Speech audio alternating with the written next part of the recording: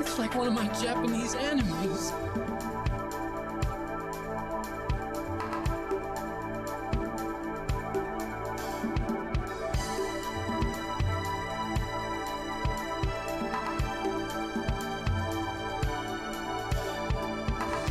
You shall be a champion of the good, protector of the weak and innocent. You shall become a dragon master.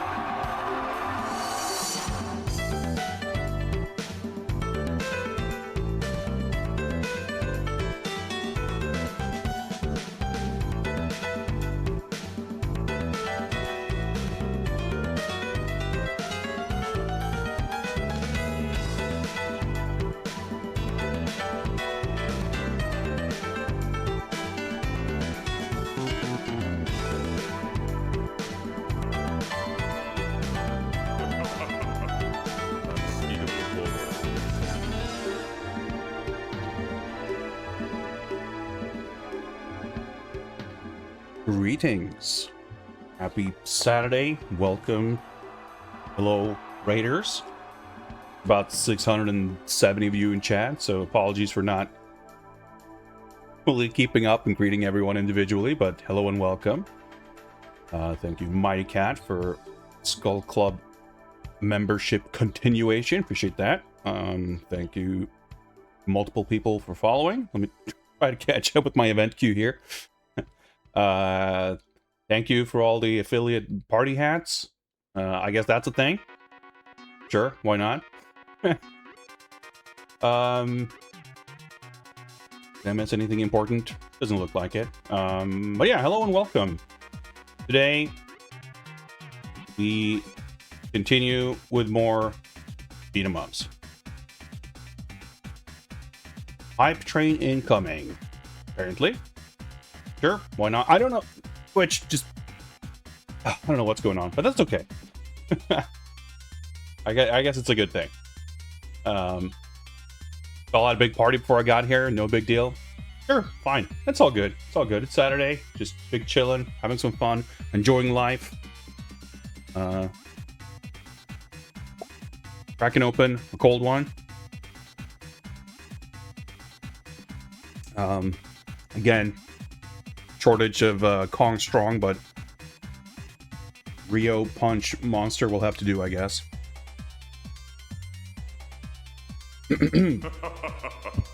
Unspeakable horror awaits you.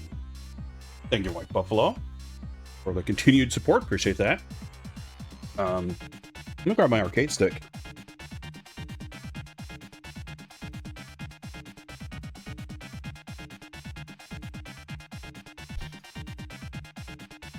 I have been a very strong arcade beat 'em up mood lately, as happens with some degree of regularity. Last time we did some investigation into Captain Commando, and I really enjoyed it. I had a great time with it, and I definitely want to play it more. But I booted this stream up with no clear plan of action. But there's like a couple of options we have here in terms of what to dive into today. One of which being continued study and practice of Captain Commando. We do have sort of an outline for beginning to practice to learn the game proper and work our way towards the 1cc. We could be taking a second look at maybe Denjin Makai or some other games I'd looked at briefly. Or we could continue our way down the list of games that I kind of wrote down. It's like, man, I should look at these games. Up Electro, happy affiliate anniversary, except you have to type it out manually. That means that there's more emotion behind it. Is that how that works? I mean, it's not like I really care. For me, it's... I mean, I appreciate it. I'm not saying I don't care about you guys showing appreciation or clicking a button or whatever it is. Somehow that contributed to a hype train, I think. So, you know, it's all good. But as far as like the anniversary itself, to me, it's like...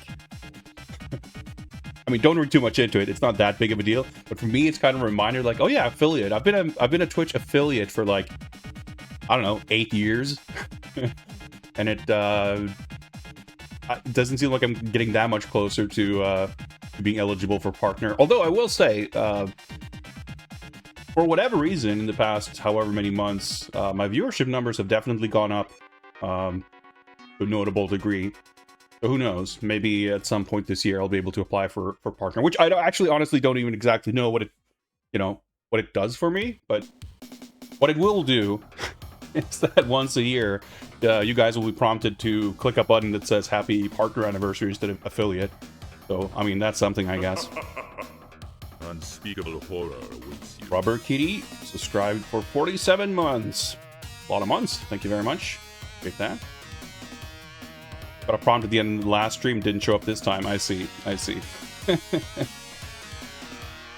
Try to catch up. Flying through beat 'em ups recently. It's a fun genre. One of my favorites, in fact.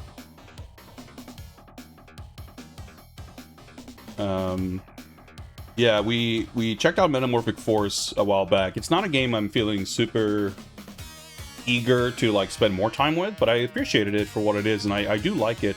Like I can see why people like it better than the other Konami beat 'em ups, and I would probably agree. It's certainly in terms of game feel and mechanics, I like it much better than anything that isn't Violent Storm, basically.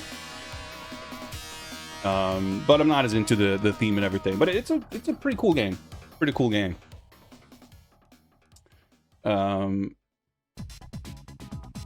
And I mean, Violent Storm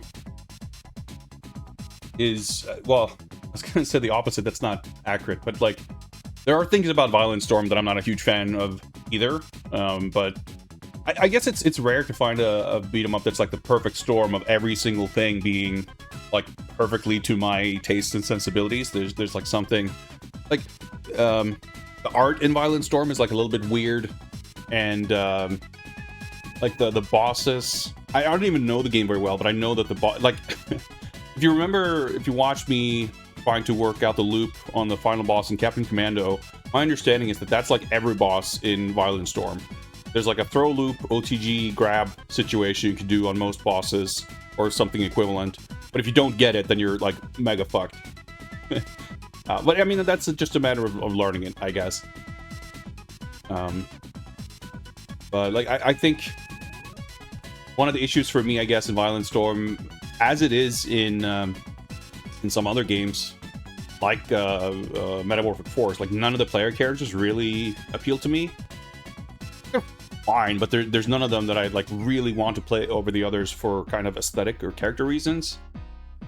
Which I'm usually, I don't know, that's something that generally is pretty, like, I place a high premium on that kind of thing. Like, I appreciate character design and like a cool character. That's a big part of what I enjoy about games in general, I guess. So when there's like no particularly cool character, it can become a little bit of an uphill battle, relatively speaking. Not to a kind of deal breaker degree or anything. But if a game feels awesome and there's a cool character and it's well paced and the theme is great and whatever, like, that's ideal. But I'm not even sure what the closest would be. But it's fine, you know. I'm glad. Much like Prince of Persia ports being uniquely strange and cool and good and interesting, I'm glad that there's not a lot that makes other games obsolete. I'd rather have a reason to play a lot of these different games. What's up, G-Stars? Yeah, the music is its own its own thing for sure in that game. So let me just go over super quickly. I have my beat 'em up review notes Google Doc where I've started very recently to just write down and take a bunch of notes on games that I play, mostly on sort of game design observations. It's kind of my record and documentation of my design analysis process, but also like strategy and that kind of thing. I wrote down a list of games in no particular order that are like, yeah, here's stuff I want to make sure I look at. And I have it sorted kind of by arcade games, console games. Actually, there's a separate section for like 3D arcade games, which is like all 5 of them, basically. But then there's like old console beat 'em ups, because there's still some for sure that I'm like interested in looking at. Then it's like modern beat 'em ups. And this isn't necessarily like a curriculum or itinerary or anything like that in terms of what we're going to cover on stream, but more so just a mental note for myself to have a list to kind of check off and like, I'll look at this at some point.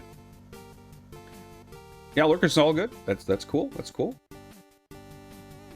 I'm flattered that people would choose to have this stream on in the background over any number of other things. But yeah, so I made a short list. So there's like 2 things in parallel going on here, I guess. The one is just in general, playing more games to learn more about them and like getting a good sample size of looking at how different games do different things. Just kind of observation, analysis, whatever. The other track is kind of like finding a potential game for a 1cc project. But it kind of looks like at this point, Captain Commando, because I had that great video to go off of and it really piqued my interest, and then I had a lot of fun playing it, and I was able to actually apply a good deal of the information and strategies I'd picked up. That has such a head start over anything else I would start from scratch. Plus, I had a lot of fun with it. So for now, it seems unlikely that I'm going to get super serious about trying to go for 1cc and anything else before that. But I don't know. Even so, maybe it's worth looking at other games for like a potential, maybe it's something I go for after Captain Commando, I don't know. But on that like mega shortlist previously were 64th Street, Denjin Makai, as games that I had played and I really enjoyed the feel of and thought, this might be fun. But I haven't looked into what actually getting a 1cc entails in either of those games, so I'm not sure how like realistic it is. And then I had kind of a short list of Capcom games that I wanted to look at. Cadillacs and Dinosaurs and Tenchi Kurau were kind of, or Tenchi Kurau 2 rather, were kind of at the top of the list. We did play Cadillacs and Dinosaurs last time. Tenchi Kurau 2 I am less enthused about because I'm pretty sure, my understanding is that it's a pretty long game. So I might not really have the patience for it, at least not now. I don't know. AVP is another game. I don't feel like I'm super that's one of the games that are more I'm interested in looking at it kind of critically, academically, more so than expecting it's something I'm going to be super into. But I want to look at it at some point. But generally the games I wrote down on this list, in no particular order, Final Fight, Cadillacs and Dinosaurs, Knights of the Round, Tenchi Kurau 2, AVP, Denjin Makai 2, aka Guardians, King of Dragons, Spider-Man, Violent Storm, Zero Team, DD Crew, Undercover Cops, Crime Fighters 2, aka Vendetta, Night Slashers, X-Men, Sailor Moon, and Golden Axe Revenge of Death Adder. That's not a comprehensive list at all, like anything would go on here, I guess. But those are kind of games that for one reason or another I'm particularly curious to kind of look at. What's up, Why not? Yeah, sure, we can do some cover art reviews. Not in a particular hurry. In fact, we're kind of sitting here as I don't really know what we're going to be doing or what we're going to be playing. So that's all good. Yeah, so it's not really a matter of a box? Trying to pick out like a specific order of which games that we're going to try to 1cc or whatever. It's just a mental note of games that I find interesting or appealing for one reason or another. Or in the case of something like X-Men, it's games that we already spent a little bit of time with in the past, so I want to make sure that I revisit them to make sure that I make some actual proper notes on the... that's the thing, like, the list I wrote here is actually, more than anything, a list of games that I want to get some notes on. I don't have a lot of interest necessarily in pursuing X-Men, or Night Slashers for that matter. Not now and not in that way, which is, nothing to do with the quality of the games, but just like what I'm kind of interested in. But they're on the list because I want to make sure that whatever observations I have made about those games don't like disappear completely. And yeah, The Punisher is one of my favorites too. It's not on the list because I already got The Punisher 1cc. Unspeakable horror. I should for sure, there's a lot of notes and stuff that I would want to write down, but it's kind of an overlap, I guess. It's a very messy, unorganized document. But as of now, the reason, the whole 1cc thing is also kind of it's part of the research process. I want to build more confidence in my ability to understand combat design, and I think getting better at these games seems like an appropriate way of doing that. I feel like if I manage to learn multiple 1cc's, even if a lot of them of course come down to tricks and stuff, a lot of the tricks for AI manipulation or whatever it is, that's my experience at least with Mortal Kombat 2 for example. Even if you can be taught those tricks very quickly and execute them pretty easily, if you want to execute them consistently in kind of a 1cc capacity, you're not going to be able to really do it very well in most cases, unless you also have some understanding or even at least intuition for how to navigate the gameplay when things don't go perfectly as expected. You can... There's a lot of, subtleties. You're going to internalize your expectations for how an enemy is going to move around on screen or whatever it is in order to be able to execute it. But having the tricks and strategies means that you have... It sort of narrows the focus. It puts blinders on a little bit to make you look more, focusedly on on specific enemy behaviors and that kind of thing. So I feel like it's a good way to What have you got there? A box? to make sure, or to sort of just improve the process of learning to understand how things are constructed and how they work, or at least how they can be. Let me images aired here for some impending box art reviews. We'll get to that very shortly. Thank you, Vinot, for the Prime resub. Appreciate that.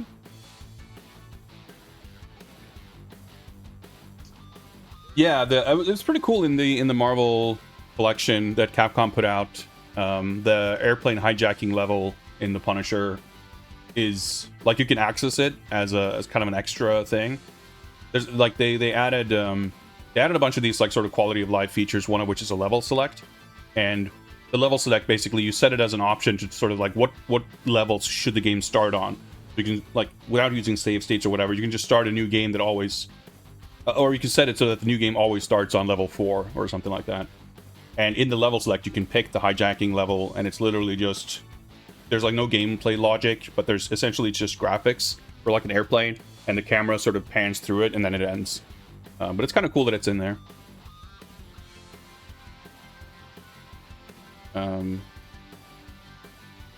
Yeah, exactly, White Buffalo. Like, exploits and stuff aren't... They're kind of a complement to learning the game. They're not a matter of learning the exploits instead of learning the games. Like, it depends on the game. There are certainly games that are, like in terms of speedrunning and stuff, there's some games that are kind of infamous for, like, learning the speedrun is, like, easier than learning the game. And some things are just sort of easy and reliable enough to execute that you don't really have to learn anything except those sort of tricks. But I think that's not true for most arcade games, and it's not true for most games that have more... What have you got there? A box? You know, subtlety to them. And I think what you're saying there kind of is what I meant as well with the kind of blinders and focus in terms of, like, instead of having the whole game in front of you, not really knowing where to begin in like, learning, if you have... Like, I guess strategy is a better phrasing than I mean, there are tricks, for sure, but in terms of strategy... Instead of just having this open-ended scenario in front of you with the game and a wide open screen, walk around with a bunch of enemies or whatever, you have like an agenda. It's like, all right, here's what I am trying to achieve. I have been told that if I stand here and do this and go for this, that's my best chance at surviving this screen.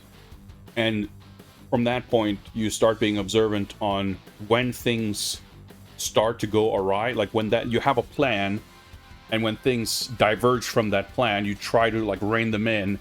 So you focus your attention to the things that are sort of the requirements for that plan working out, as opposed to just having this completely open-ended, looking at whatever, everything. And because of that, in my opinion, in my experience, it becomes easier to kind of focus and to just narrow down kind of the things you want to look at, which means you get much better at recognizing when things are or are not going your way. Because the big thing otherwise, and we talked about this previously, right? But big reason, I think, contributing factor anyway, to why beat 'em ups tend to be kind of dismissed as these like brainless games, is that there's so many subtle nuances to the interactions in the game, compared to a shoot 'em up where you die in one hit and you have spaceships and you have projectiles. You can see that there's a lot of bullets on screen. When you watch someone play a shoot 'em up, or you watch someone play DDR, or, you know, some other rhythm game, and they play at a high level, it's like super obvious to a casual observer. Not everything that they're doing, but you look at it and go, holy shit, I could never do that. But if you look at high level beat 'em up play, it doesn't translate the same way, because what they are doing, the things that they are navigating, they aren't so much avoiding obstacles that are put on screen, they are manipulating the game in such a way that those obstacles never appear in the first place. I know, and which, I mean, of course you do that in shoot 'em ups too, but there tends to be a lot of stuff on screen still that it still becomes kind of a more visually intuitive thing, right? So I think the same applies for like learning how to play those games.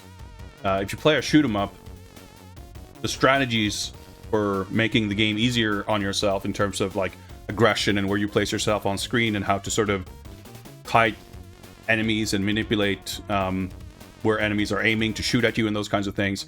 Yeah, those aren't necessarily super intuitive, but at the very least, you see the bullets, you understand what happened when you got killed, and you can at least infer that, like, well, I should not be in the way of this thing. I need to learn to avoid things. But I think in a beat 'em up, it is inherently less intuitive what effective play looks like or what it entails. So in learning the game, I guess it's in a way easier to not really get anywhere, or to have that progress be slower, or not understand really what it is you're trying to do in order to get to a point of like playing better. And I mean, I say that as a veteran in terms of it's been basically my favorite genre of video games for, you know, like 35 years. But I never spent, like, relatively speaking, I didn't spend that much time like trying to get better at these games or understand them deeply. They were just cool and, you know, immersive and fun and engaging on the surface, so I didn't need to dig deeper. But you know, at this point, I want to, because I want to learn better. But that's when I feel like if I have a guide to go by that says this is a strategy, this is what you're trying to do, it makes it so much more approachable, as opposed to if I was going in blind and just trying to learn on my own. Like, that's pretty daunting. But that's why I think The Punisher was like an excellent kind of beginner game in that sense, because unlike most arcade beat 'em ups I've played, you can approach it that way. I mean, of course, I have maybe some internalized, like, sort of basics of how to play these games.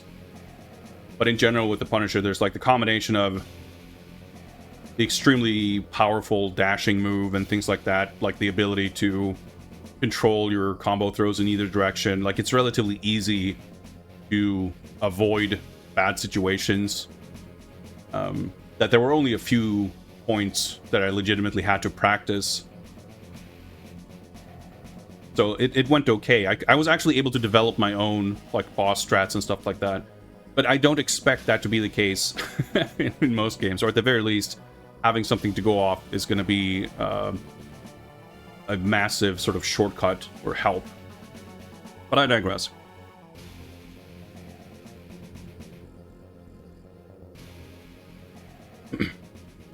Point being, as far as that particular train of thought, is that yes, learning exploits is kind of a way to help learn the game. So they really go hand in hand, in my opinion. At least if it's a decent game. You know, some games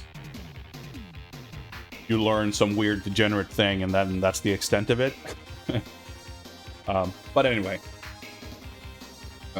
Like I said, I'm still a little unsure. We might play more Cadillacs and Dinosaurs, or what am I saying? Captain Commando is what I meant to say. I'm like half curious to take a look at Denjin Makai with other characters, or some of these other games. I'm not sure. I think maybe we could do a bit of both. Like last time we did one playthrough of C&D. Maybe we'll do like one casual playthrough of one game and then go back to do a little more Captain Commando practice or something. I'm not sure. Oh yeah, and I did want to mention that I have on this list as well, like a couple of console games. Like Iron Commando is a game I want to look at more. I've only looked at it very, very briefly on the Super Nintendo. There's the Bare Knuckle games, Final Fight 3. I mean, those games are games I've played a ton, but it would be interesting to just make a little more focused observation of them and take some notes. Neketsu Oyoko, the Saturn version and the PlayStation version, I've never played, but I'm actually quite interested in those games. I wrote down Crisis Beat on PS1, the 3D beat 'em up on a boat. I don't know if it's any good, but it's always looked appealing to me. And Fighting Force is on the list as well. It's a game I know that I didn't like that much last time I played it, however many years ago, because it's pretty like slow and long and a bit tedious.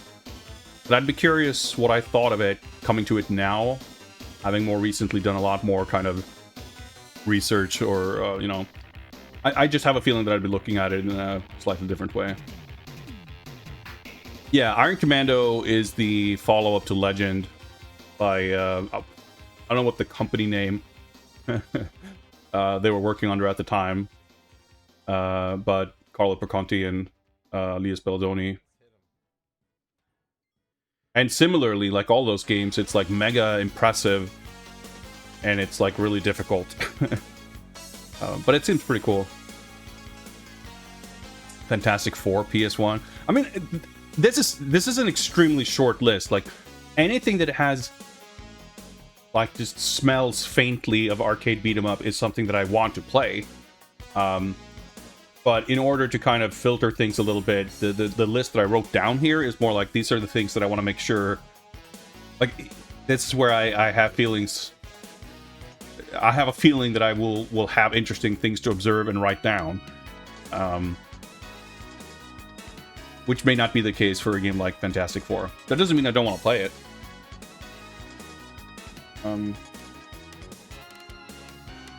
Pockets, please.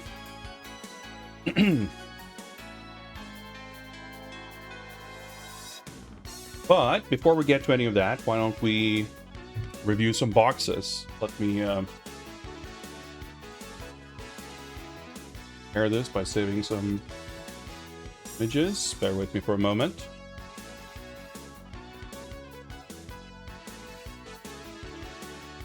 Hello, Amiga Cami. Greetings. Thanks.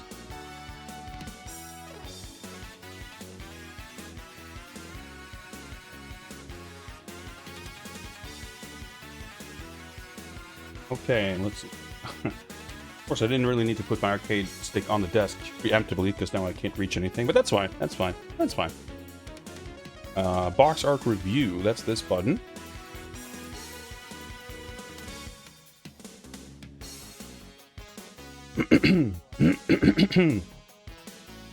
Let's begin by taking a look at Millennium Presents Daughter of Serpents. Software und Handbuch in Deutsch. Pretty good. Documentation includes role-playing adventure, the prequel to the computer game. Pretty neat. Pretty neat. I feel like this name is super familiar to me, but the game is not at all. Even Millennium, I feel like I struggle to place exactly where I know that name from. Actually, I think it's from James Pond. Didn't Millennium put out James Pond? I think so. EA published the console versions at least, but I guess... whatever, that's extremely neither here nor there. It's pretty good. Pretty evocative. I think for sure, as usual, there's like... you know, a degree to which contrast, readability, value ranges and such could be perhaps improved some ways, but, you know, working in analog media, that's... I don't envy anyone having to do that. That seems impossible. But it's cool, you know, obviously the main character here pops nicely from the background. The logo is... I like the design of it, but it's a little hard to read against the background. Obviously, you know, this kind of painted quality. I do think the framing of it, it's very angular and straight in a way that's maybe not the most visually interesting. It's striking in its own way, but you have that, like, the altar looking like it doesn't have any perspective at all. And like the way the pillars seem like almost kind of copy pasted, which, I mean, in a literal sense, of course they wouldn't be, but something about the perspective feels a little basic, I guess. I don't want to say amateurish, but it's like not... I feel like I look at this and I can feel like the rulers and the grids, and like it feels a little basic like that. Obviously that's not the main focus of the illustration, but to me, it sort of holds it back a little bit from, like, being something super visually striking and impressive. Game crashes all the time. I see, it's one of those, huh?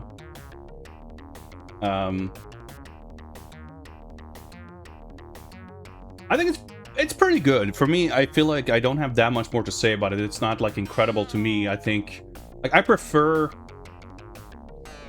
even paintings that are done in kind of a more realistic style in terms of anatomy and perspective and those kinds of things. Like when the character designs themselves aren't like exaggerated and stylized, I tend to prefer still a good deal more of stylization in, you know, lighting and colors and those kinds of things.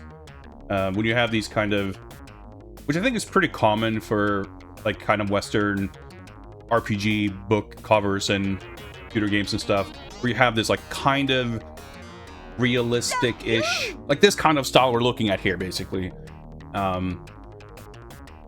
You can get a strong feeling that the characters are, you know, they got some models or people into a studio with costumes and they you know, took some reference photos and they painted them, and it's like you can do that and still make it look amazing. Like you can look at Alex Ross, or you can look at Drew Struzan or someone who did exactly that, and it still looks fucking awesome.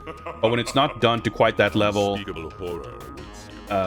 it can look a little plain, or it kind of like looks like a person in a costume as opposed to like fully like a character fully imbued with like the personality and the charisma that you would properly want. And I think this falls a little bit on that side of it.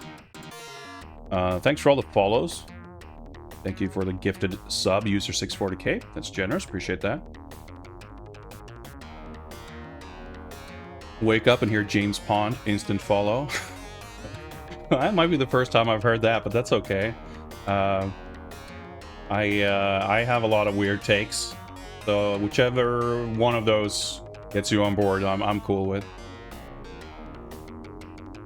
So yeah, what I'm getting at is that it's like, it's a cool cover, it's fine, but I'm trying to sort of outline the things that would take this concept from a pretty good cover to something that's like mega sick, because this doesn't really reach that level for me.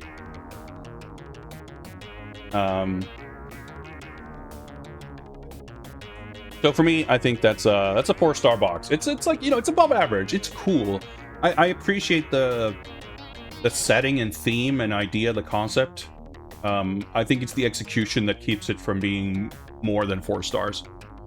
But I think a 3 would be a little harsh.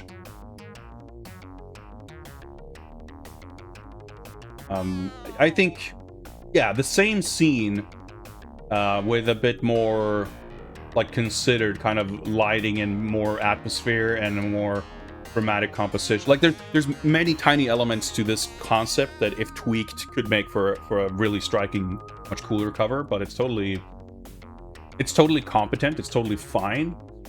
But I think for me, it's transcending levels of average, which puts it above 3 stars. But there's still plenty of room above it. You know, 4 stars isn't a bad rating. But yeah, that's Daughter of Serpents. Next up, gonna be looking at Microsoft Golf with Attitude, Link's Extreme Access software.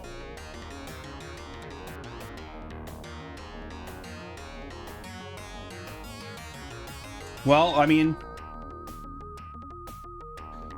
golf games might, like many sports games, have to contend with, like, how do we sell this? How do we make this stand out?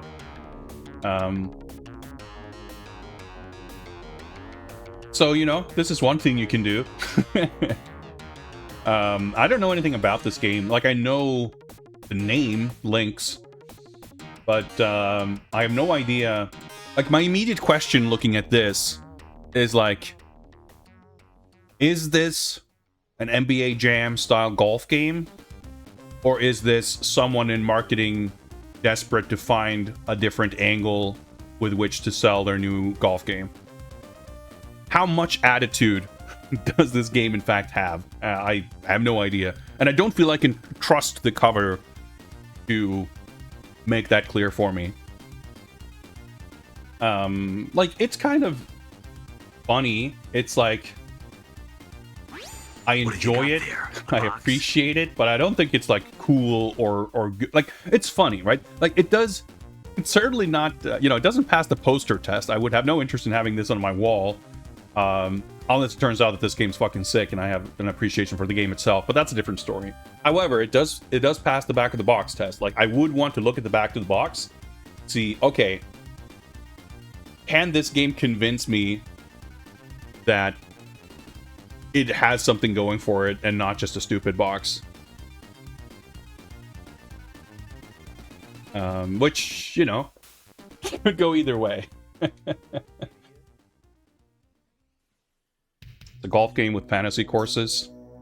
Yeah, because that's the thing, right? There are some games that have, there's, what is it called? It's called like the Devil's Course, I think.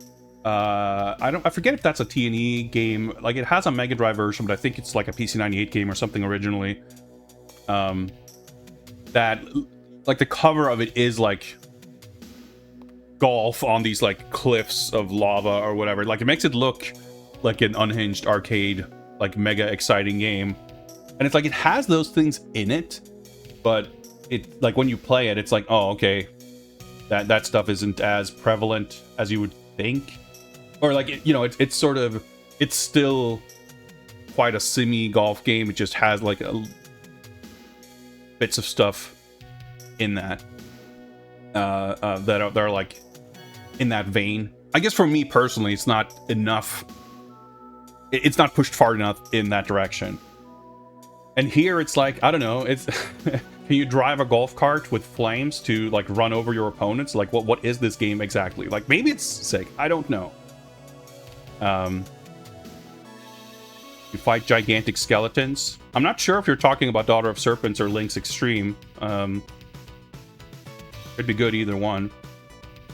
What's up, M Foolery? Well, it's a well-documented thing, I believe, that you and I don't have quite the same sensibilities. I wouldn't judge anyone who would have a poster of this on their wall. In fact, I might think they're quite the interesting character. But it's not really my jam.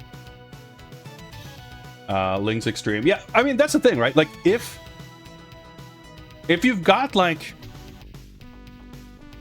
dramatic lava, mountain, cliffside, danger, climax, action golf courses, and if you have fights with giant skeletons,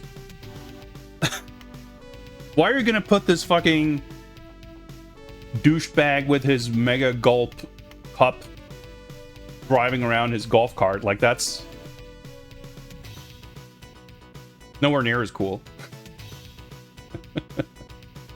Literally ran in here for box art review. Oh, I appreciate that.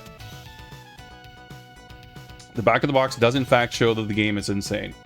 I appreciate that, and it does admittedly make me more curious about Link's Extreme, which is cool. So thank you for bringing this game to my and the chat's attention. That's cool. However, we are here to review the box itself, and I think it's one of those boxes where it's a bit of a struggle, because I don't necessarily think it's like cool or awesome. But in my mind, there's still this feeling that giving 3 stars to something means like average. And there's nothing exactly average about this. It's not like, oh, it's so uninteresting because there's nothing to it. But at the same time, like, I don't think it's irrespective of what amazing contents of the game it fails to properly advertise, I just think it's kind of not that cool. Has a mode called Deathmatch Golf. I'm very glad that everyone's getting fucking hyped for Link's Extreme. It makes me wish the cover was cooler, I guess. Without knowing what the game is, if I saw this box, I'd need to pick it up. I don't know. I'm torn on it because it's like I said, you know, compared to other golf games, it's maybe something a little more intriguing. You know, you could have a whatever PGA Tour golf box in a lineup, and like there's nothing probably that would make you pick out any one of them over another in terms of how the cover presents it. You look at this and there's something there, but I don't really, yeah, I don't know. I think you could have achieved the effect in a much more interesting way by leaning into I guess by interpreting extreme in something, you know, in a different direction, which it sounds like is what the game is actually doing. Looking at this cover, my first guess would be it's a Golden Tee version of Big Buck Hunter. Yeah, I don't know. And the whole like golf with attitude X thing just looks kind of... I mean, I guess it fits with the aesthetic of the rest of the cover, but it looks kind of uncool. Chat's going wild for Link's Extreme. I mean, deservedly so from the sounds of things. I am, however, not going wild for this box. At the end of the day, it may not be average, but I don't think it rises to any form of greatness. And I wouldn't say I'm judging it more harshly because of it, but I will say that it's a little disappointing hearing all these things about the game itself. All these things that could have been on the box that aren't. I can think of nothing better. 0 issues, yeah. Well, it has one issue I can think of, and that is that the box is a little underwhelming. So I'm gonna give it 3 stars. It's fine. Cool. What have you got there? But, the box? Could have done more with it. Cover artist had about the same amount of information to work with as I have. Yeah, maybe that's the case. Who knows? But how sick would it be? I mean, it would have been disappointing maybe if it's got fucking mega skeletons, deathmatch golfing and shit on the box, and then that's not what the game is. But honestly, I don't know that it's that much more disappointing to have the opposite problem where the game box makes it look like something more boring than it is. There's problems with both of them, I think. Alright, let's move on, shall we? Let me save these other images before I forget.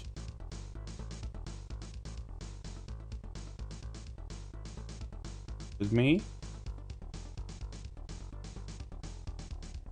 Let's take a look at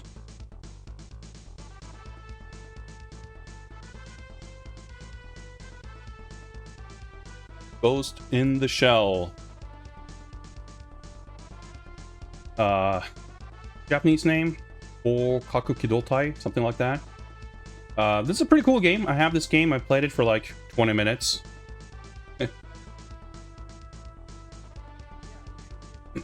On topic now, of course, with the new show airing, which I have not watched. But I hear people like it. This is a pretty cool game. It's well known for having kind of a insane soundtrack, among other things. So in this game, basically the entire game, you ride the Tachikoma, and you can like ride on walls and ceilings and stuff. And it's kind of a like vehicular third-person shooter, I guess you could maybe describe it as. And I think the interesting thing about the game, in a way, is that it obviously came out after the film, but it's not based on it. So it doesn't, like the artwork in the game, the art style and the visual presentation isn't based on the film. So like every adaptation has been very different from the comic, and the game itself doesn't like look like the comic either exactly. But it has, so yeah, there's Masami Nishiro artwork on the cover of the game, and this game has like FMV, like anime FMV, but it's not in the style of the movie. It's more in the style of Shiro's illustrations, I guess you could say. I think it's a great game. Like, I love Masami Nishiro. Like, his art's incredible. It's a cover that like fully, I mean, it doesn't fully demonstrate what the game is, but it fully sells you on the vibe, and I think it's a game that largely is successful on delivering on that vibe.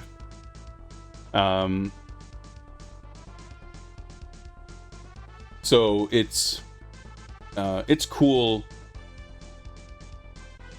You know, there's a lot of things about this game that I think are pretty cool, and it's a game that is.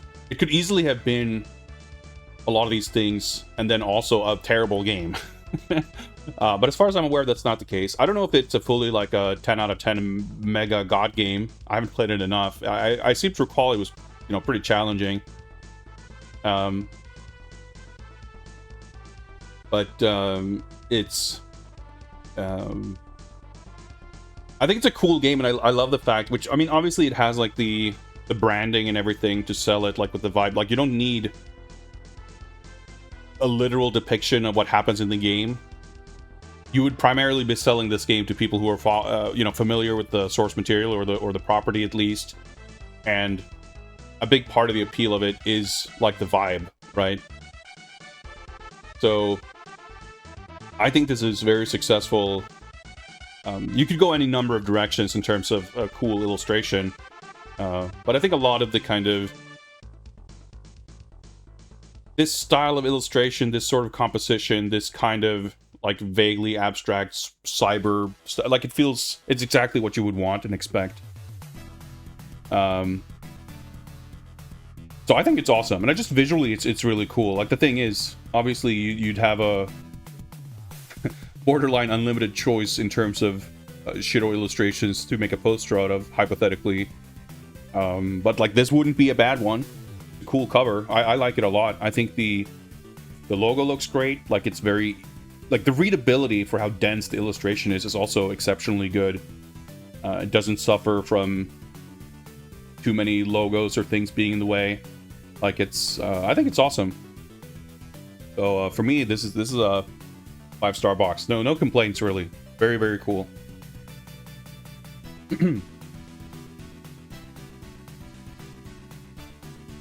And, you know, the art style and everything, to me, is, I mean, comparing this to something like Daughter of Serpents, this is just way more appealing to me. You could argue maybe that some of the 90s, like, digital coloring is a little funky looking, but I guess to me that's part of the appeal. Moving on. What have you got there? A box? More boxes coming in. Let's see here. Big fan of Windows 95 digital coloring. Yeah, it's one of those things, like, some of that stuff, like certain kind of digital art techniques that look like particularly dated can be, I mean, the same thing with like Myst clones with like funky mid-90s CG. Sometimes it just looks terrible, sometimes it looks super charming. And I kind of feel the same way about some of these like digital comic techniques and stuff, where it can be very visible. Like, the technology and tools can become visible to the point of being almost not distracting, but kind of drawing attention to themselves. And in some cases, like, it gives it a very particular flavor and kind of a, I don't know, je ne sais quoi. But in other cases, it can be sort of distracting. But I think with certain artists and certain things, like, it's just part of the package deal. And it, like, I'm a huge fan of all the CG stuff that Buichi Terasawa did. Like, he managed somehow, you know, up until his passing, to maintain that like perfect mid-90s Myst style of CG, like, for decades. And it just, like, that was what he was going for, and that's the look that it has. And there's just something about that that's so cool to me. It has like a very strong appeal. And sometimes certain like things that exist in some kind of borderlands between technical limitations and stylistic choices. I don't know, it can be quite interesting. Anyway, where were we? We were just about to look at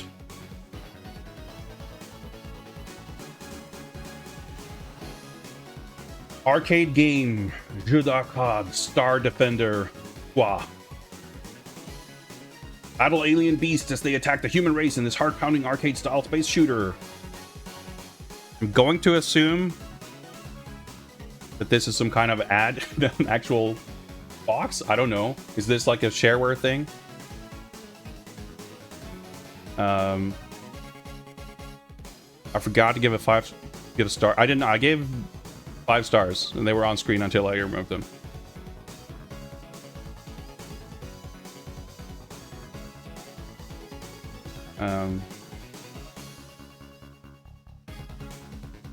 Unless well, whatever. I gave it 5 stars. Maybe my button didn't work. Well, this is weird.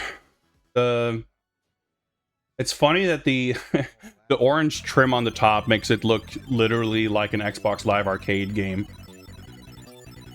I guess this is like a Windows 95 shoot 'em up. Yeah, I don't know. There's a lot of this that does not fall neatly within my tastes and sensibilities. We got this dopey spaceman with, like, it looks like he's going snowboarding. Like, I don't know what that outfit is. You know, I've talked a lot about these poor British illustrators tasked with drawing intricate martial arts uniforms, and they just go with this pajama. This is like the equivalent for someone having no fucking clue how to illustrate a space pilot. Like, yeah, you have these, like, weird chrome details that may or may not be straps or buckles or... I don't know. There's a lot of shit going on. Like... Oh, yeah, clearly it's not a game that originated in an arcade. It's arcade in the computer game terminology sense of... It is not a text-based game, and it is not a turn-based board/strategy game. That tends to be... Like, it has real-time elements, probably. That tends to be about the... Like, the extent of the definition for anything that calls itself arcade. Inherited a box of old games from your dad, and this was in there. Yeah, I don't know. I mean, this might be a sick game. I don't know. I doubt I'd be much into it. I mean, I'm not really into good shoot-em-ups, so... Bank shoot-em-ups, not really my thing. You know, there's a lot going on there with the logo. There's the whole, like, bio-organic snake tentacle stuff that... I mean, it's a little weird the way it trails off. I don't know if it... I think the logo is, like, fully elegant, but there's more... I feel like if we imagine this logo being on a blank black canvas, that would be more evocative than putting all this other stuff on here too. Like, whether this is an ad or the game box or whatever it is, it's just... It looks all over the place. The guy looks real dopey. There's nothing about this... To put it this way, if I was interested in this game, I feel like it would strongly be in spite of anything that's on the box, not because of it. That said, you know, there's some degree... Like, the guy painted this had no idea what he was tasked with painting, but it's not incompetently painted. Like, there's a lot of details that are... Like, the chrome effect is well achieved.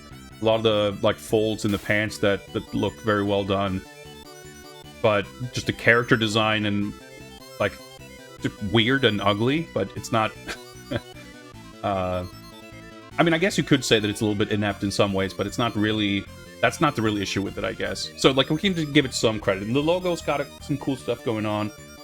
So I'll give credit for those things, but altogether, this is still 2 stars on my scale. It's not appealing.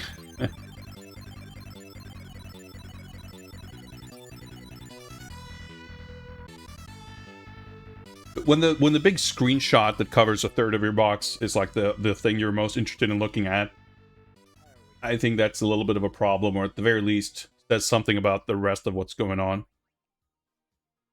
Yeah, the pants, I don't know. Like I said, it looks like he's... Like, if you remove his cyber goggles, or maybe if you even kept them on, I don't know. Like, you could have convinced me that this guy is from SSX or something. Like, you could put this guy on a snowboarding game box, and I wouldn't feel... Like, he would feel about as out of place there as he does here. Let's move on.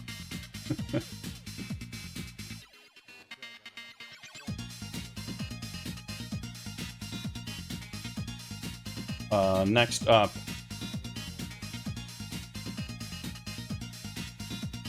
by all means, White Buffalo, appreciate it. I'm glad people are enjoying this. I sure am. Next up, a game I've been intrigued with and have been wanting to get for a long time. This is Marmalade Boy from Bandai on the Super Famicom. I don't know that much about the game, but it is one of surprisingly few adventure games on the Super Famicom. To me, it's like a little puzzling, frankly, that this genre is not more represented. Because there's like 800 of these on PS1 and Saturn. Obviously, many of those are ports of computer games. There are... I feel like there's more of these games on Mega Drive and even like Master System, or about as many at least as there are on Super Famicom.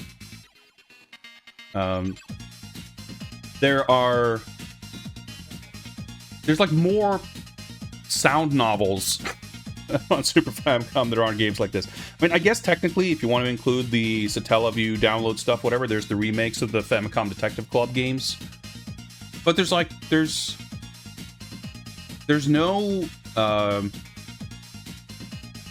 like JP Harold games. There's no what's his name? Jinguji Saburo games. There's none of those things. There's like, I don't know. I feel like there should be more adventure games on the Super Famicom. But kind of because there aren't, I want to get this one. So that's about the extent. That's all I know. Chat is teaching me that this is based on a manga, which, okay, cool, fair enough, reasonable. You know, as you may suspect, my reason for interest in this game has little to do with the source material or the genre or the setting or anything. It's just, as far as my collecting goes, it's a box I wouldn't mind checking. Like, I have Sio Blade for the Mega Drive. Trying to think. I want to say that that's not the only game like that on Mega. I mean, I guess with the Mega CD, you've got Cobra and Snatcher, but I'm not buying those because they're like $8 million each. Anyway, I digress. What's up, Juno? It's an adventure game. That's all I know. It's I'm assuming that the artwork is from the comic. I guess we've got the. I guess that's the Toei animation sticker, the certificate of authenticity gold sticker on the bottom left there. I have no idea what that the scan is not very high resolution or quality.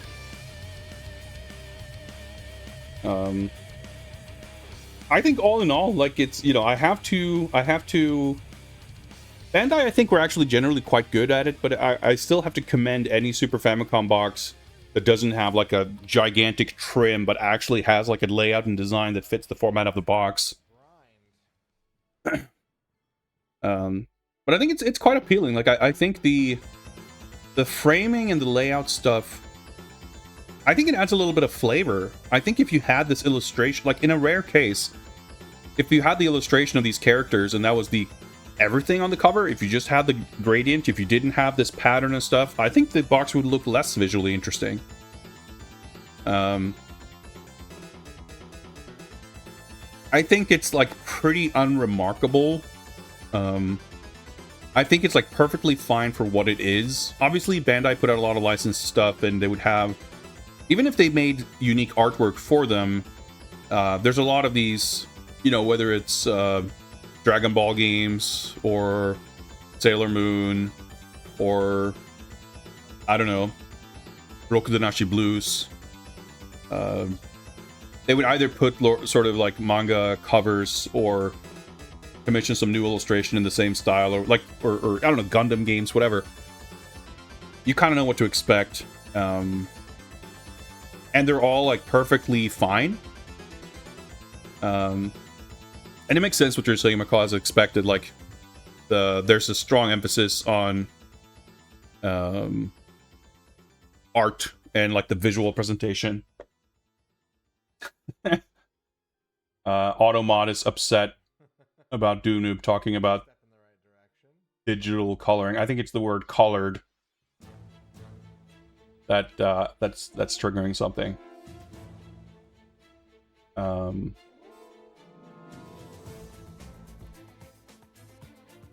But anyway, I think this is fine. I'm happy to have this game brought up as an excuse to mention that it's like on my radar. But having not played it and having no intention of playing it until I eventually maybe getting it, you know, I have a little more to say on it. And I think the artwork itself is, you know, you get this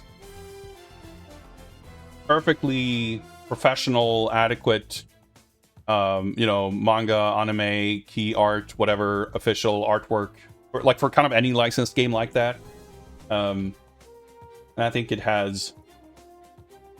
I doubt that there's some major component to the style or contents of the game, you know, Link's extreme style, that is just being kept from us on this cover. I feel like it's pretty representative for what the game probably is. So I think it's totally fine, but it also doesn't really excite me much. So I guess it's like, I don't know, it's on the upper end of 3s. There's nothing more. It's perfectly adequate. It's perfectly fine. There's nothing really bad about it, but I think to register higher on my scale, it needs to elicit a little bit more of an emotional response from me personally. This is my subjective scale, right? So it's fine. It's not like, you know, in the case of Link's Extreme, having some giant skeleton battle on the box would have made it a better box and perhaps more representative. I can't really make the same argument for this game. But it's fine. I don't know, it feels kind of cookie cutter, dime a dozen, because there's so many things that are kind of like this. So I appreciate the effort taken with the little framing stuff. It's fine, but ultimately, to put it this way, I'm happy to get this on a loose cartridge. I'm not going to go out of my way to get a box copy for the purpose of having this box, as I might with some other games. Greetings, Redwood. Hello, hello. Next up, and I guess we'll make this the last one. Chat's excited about the Lynx series. So here we have Microsoft $15 rebate is licensed. What was it say? $15 rebate to licensed users of Lynx LS or Microsoft Golf. Arnold Palmer, Lynx LS 2000, the best-selling golf sim of all time. This doesn't get you absolutely pumped for golf, then I don't know what will. Big King Arnold Palmer, inventor of one of my favorite beverages. It's no turducken, but it'll do. I mean, that's the thing, right? I mean, I think if you are hyped for golf and or cocktails, perhaps this might get you excited. As someone who is not that into golf, have never had an Arnold Palmer, and I don't, in fact, know what's in it. This is like the perfect example of the kind of this is what a golf game box looks like kind of box that Link's Extreme was clearly trying to distance itself from.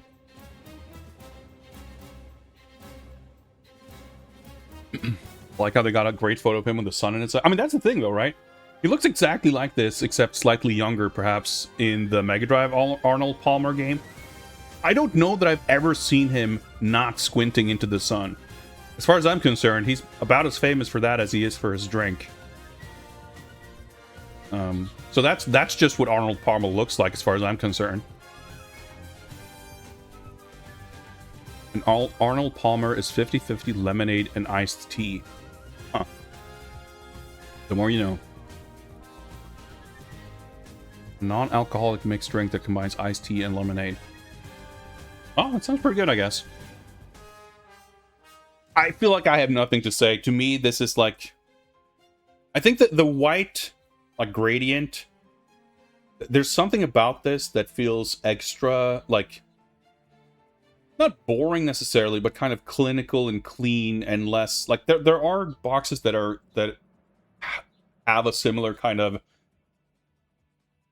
boxed computer game with golf in it, and that's the extent of it. that feel... I mean, I guess it's on brand for Microsoft, but this feels like computer golf leaning slightly in the direction of like productivity software, as opposed to leaning somewhat in the direction of cool video game, or even like, you know, some of the T&E soft games and things like that might have had paintings instead of photographs, or just something to make it look a little more artistic and a little less, you know, simulatory.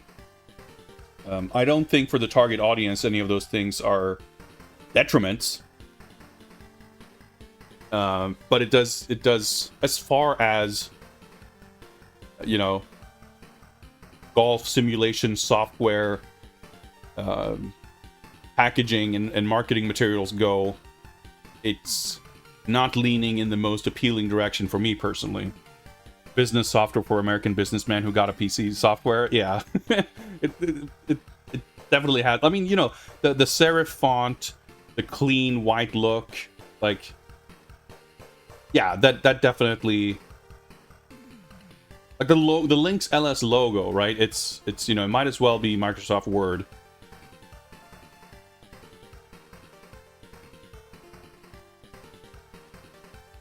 Find it odd that you can only see the shaft of the club, not the club head. Club head is implied. I think we're meant to bask in Arnold Palmer's squinting glory.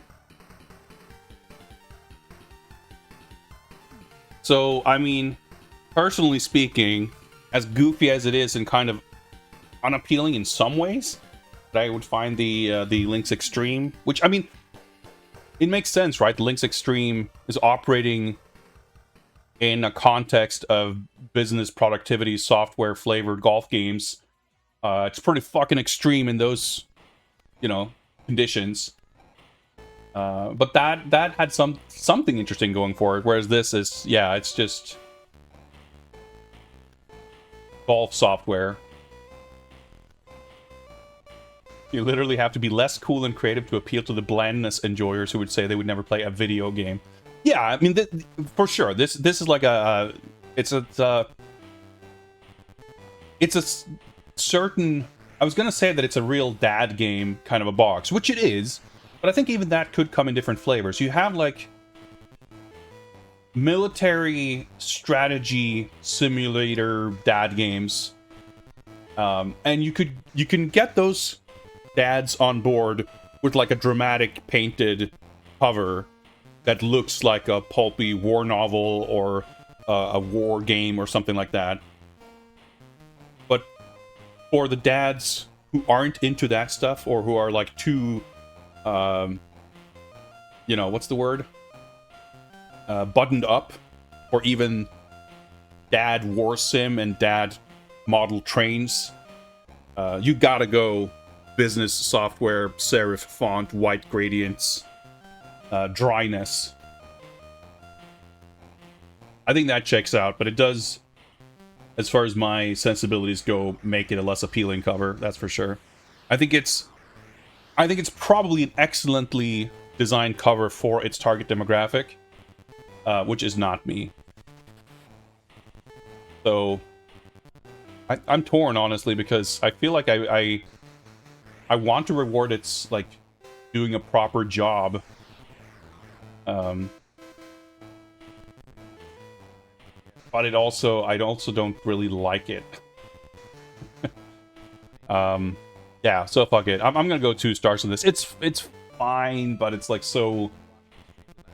I would never... I can't imagine a lineup of golf game boxes in which I would pick this one out as, like, more appealing or superior to any other one.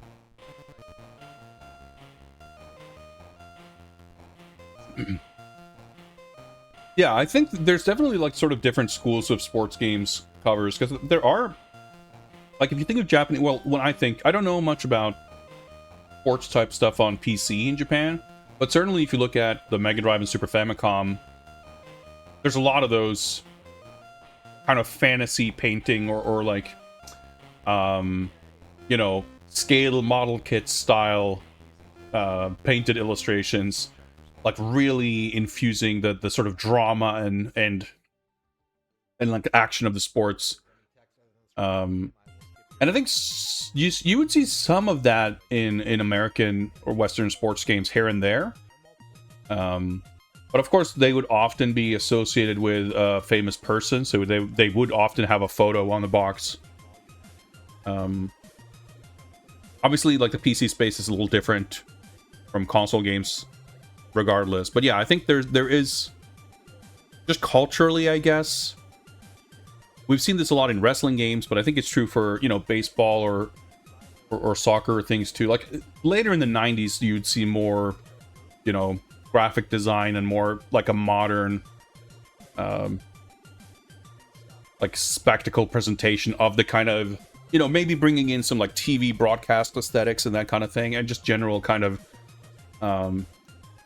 graphic design language into it.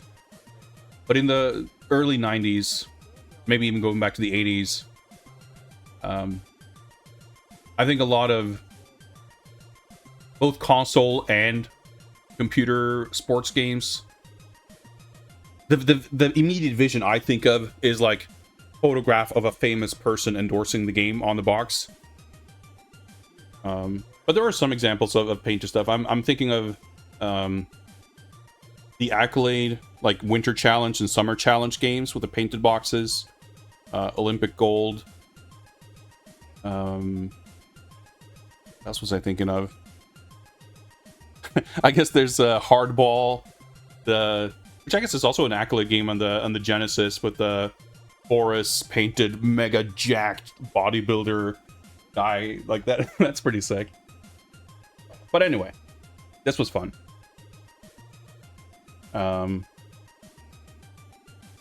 That concludes today's box art reviews. And now I just gotta figure out what video game to play. Reviews, thank you. Glad you guys like that. I'm staring here at this list. I'm half tempted to just dive right back into Captain Commando practice, but I feel like I could get stuck in that for a while. So maybe I'd like to do just a playthrough of something quick-ish. Not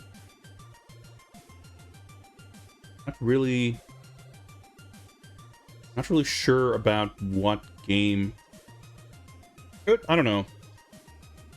You know what? Fuck it, let's do it. Let's take a look at Tenchi Kurau 2. I feel like there's a lot of hemming and hawing about that game based on speculation and things I have kind of gotten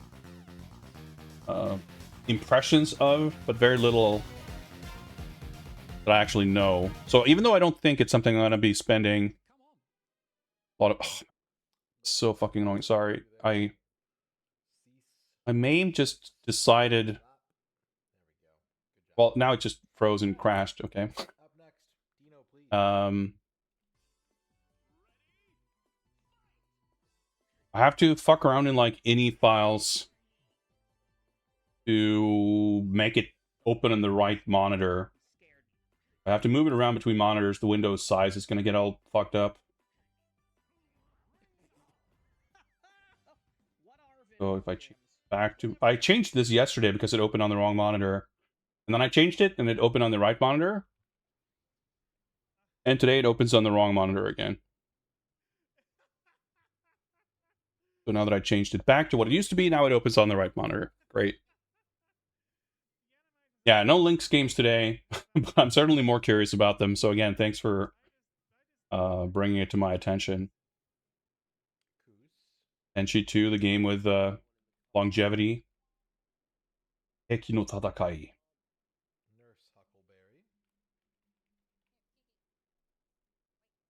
Drop this down a bit. Update the game info. I guess we'll do this. We'll do the proper Roman numeral. Should have some kind of poster for this.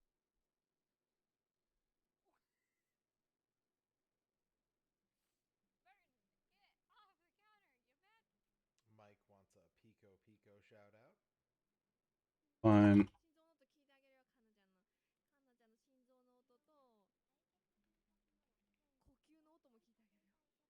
Okay. Oh, I see.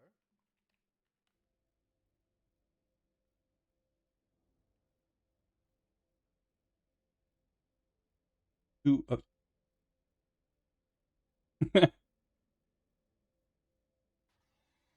want to check because there's. I guess there was no. Yeah, demo sound off. Keep everything. These have different live counts. This is insane. Getting 2 lives, like more lives on continue than normal. That's weird. Okay.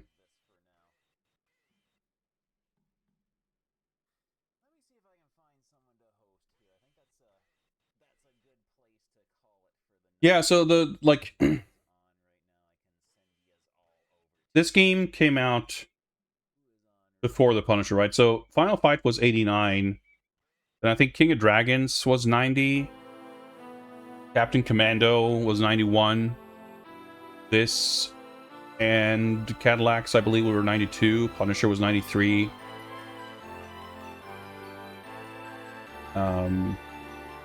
AVP, I think, was 94. And there's obviously not like a super direct lineage as they like things. Each game did some different things. I guess Knights of the Round was probably also 92, maybe 91.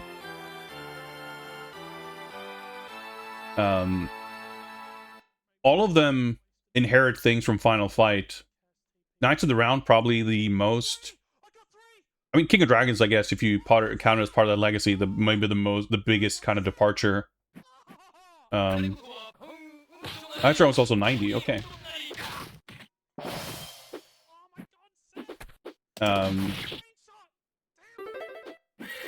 But yeah, digging into Captain Commando, I was really interested to see like how many things that were very different in that game's mechanics. Like it's really interesting how the immediate follow-ups to Final Fight kind of like removed a bunch of mechanics. Like they did their own things and added stuff, but like King of Dragons not having combos or grappling, like it's much more stripped down kind of mechanically. And then Captain Commando doesn't have the combo throw. Knights of the Round is like adds a bunch of stuff with the different directional inputs and blocking and everything, but it also doesn't have grappling. And like the movement's quite different.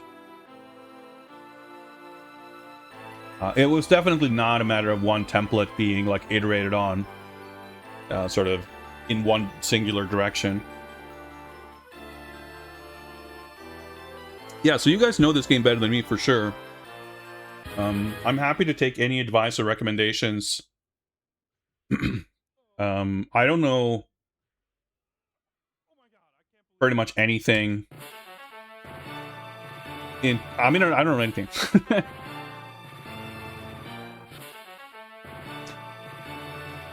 Yeah, it's like a kind of fundamental. So I guess I watched Trap was playing this guy, right, with the arrows, which seems kind of weird, or at least like its own thing. This looks like standard man, who would be the character I would probably gravitate towards. But I feel like I've seen these guys played more, and I guess they're more not quite Hagar, but like the closest, I guess.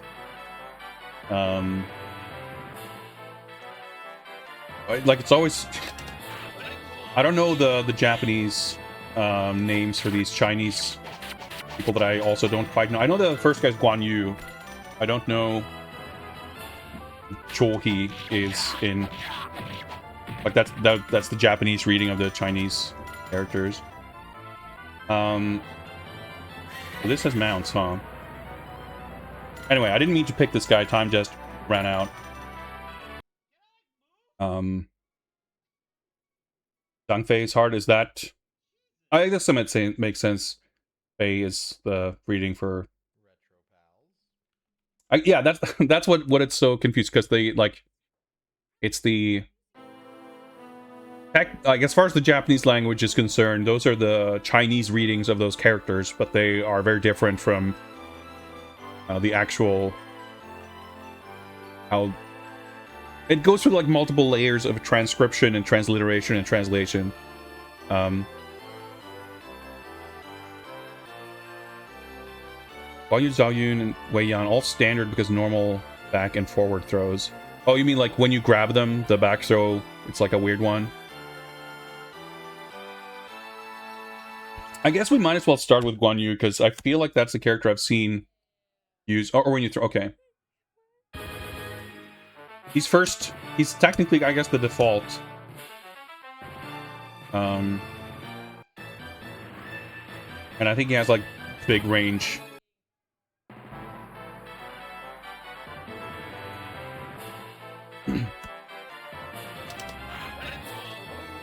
So, I don't know anything about how the mounts work. Alright, that's big damage immediately.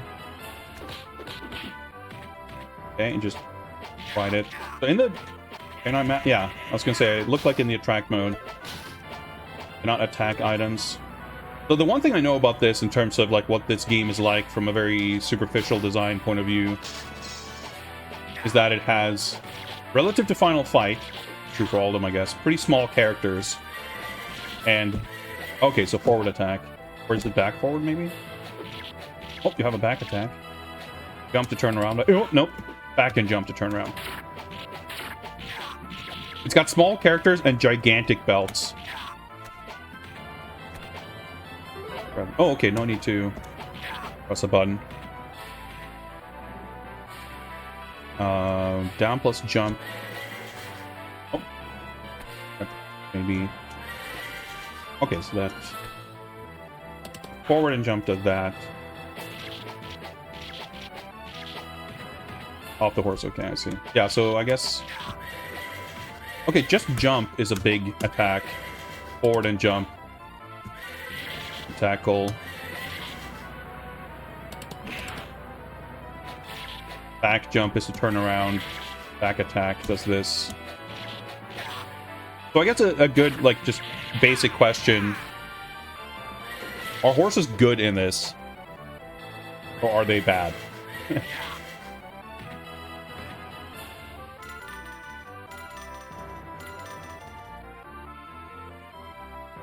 Very not good. Okay. Oh, you can do this. Okay, cool. Oh, I mean, that looked cool. Doesn't seem to hit for shit, though. I mean, I guess he is waving his spear about 3 meters above these guys' head.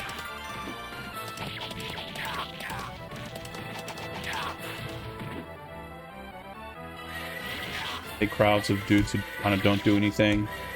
Like, we talked about this last stream, too, about how I know some people critique... I didn't even mean to leave the horse, but fuck it, let's do it. Yeah, so there's no running in this. Very fundamental-y.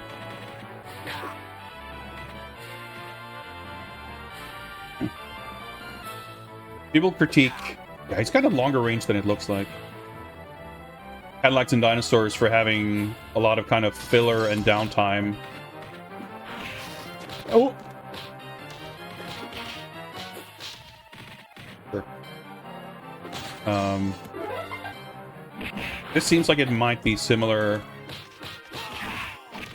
I don't even know what I did there exactly. You can grab from jump from a grab rather. Okay, up to throw back.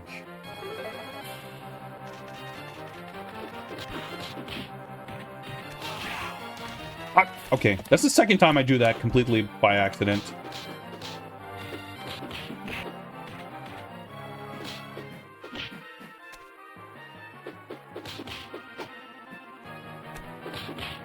Okay, yeah, down. It's like Cadillacs and Dinosaurs. Up to throw backwards and down. Okay, cool, thank you. One startup. Oh my god!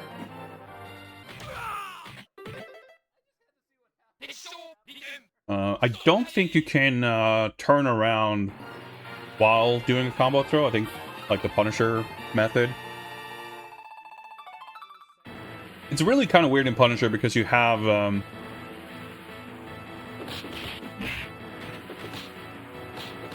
oh shit, the grab. Okay, you dropped them pretty quickly. Okay, that's interesting. No jumping down attack. Now with them, okay. I'm guessing scrolls are point items. I keep throwing them the other direction than I expect. Okay, you have directional special moves, and they're bad. I'm guessing weapons are bad, but let me grab one just to get a feel for it.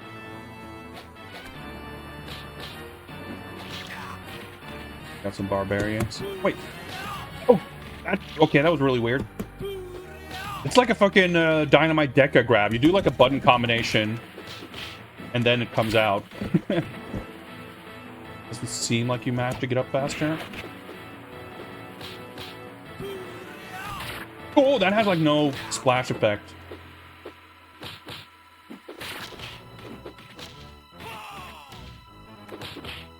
Oh, yeah, I think I just got confused about which combo grab was which.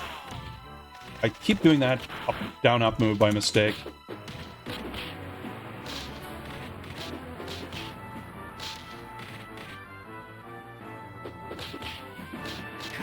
Oh, dude, the active frames on that roll. I'm gonna look over chat. Interestingly, his throw...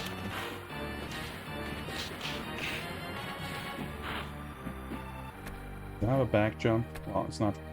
Looked like someone dropped a little meat bun or something before, but...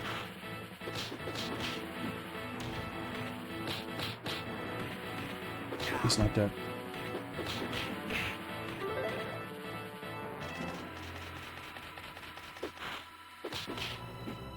Yeah, this is like the opposite of the Punisher, but kind of like Captain Commando and Cadillacs and Dinosaurs as well. The dash is such a central piece of your kit, and not having it means... Oh, it is interesting that you can do that from a grab, though.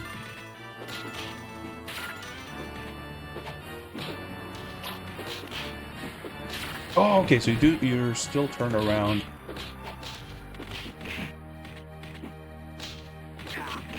Okay, you can punch arrows, that's good to know.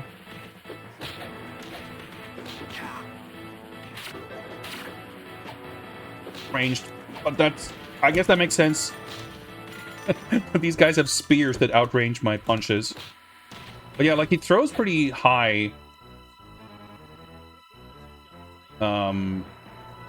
It doesn't quite work like the Punisher, or... You let go of your grab really quickly.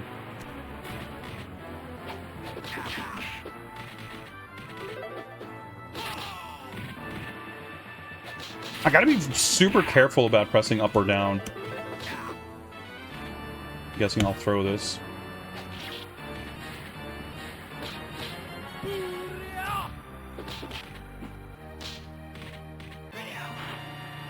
But yeah, I can really feel like this is... Oh, you can attack from that. Okay. Oh, that's interesting. The thing like went rolling. Yeah, see there, like the throws have like kind of a delay on before they start hitting. Not a delay per se, but like in some other games, the active hitbox of the guy you were throwing is kind of like overlapping you where you're standing.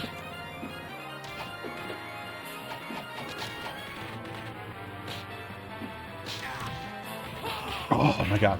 Well, at least I hit with it. See, I threw him like clean over.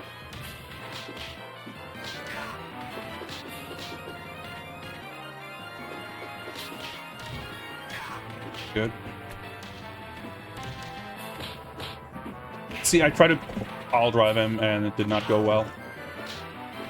Yeah, jump kicks usually are like good for range, right?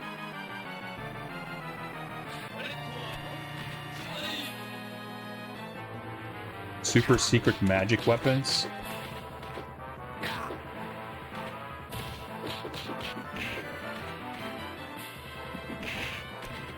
Yeah, usually like jump attacks have the role, right, of having like this big horizontal hitbox.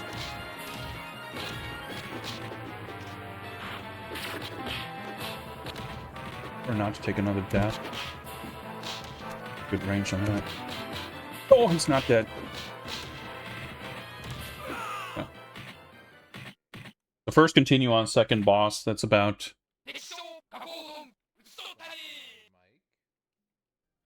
what I would expect.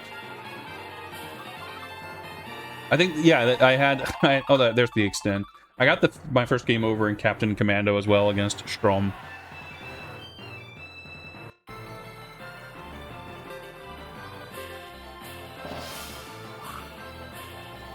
I'm gonna try not to break my wrists or joystick.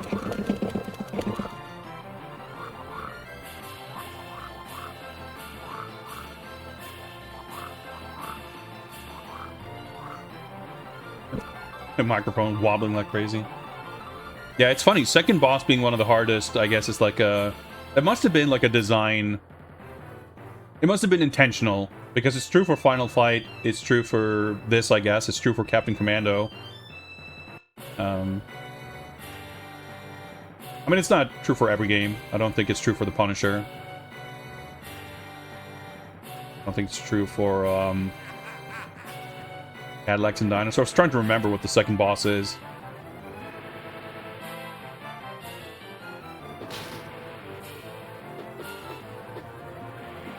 But yeah, I'd be curious to try another character to see if their throw behaves similarly with that. Like, I'm curious if that's a character thing or a game thing, I guess.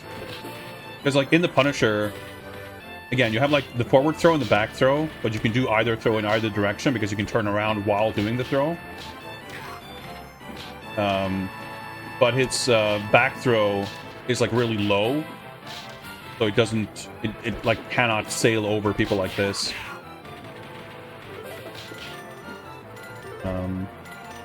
Which means, like, it's the easier one to use.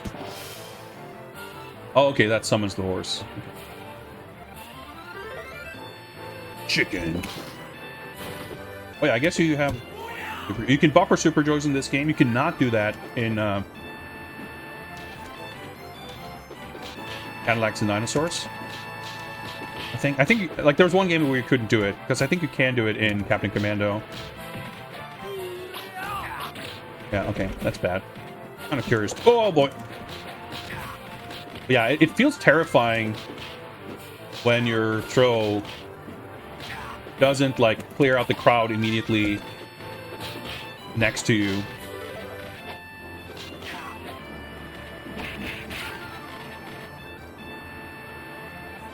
Yeah, those are meat buns. They're not eggs. I didn't mean to actually grab that guy.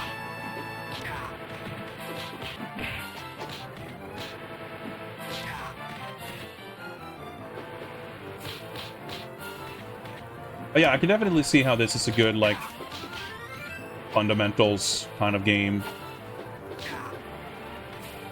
I think it's probably not a great quality of the game, that it has a bunch of stuff in it that, like, isn't very good.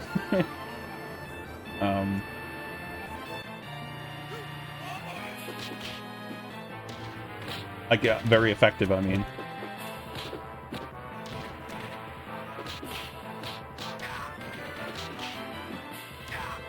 It at least seems to have a lot of crowds during boss fights. The special moves all seem to have, like, a bunch of recovery.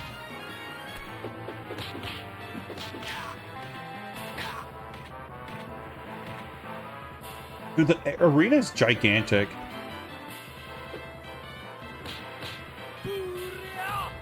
Doesn't even seem to do very good damage.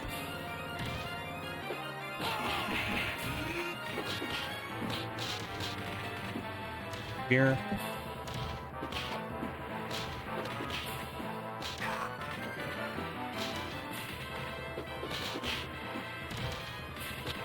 Like, oh my god, you let go so quickly. Bosses don't really require special strats. I mean, yeah, that checks out. You can do that.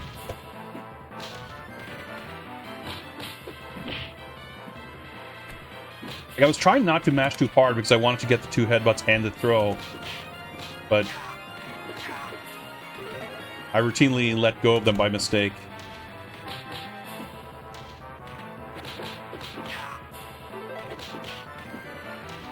One of that chicken. I cannot believe how gigantic this arena is. Probably some more enemies are gonna spawn. But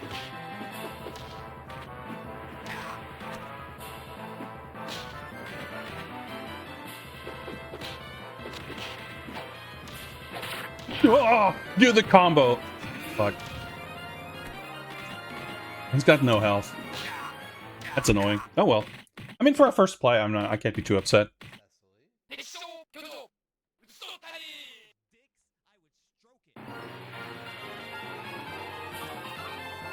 I guess I'm curious to maybe compare this, like, as far as a playthrough and strats and whatever, with the bosses in sections that require more strats in Captain Commando. In terms of what feels like the biggest, like, hurdle, I guess. Because one of the kind of points against this game, in terms of what I wanted to put some time or effort into,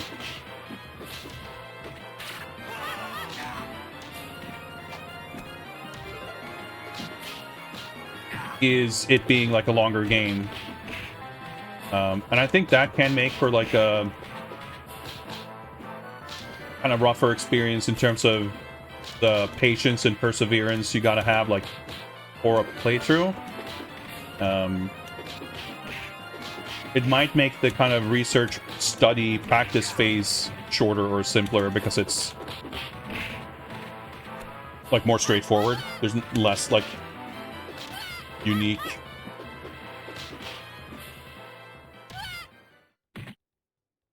Yeah, these characters are, like, original Capcom characters, if I'm not mistaken. They're not from the comic. They look awesome, though. And that's sick. Like, I love... This is something I noticed, too.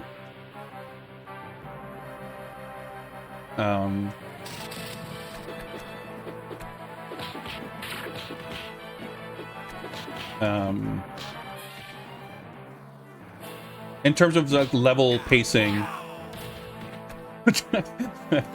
that effect, like, cut him in half somehow. Yeah, like, there's, I think, a kind of... There's a dryness to this game that I can both appreciate and...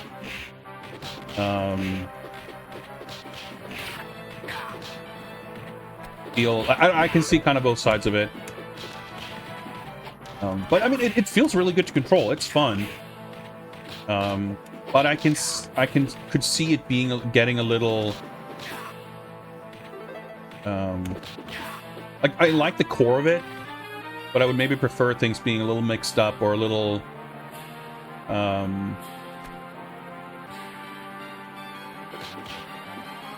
more like more unique scenarios and things like that.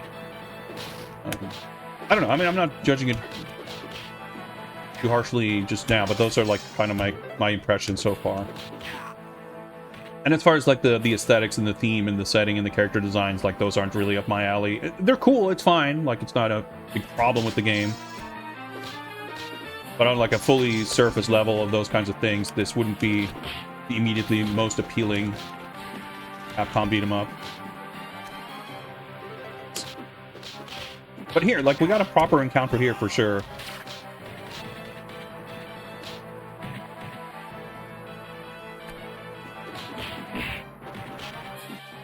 Like a 2D spike out. Yeah, I can see that. Like, and I can see as well. Like, I'm not sure how I feel exactly. I guess you could say as far. I didn't mean to place left there. I'm pretty sure I can jab this guy out of his rush, but I gotta be. He's gotta be running into my jab. I can't just be. Same thing with these guys, I reckon. Actually, I guess my jabs are kind of slow, so I gotta actually sort of time it.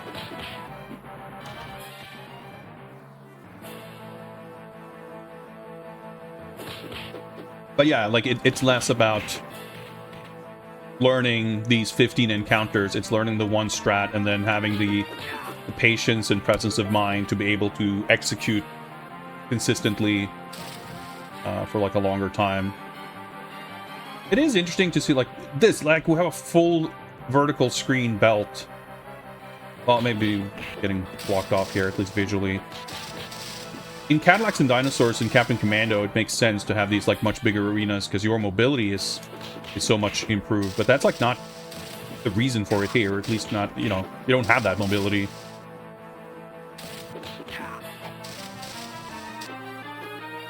But it still, you know, obviously affords you more room to move around. Like there's nothing like this in Final Fight. Even the Punisher has, like, the characters are a little bit larger in that game, and there's rarely this much space. I mean, not that it really matters, because you can run around as much as you need. Like, enemies in that game don't necessarily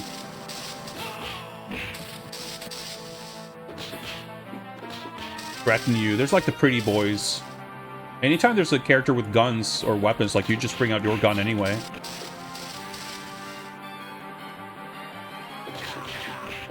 Yeah, it's more about the crowds. Like, it makes sense. It's not like, I didn't mean to imply that there's no reason for it, but I just mean that it's not like really tied to the mechanics in the same way, I guess.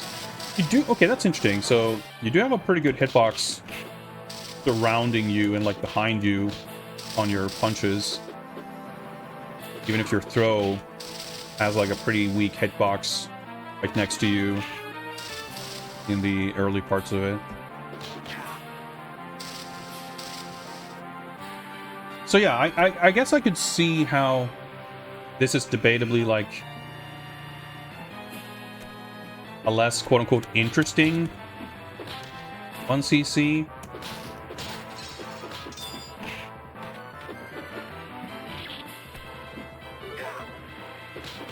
But a more approachable one, like in terms of the complexity of the things you have to learn.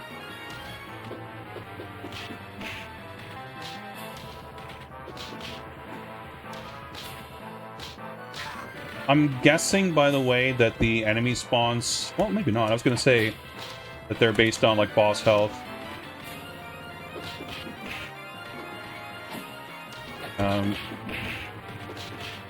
I'm still struggling with remembering which throw is which.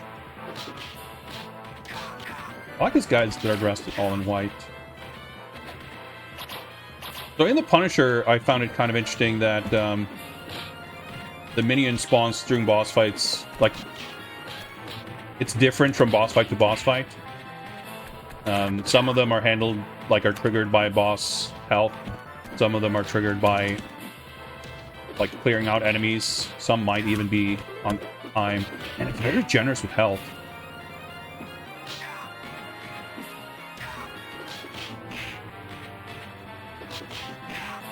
And the range on his attacks is deceptively gigantic.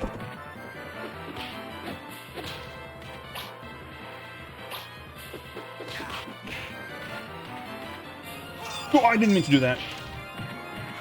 Oh, I didn't. No, okay, there we go. I didn't die somehow, but kind of vulnerable and wake up.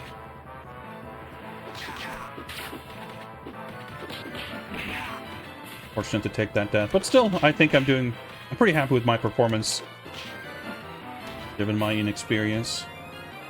Walking towards the edge of the screen there, so let's see.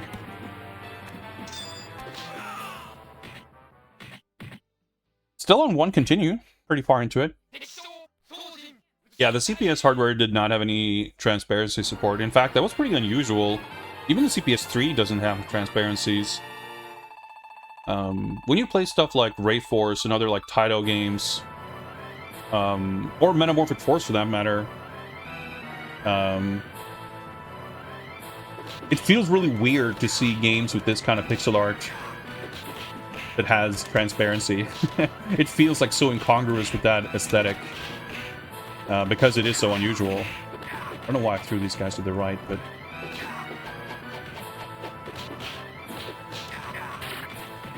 Do a special kill on bosses for more score. That's actually pretty sick. It's actually a mechanic I had independently thought of as well. Yeah, the arcade Tenchi Kurau one...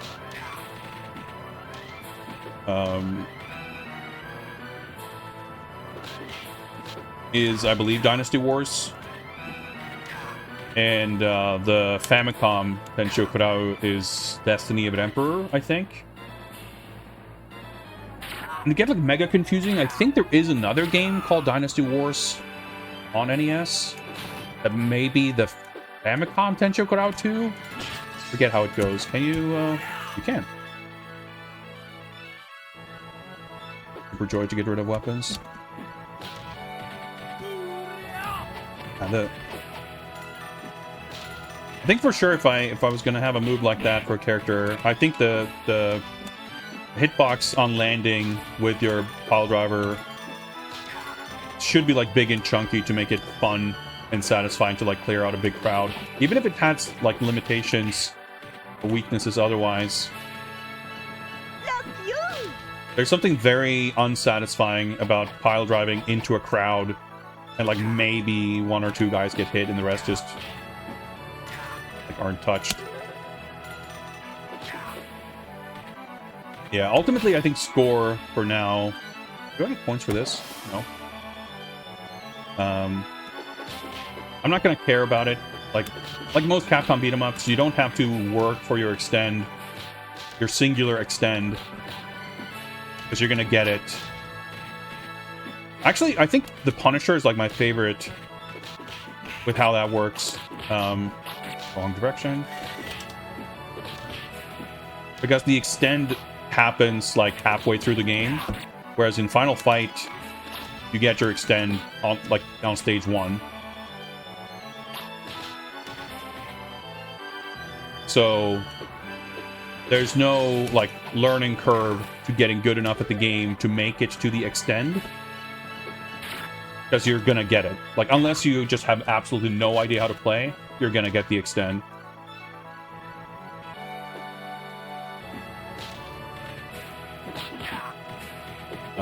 So it was really satisfying in the Punisher to like get better enough at the game to start getting to the point where you can reach the extend, and all of a sudden your 1cc attempt's gonna go on for like another full stage once you kind of get over that threshold. Like I felt like it really... Probably gonna stay on screen, but whatever. Do that. So, does he have other special moves than that? I'm guessing not, because I never done them by mistake, unless there's some other... I guess there's the down jump.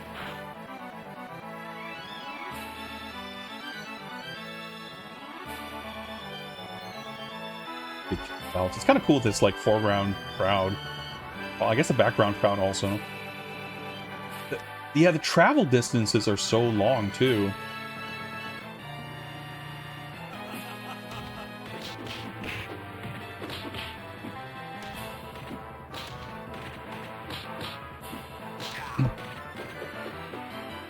Guys, this didn't get more games.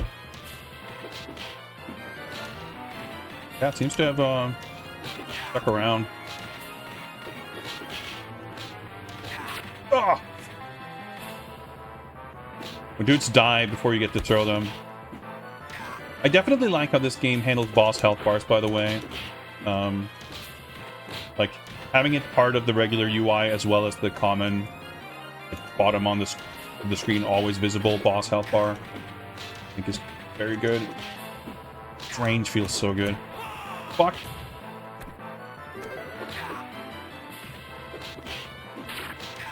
Yeah, it kind of like hold off until you get more enemies spawning in.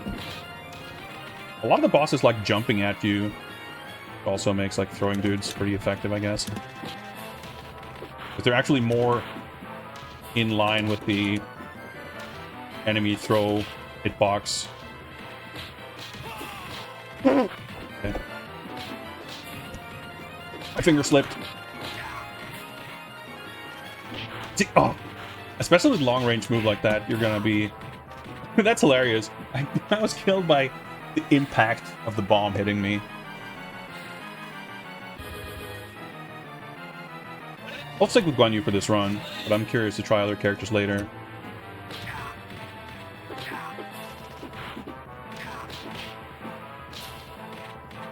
I'm not really sure if there's a benefit to not throwing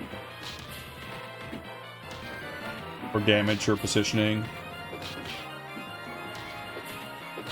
But I feel like I kind of need to practice using the correct throw direction, so I might as well make it a habit to always throw. Man, this guy's range.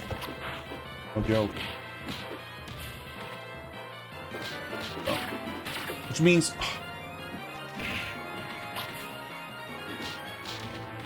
probably like Super Joy. There we go. Super Joyed him in half.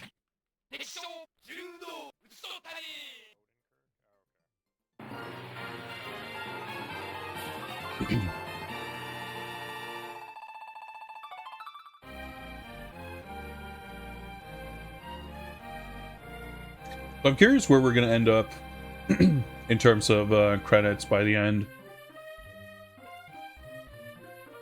I think my first Captain Commando run, I had 11 continues, and I used like 4 of those on the final boss.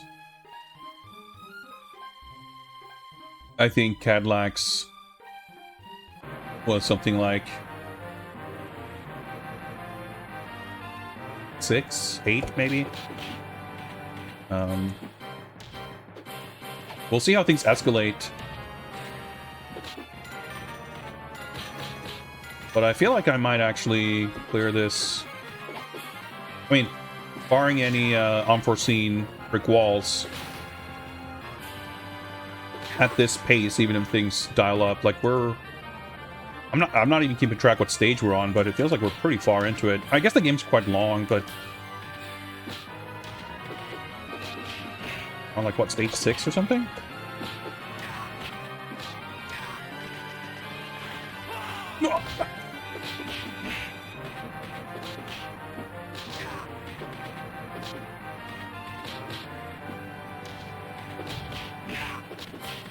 I didn't mean to do that.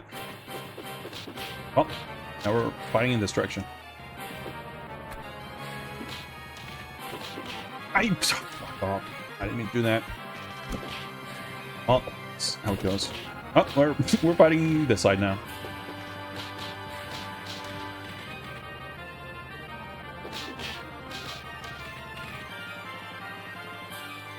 It amuses me that it kind of looks like, wow, I like anti-air jab. Kind of looks like Guan Yu's wearing a backwards baseball cap. Wow, that was extremely lucky. Did I fucking anti-air combo grab him? That's kind of insane. I mean, it's very good. It's cool that that move, like... It's that... Like, it's that good at catching people that it's not gonna, like, not come out. It, like, just magnetized fully into your hands. Yeah, from an aesthetic point of view, the environments in this, as well as Knights of the Round, like, that's a part of... The range is so good.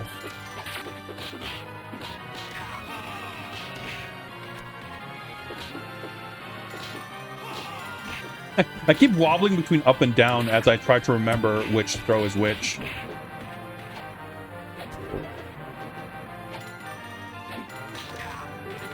Get some knowledge. Like the setting of the game. Oh, that's a new color palette. That's cool. Means that naturally you have a lot of these, like, kind of dirt roads and stuff. But you're correct. I agree. Like the arena size means that there's not a lot of these, like, vistas and horizons comparatively. I mean, in some games, sometimes that kind of amounts to brick walls and whatever, but as well crafted as the pixel art is, you'd be kind of hard pressed to make a you know, conceptually something less visually appealing than a gigantic patch of dirt. Everything's extremely simple here. Hope for maybe some kind of food. Worked out. Oh, do we have some kind of... Oh, okay, hello, goodbye. Some kind of scout or something? I don't know what that was about. I do like these guys. I'm also fairly confident are a Capcom invention. These, like, the dudes with the sort of barbarian armor. I mean, obviously the character design is what it is, you know, it's what it's supposed to be. But actually, you know, that ties right into what we were talking about yesterday. Like, all these little Capcom isms and Capcom embellishments, whenever they apply a little bit of creative freedom, it just improves whatever it is they're doing. Like, the original Capcom characters and the Capcomized character designs are always, like, the best part. Hey, I survived for more food. It's a pretty big food, for that matter. The boss... This smells like pre-boss food. Wow, okay. I thought that was a full heal. Gotta, like, learn the... Okay. Not the boss fight. Oh my god, getting fucking destroyed.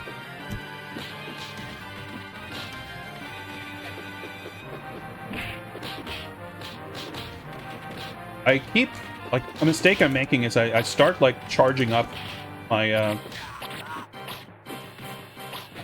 should have just done the regular combo. I shouldn't have done those throws. I guess that's the thing to keep in mind. Like, the throw is slower. The cake is going to come out faster than the throw, because once you're, like, you're not really... I mean, you have iframes on the throw, but, they don't come out instantly. So there's a window of vulnerability as you go for the combo throw versus just going for the kick ender.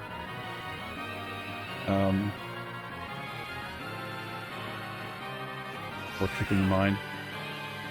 Okay, double boss for the first time. I think we've fought these guys before. I can't, like, keep track of the different character designs. Like, the enemies have more unique body shapes and postures and everything, and behaviors. But the bosses definitely kind of blend together a fair amount for me. But yeah, what I was trying to say about the... I keep holding up or down, like, before I start the combo, as opposed to, like, once I have the combo going. And as a result, do the fucking combo. I get, like, kind of misaligned. I deserve that. I didn't do that thing. The comic, they mostly fight monsters. That's surprising. Like, I only know this property through the Capcom games. Holy shit. Okay, you can get really comboed.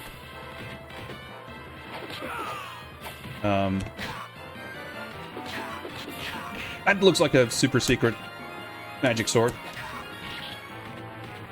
Do these have, like, special moves or something? Because it doesn't seem super good, just on the face of it. Oh, so much for that.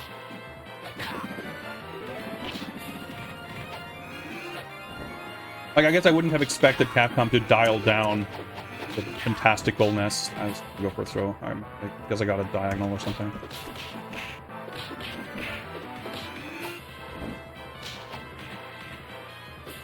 Gotta get pretty close to the edge of the screen to scroll here, but...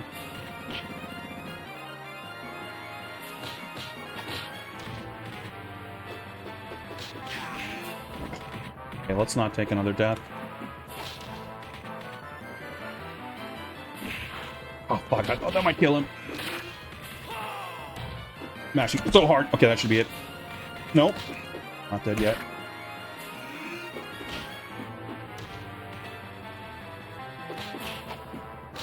Can't fucking reach him.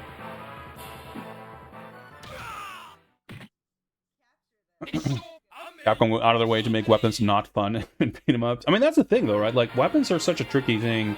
I think they did an awesome job in the Punisher. I think the Punisher has awesome weapons. And a big part of that, obviously, is, like, they're very limited. I mean, they're all over the place. They're constant, but any one weapon lasts for, like, 3 enemies, and then it broken. But I think that was a very smart thing to do. because that changes the balance. They can make... I see, bonus stage.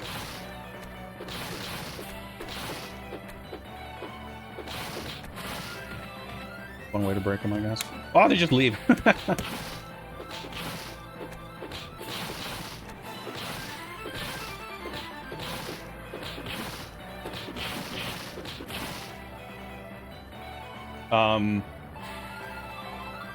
Like, if the weapons run out very quickly, you don't have to balance, like, how strong they are.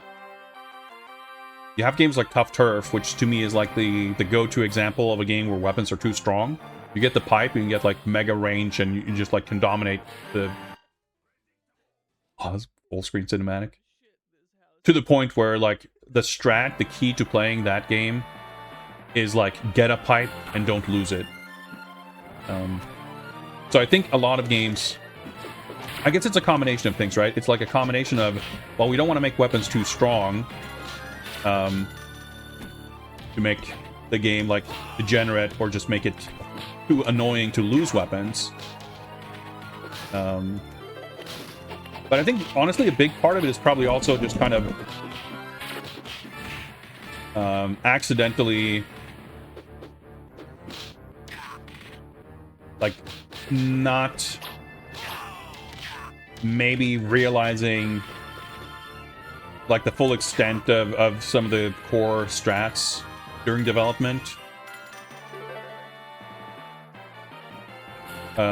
So that, like, basically, in the act of trying to balance weapons versus unarmed combat, making, like, misinformed decisions that accidentally, like, makes that balance wrong. Like, I guess it sounds very dismissive to say that they don't know what they're doing. And honestly, I guess it's not really that in the most cases. I think it's more, like, if you boil it down to one general reason, I would say it's probably because weapons almost always limit your... Like, you almost always lose your ability to do something when you hold weapons. So you lose, like, versatility. And it kind of makes your decision-making weaker. Like, you have fewer options, essentially.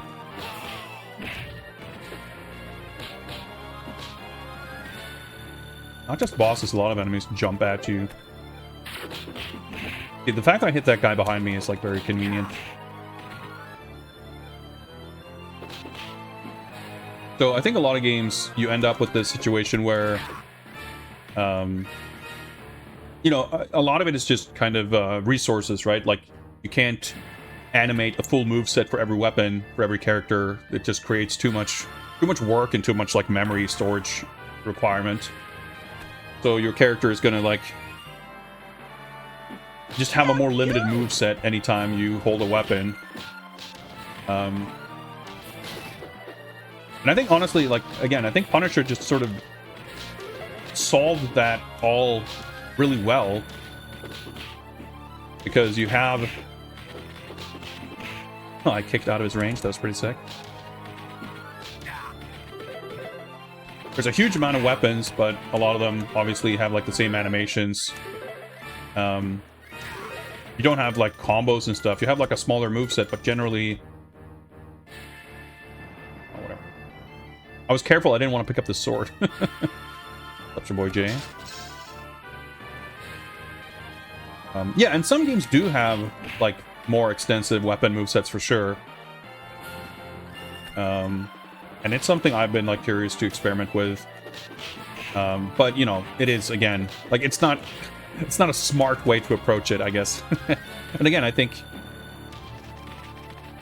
the Punisher thing is, like, just more elegant. Because you don't need it. I love that these guys keep showing up with new colors. Let's do that. Let's get some food.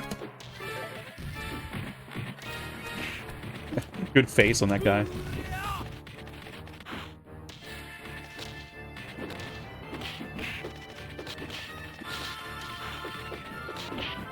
Oh. As usual, the fat guys are kind of tricky to deal with. Oh, I guess I punched the bomb to reflect it.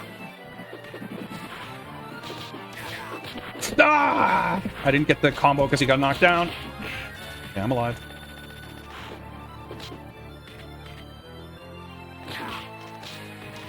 That guy died. Yep.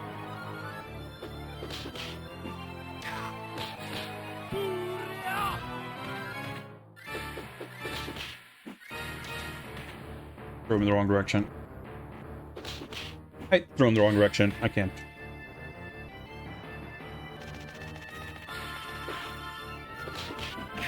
Thank you, Ghost Hall. Good luck with your typing.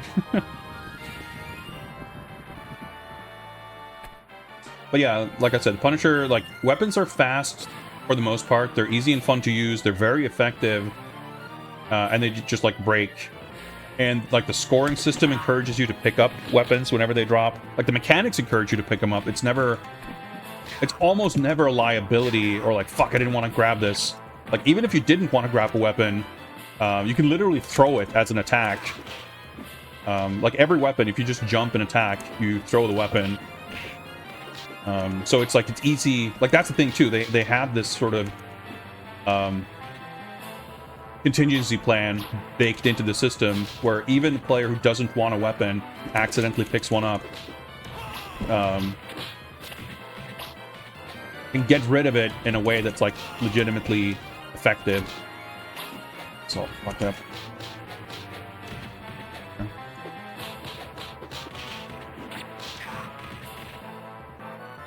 So, because that's the biggest, like, in simple terms, right? The problem with with weapons and a lot of beat 'em ups that picking them up is bad.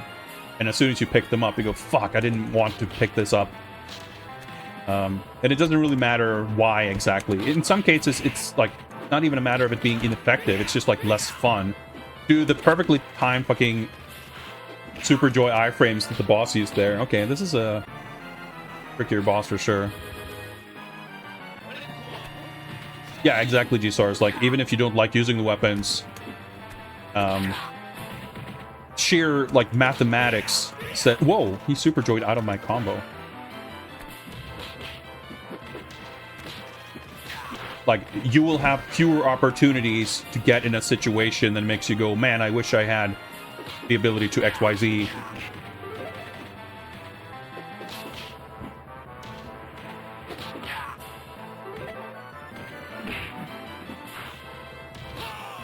I want to try to special move him.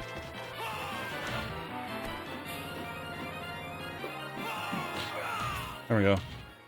I punched several body parts off him. Is Streets of Rage 4 good? For the most part, I think yes. Disclaimer, I haven't played it since, like, they've introduced a lot of major patches that changed a lot of the game. I kind of only played it in the first year or so. I like a lot of things about the game. Some things about the game that I used to really admire and like, I'm not as fond of in terms of, like, enemy behaviors and stuff. Like, I think it's good that a lot of enemies are very consistent in their behavior in terms of, like, learning to understand the concept of counter strategy and, like, learning how to play beat 'em ups. That, like, oh, this enemy does this, I should be doing this to counter it or whatever. That aspect of the game is maybe a little one-dimensional, though. Some of the enemies are a little too, like, they only do the one thing that they do, which can make combat a little less sort of dynamic and interesting.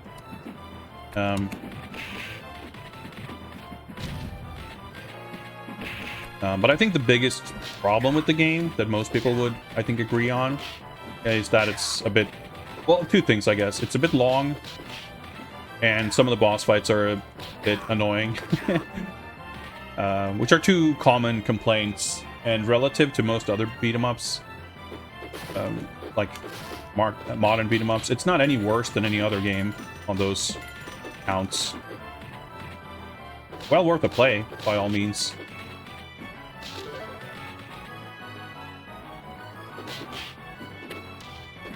I know that like when they added the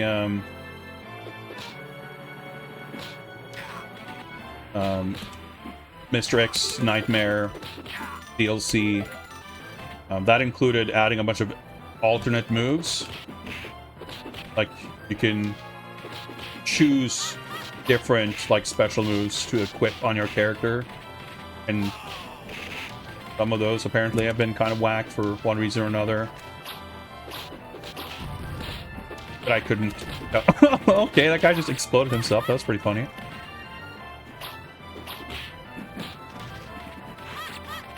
Okay, getting surrounded by a bunch of jumping, flying, bombing archer enemies.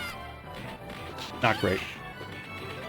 Yeah, I can kind of feel like there's a relative small handful of encounters in this game, at least to my awareness during this first playthrough, that make me go, whoa, whoa, whoa, whoa, whoa. Okay, this is a real, like, oh shit, I need to practice this one. And what we just experienced was one of those. Otherwise, there's a lot of ones like this, right? Like, that's a bit similar. Whoa, Mr. Radon, Mr. Raining. Hello, welcome. I will not be able to look very much at chat at the moment, but you're all welcome. The chat movement in the corner of my eye. So hello, everyone. And thank you for the party hats and tadpoles or lizards or whatever those are, Flygon. Appreciate it. Hello and welcome. We're playing beat 'em ups. I'm getting a feel for Tenchi Kurau 2. It's pretty fun. Very kind of dry and basic, and I don't mean that as insultingly as it may sound. Just a very fundamental C game. You do the crowd control and you do it. You try not to die, and that's the game. But yeah, as I was literally just saying as you guys were rating, game has a lot of these like pretty basic, similar encounters. Not many of them feel that different. Like you have vertical walks like this, but the shape and size of the arena doesn't feel like it's got a huge impact on the nature of the encounters, largely because you almost always have a lot of room to work with, so you're not really locked into having to move in a different way.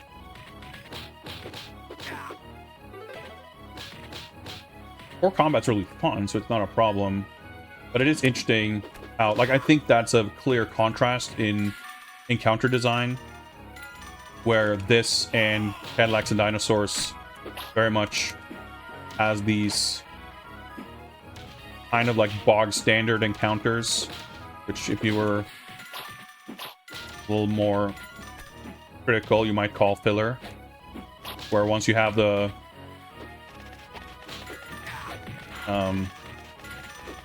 once you kind of have the game down, they're not like that big of a threat or a problem.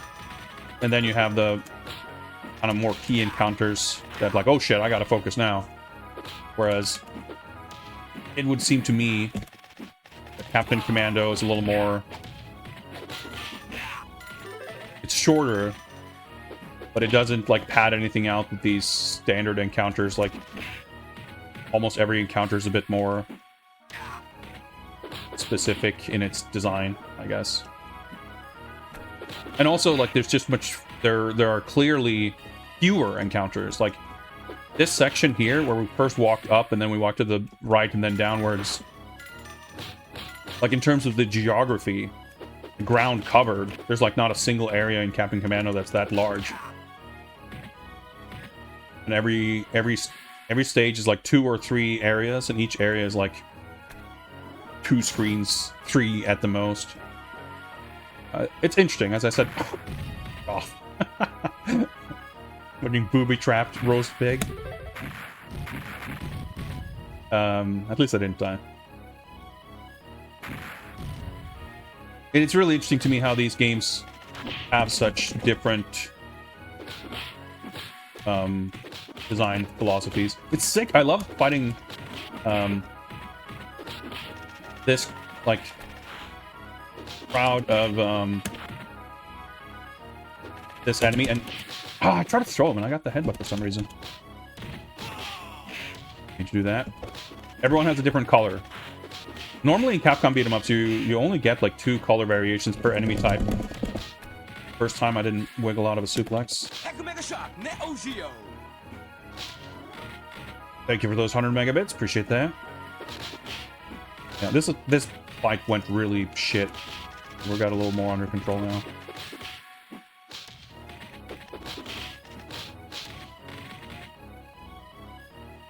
I'm a little torn on the staggered like health bar updates. Like when you hit multiple opponents, the game sort of shows you the health bars one at a time. A little lucky there.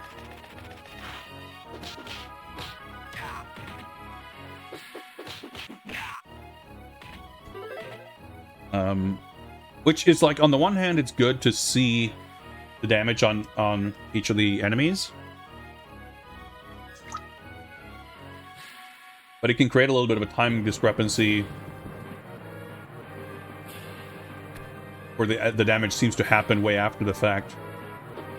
But it's still way better than Cadillacs and Dinosaurs, where like every time you deal damage, the life bar doesn't update until like a full second later. It's really strange. I realized I was gonna on that side of her. Not close enough. That's definitely an interesting challenge of like visually communicating information on enemy health and stuff like that. I mean, obviously there's some games where you don't even see the enemy health, but if you have a system for it, you want to make sure that it's actually reliable and readable. You can actually parse it. Well, it's a little hard to see where they got from. Yeah, you get a few enemies like these that have like the head swaps, or in the case of the fat guys, like the armor variant. But in like Final Fight, right? Like even the color variants, like you have Axel and Slash, who are color swaps and head swaps, but each of them both have one colorway. I guess Andre is like the only character that has more colors. Everyone else is like 2. I feel like if you have more than 2 colors for an enemy type in a Capcom beat 'em up, it's like an exception. Oh, that was just greedy. I tried to walk up and grab him. So let me ask people in chat who know this game. When bosses have mounts, is this like strategically advantageous or important to keep them off them? Or is it like, should I bait him to get on the horse so I can easily punish that? Or like, what are the mount strats as far as bosses go?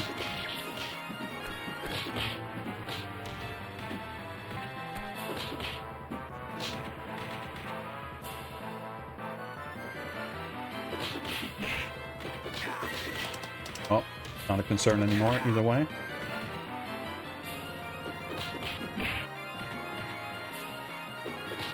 I know you can use the mount, but you kind of don't want to because it's a bit limiting.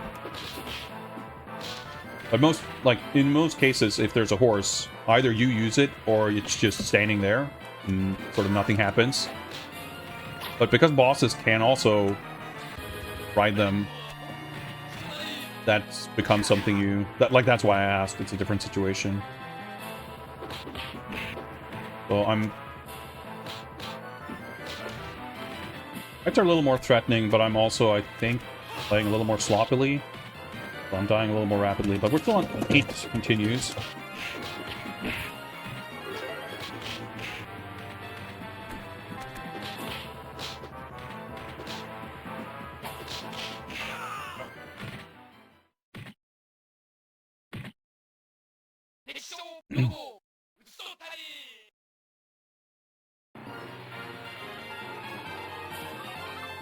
Final stage now? Around 9, yeah. Game feels long. Not in a boring way necessarily, but feels long. Man, it's always weird. Yeah, okay. Lose points there, but not health. I was gonna say, it's always weird when stages start with health pickups.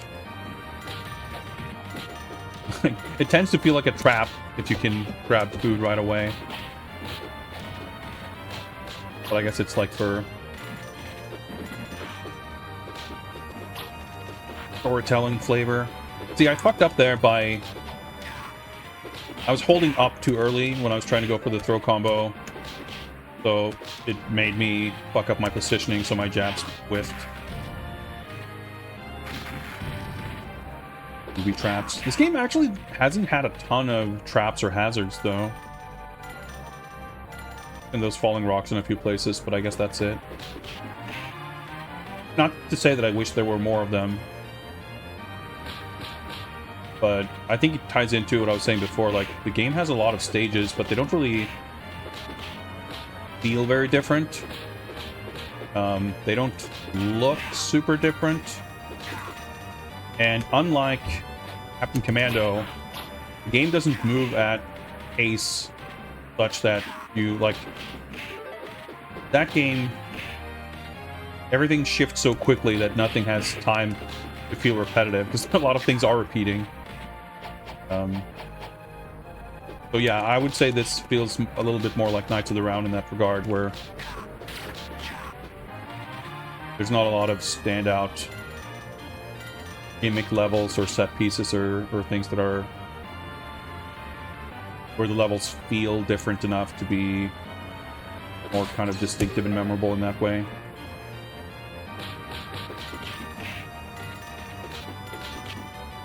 That up. Feels so good to hit that at like max range. Foreground elements.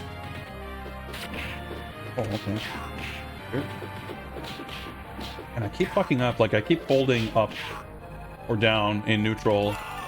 And well, it makes that happen, but also you see how like it doesn't lock you in place. You can't. I don't know if there's like no buffer for what the deal is, but in many games, if you mash jab, like see, I can walk forward between jabs as well. In some games, at least Final Fight,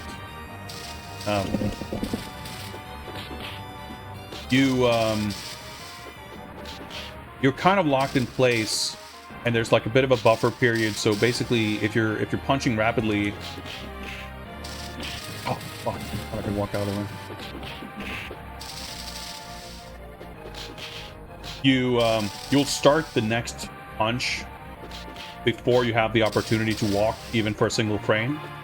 So once you have your position sort of set, as long as you keep punching, you won't move out of that position. I guess if you had like auto fire, maybe that wouldn't be the case. But it means it's not like a problem. It's not a difficult execution thing. But certainly in Final Fight, it's not a problem. And I wonder if there's other games I'm used to, just like subconsciously, that like my standard technique for executing this, I just ran away, like just doesn't work well in this game because of that, like sort of, I was saying, like I was, this guy's running away, it's pretty funny.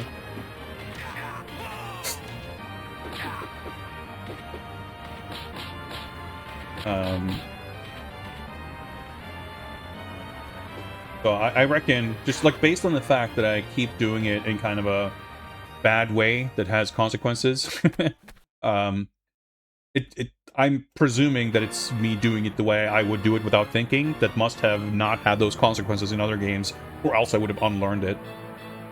That's some cool bit badges. Yeah, I came into those many years ago. I had more like of a consistent Mortal Kombat theming to stuff. Partially, I think, because I was like doing a big like Mortal Kombat stream project at that time. It was like 2017 or something. Like, just kept some of that around. Oh, okay, that was a bit lucky.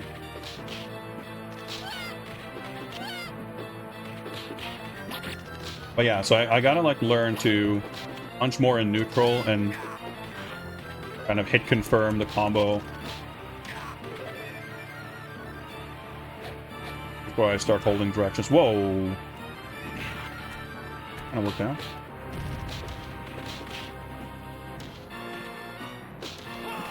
See?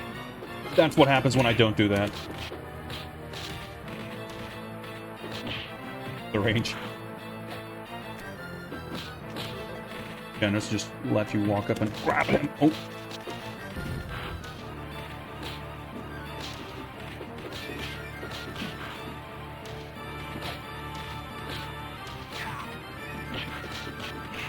Okay, sure. I should have turned around. It's so funny when that happens like that. The fact that he can, like, dash away from, like, off screen. He's got a lot of fucking health too. And, like, I'm astounded at the number of food drops you get in this game.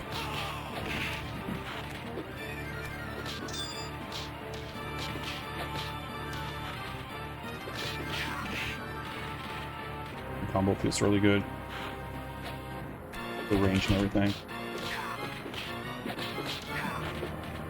Don't know how I avoided getting hit there. Lucky.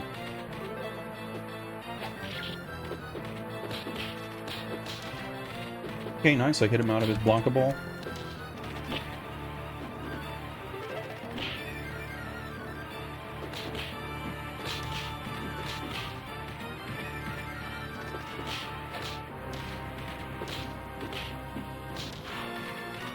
It's like kind of nice to have these tanky enemies around. Oh shit, time. Time is a real factor, huh? Well, at least you got it to refill when dying.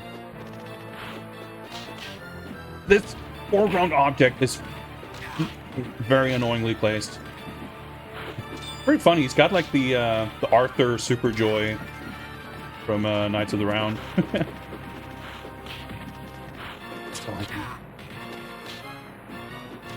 Like that move right there looks a lot like Arthur Super Joy. I think that's what I'm thinking of.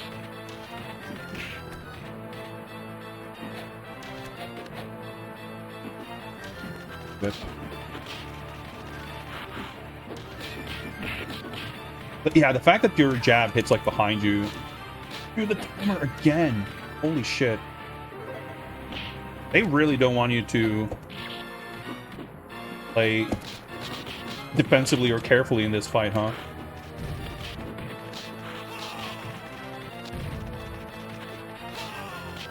Oh my god! It's like, he has 0 health and he was off screen. And I have to use a continue when the final boss has 0 health. I mean, I guess he's the final boss.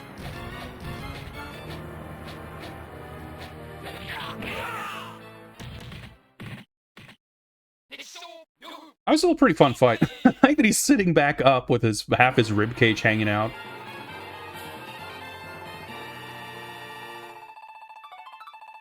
But yeah, I think boss design in this is, like, it's uninteresting in the sense that many of the fights are very similar. They don't require a lot of unique, specific sort of strats. Alright, do we kill him or do we let him go? Let's kill him, I guess. Oh shit, I have to actually do it.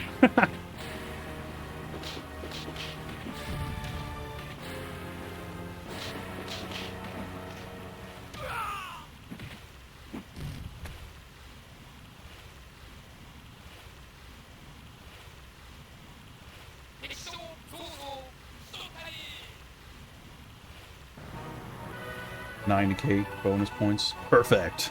Well, he didn't put up that much of a fight. At least we got a little more gameplay out of that last credit. It continues.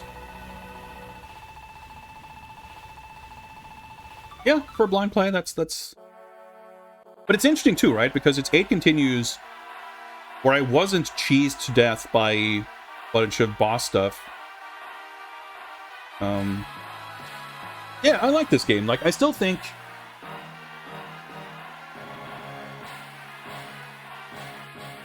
having the kind of data to go on to practice and learn the specifics of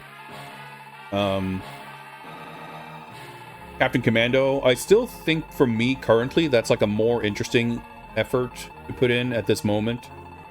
But on the one hand, I think I see the appeal of going for the 1cc in this game, and it's something I'd like to attempt, or at least, you know, I want to play this game more. I enjoy it. And the interesting thing is, I feel like I got through this game with a similar amount of credits on my like first play as some other games, but without any obvious like difficulty spike, brick wall type stuff, which makes me think that it's more of a the process of learning to get good at this game is like, for better or for worse, I guess you could say, it's like the entire game, right? It's not, oh, I gotta practice these 5 spots. There's some of that, sure, but there's much less of that compared to some other games where like many other boss, I mean, especially considering there's 9 levels and 9 boss fights. There's a little bit of repetition with the fights, but not a lot.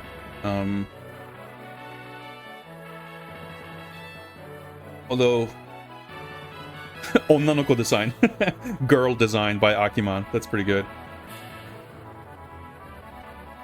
Special design consultancy for babe characters. I mean, they're pretty sick. They're cool character design for sure. Like, my 2 favorite character designs in this game are the girl characters and the fat guys with the spiky armor. But yeah, this was fun. I will definitely want to revisit this. Punch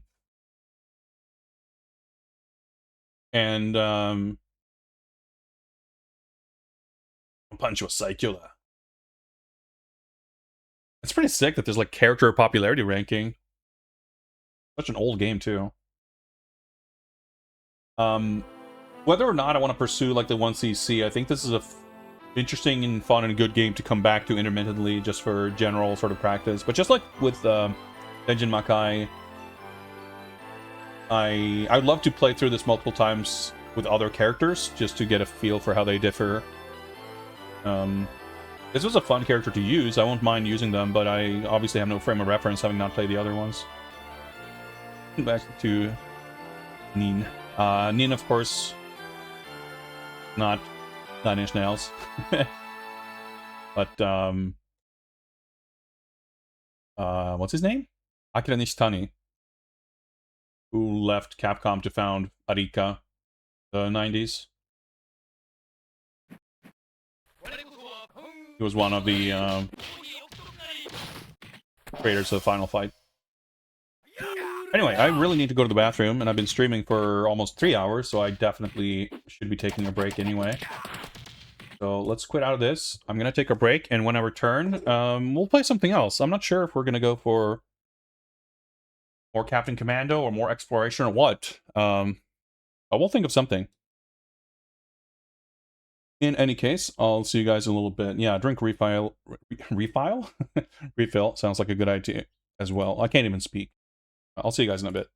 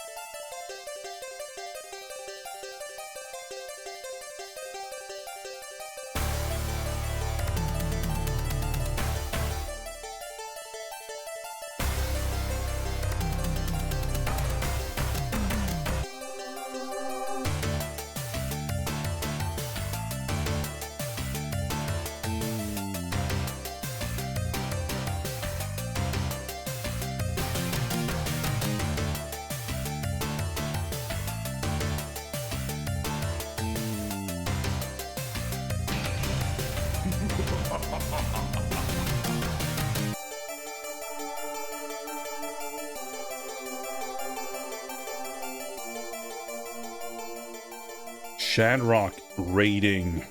Welcome, folks. Greetings. Good timing. We're about to do something.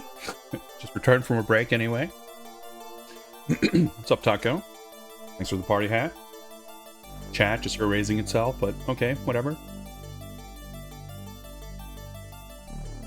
We just played through Tenchi Kurau 2. That was fun.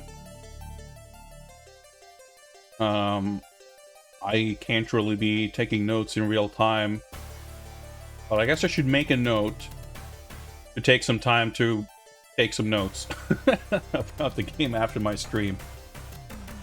Let me just add this.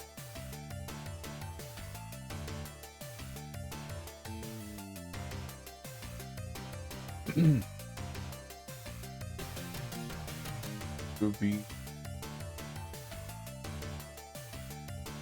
Bear with me for a moment. Doing some housekeeping. Alright, fine. Raid and run. Yeah, that's how it goes, right? People don't usually end their stream and then hang around in Twitch chat for hours. But thank you, Shamrock. Have a good night or morning. Appreciate it. We're playing beat 'em ups. Doing some beat 'em up science research type activities. And as usual, or at least as has been the case, I'm a little unsure of where. Like, there's a lot of games to look at, a lot of things to play. I'm half tempted. Now that Taco showed up, maybe give Alien vs Predator a go. I'm gonna have to do it sooner or later, right? I mean, I've played it in the past. I mean, I've played all of these games in the past at some point or another, but not recently, not very, you know, actively, observingly. The other options, I would say, based on this list, that would be something I'm down to, like, yeah, just fuck around with this for a bit. I'd say AVP, Tenchi Makai 2, Violent Storm, Zero Team, Crime Fighters 2,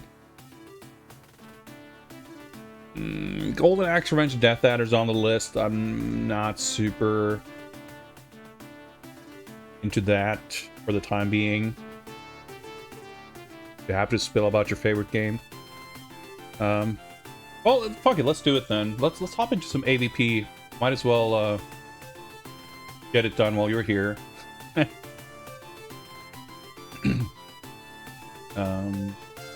I'm sure that's a game that some people in chat might know a thing or two about as well, which is good, because that makes the learning process faster for me. I'm gonna default to the Japanese version in pretty much every case, because I can read enough Japanese that if any of the text on screen is in any way important, I can parse what I need. But in the the off chance that something's been removed or changed, I'd rather play the Japanese one.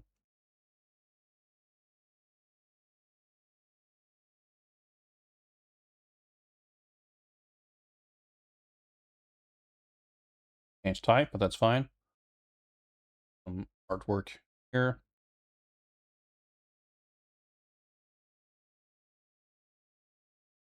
Oh god. Come on, artwork. This is actually a 3-button game, right? Because you got punch, jump, gun. That's how it works.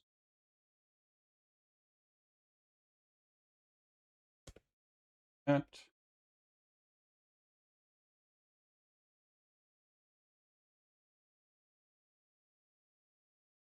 Probably about what I've done for the other Capcom games. Check real quick.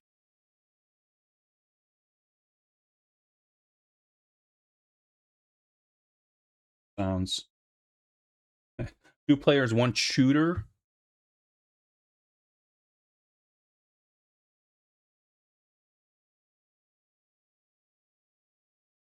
$100K extend.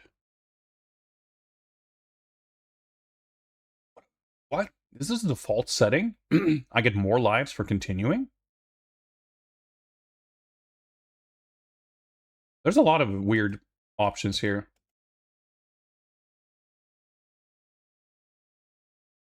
I'm like baffled. Let me just... Okay, so it didn't reset these settings. Okay, good.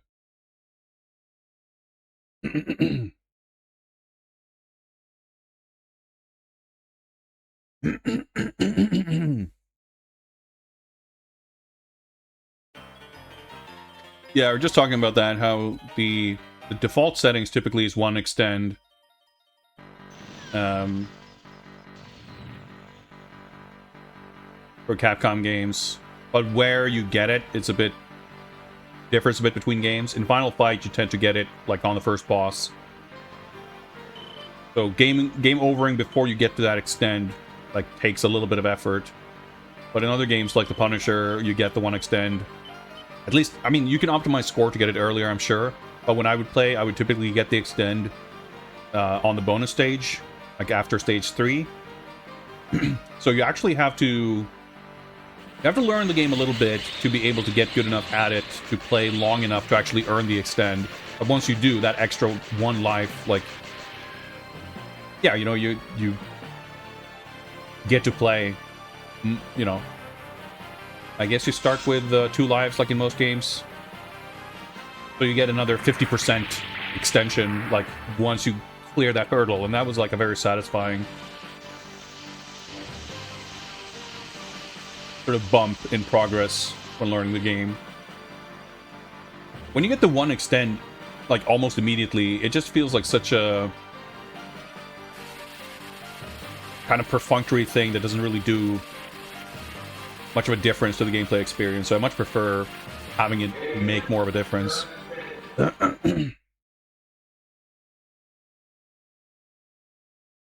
First screen will end at a point you don't have to go.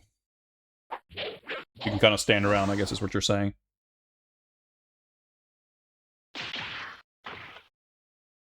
So I'm guessing C is the kick button. Probably not. No, jump is C, okay. Oh, that makes more sense.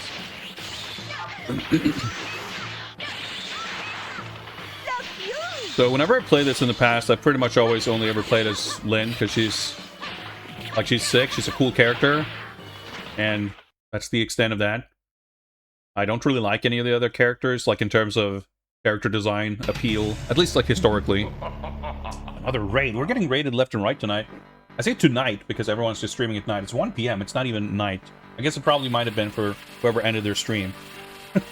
But thank you for the raid. Welcome. Mute and raiders. Like,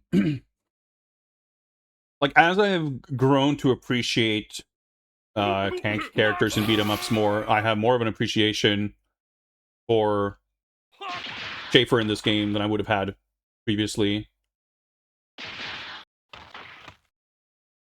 But in terms of the types of characters aesthetically that I would gravitate towards in playing games, it would 100% have been Kurosawa, because, like, I don't like playing aliens or monsters or robots or animals. So the Predator characters never appealed to me at all.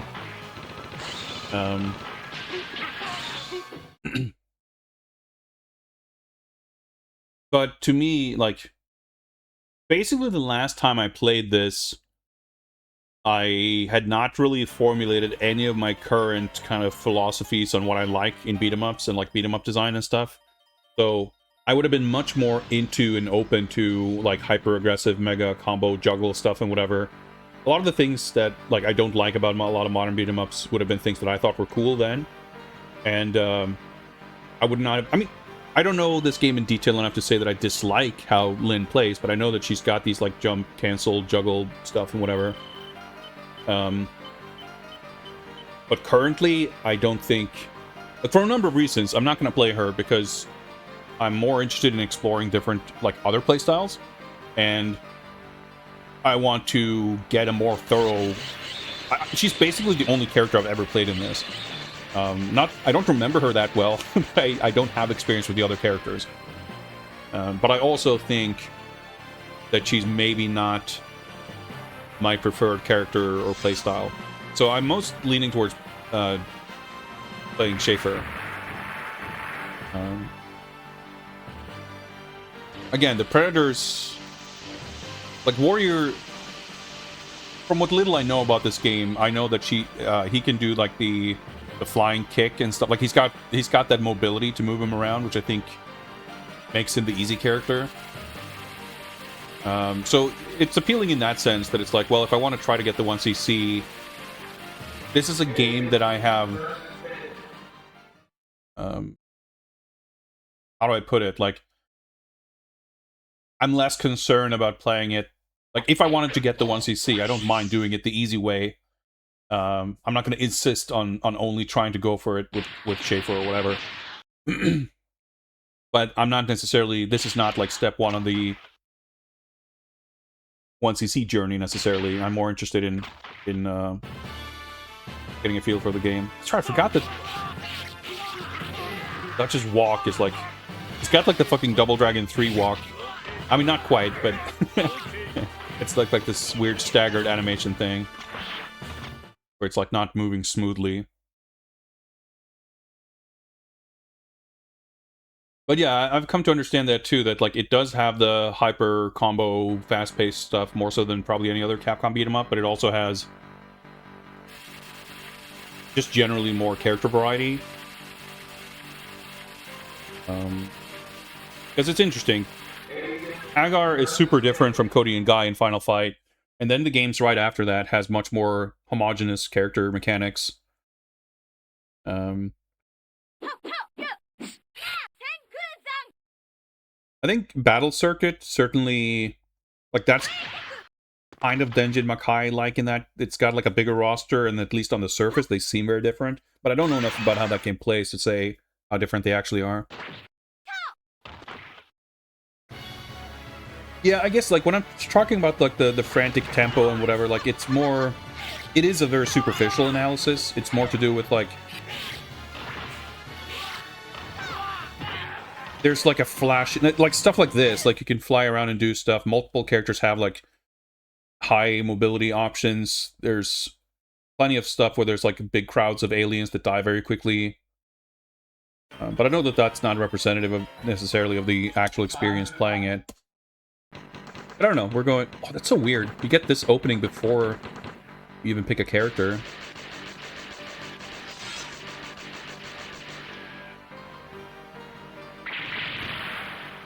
That's so strange that they would repeat that like... Because this is in the attract mode, too. Huh. Anyway, let's go with Schaefer. Shows you the life counts on continues. Hell City. Alright, so we got a regular combo.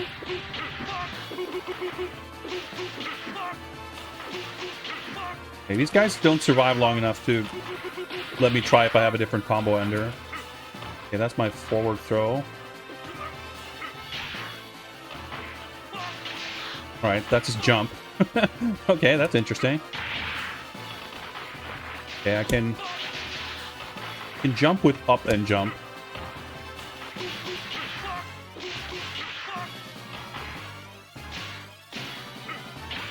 Down and jump. Yeah, already it's like kind of more mechanically complex in the moveset in a way that like it feels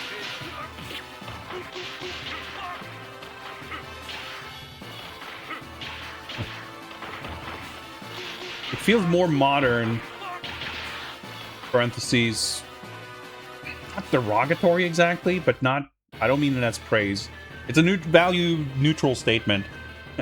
It has more stuff in its controls and operation. I mean, I knew it has like special moves and stuff, and I do, like, I appreciate and value how characters like very different, like kind of every way, like even the basic mechanics. The fact that he doesn't have a normal, well, he has a normal jump, I guess, but that's interesting. He's got the down up thing too. Oh yeah, you got the gun meter. I haven't even used. Okay, so back and forward throws are the same. Up and diagonal jump are different. You can power bomb. Super joy. That took. I guess I hit range out of that. Do you mean within a grab or just in general? Because it seemed like I just jumped. I mean, I can do a neutral jump or a forward jump. Yeah, like I cleared the first stage and I feel like I didn't get a grasp of my moveset at all. And yeah, this is like even more so than the Punisher. This is like a that's not even a real stage. Like the opening section just had crowds of aliens and then we were in the boss. I like short stages, mind you. But yeah, I don't know. I feel like I can't really grab him. Okay, it felt like I did a fucking literal Double Dragon 3 walk.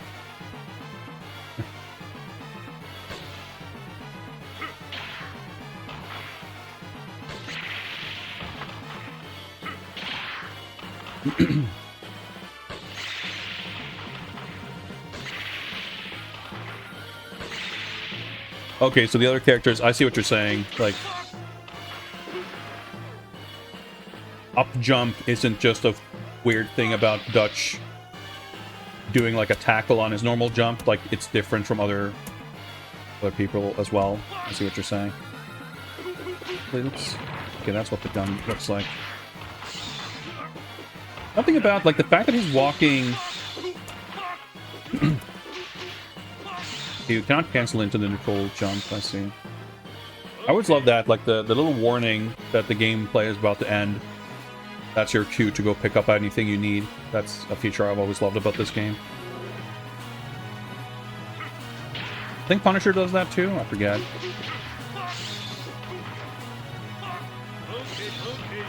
Good range on picking up grenades. Well, I mean, items in general, I suppose. But yeah, when you're grabbing, like, because he's got this kind of jerky walk, and then he can also walk with enemies. One thing I've been thinking about too, like, it's quite like non-obvious when you get that grab.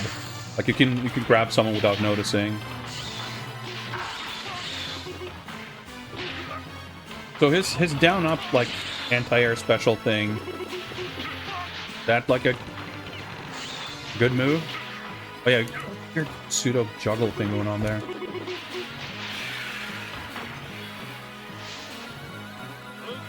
Up drink.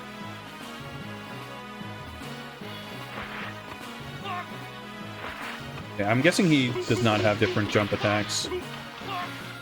Jump in the air does nothing. Quite a lot of health drop. That's also like pretty different. Captain Commando. Oh yeah, so I guess there isn't any combo enders. Or like combo throws, rather. Or directional combo enders, whatever you want to call it. We're gonna need that help now, after all.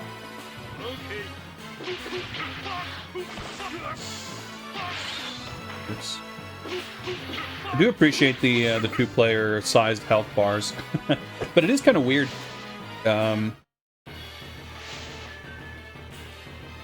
Obviously, the health values don't change, right? So it's just the meters are sort of scaled up.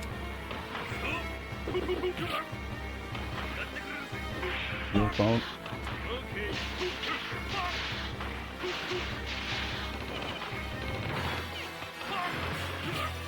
So visually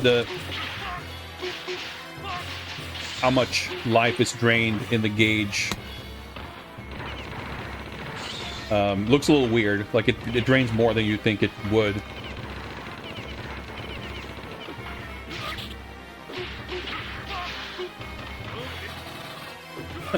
Holding it with one hand, of course. It seems like he's like a bit vulnerable at the end of that. I don't know why I'm trying to go on the offensive on their wake up.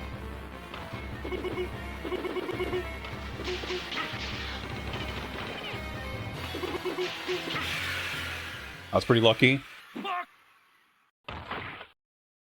Down up has iframes. Yeah, it kind of felt like it. He's got that like massive. It's not a massive recovery per se, but like he's falling down very slowly, right? So you can protect yourself shooting, but it makes sense, right? You use it to quickly get out of a bad situation, but you can't use it willy-nilly because you have to use it. Kind of like the special move, Guan Yu special too.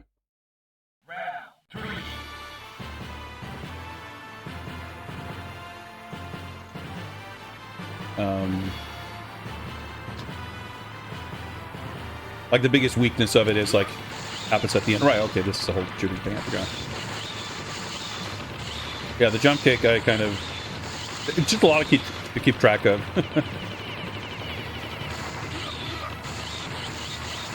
Not a huge fan of, like visually this is cool of course, right? But oh okay.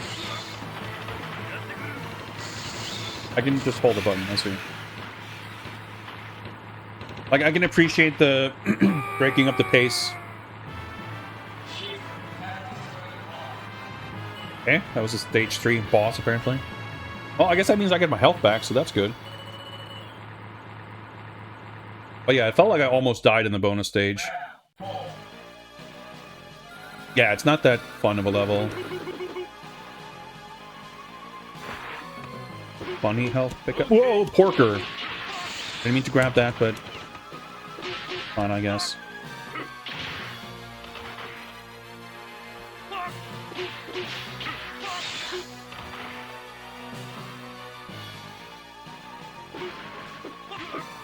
Oh, I was trying to go for the slide. Yeah, it feels very unnatural. The up and jump. Discus there seems alright.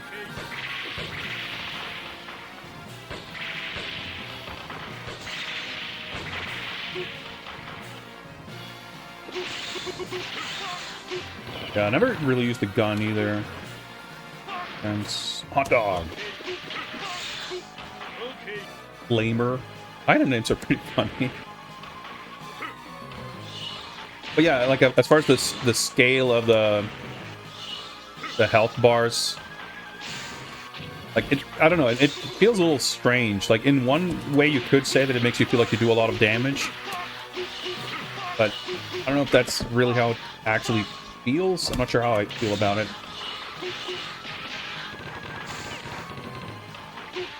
Okay, you can basically drain your entire gun gauge. Oh, well, there's the death.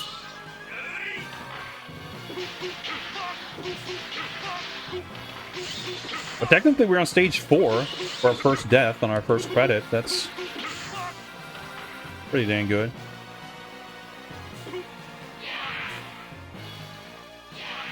Okay.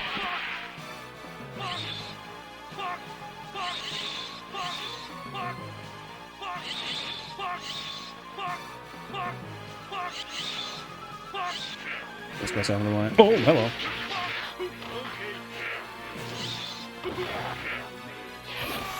Didn't quite mean to do that, but that's okay. These guys are like weirdly anky. I'm trying to grab this guy, but okay. Yeah, they don't get knocked down, I guess. Cool mechanic though with the chest burster. Let's try. Like he doesn't have running or anything. I don't know if that's a mechanic in the game. Like I don't think this game has running. It just has characters that can do these like command, flying, kick, dash attacks and shit. I mean, he's got this too, right? He's got the clothesline or whatever you call that. I didn't mean to do that. The return of the accidental down-up moves.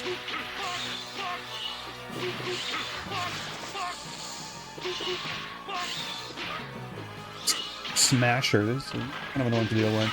Egg chamber.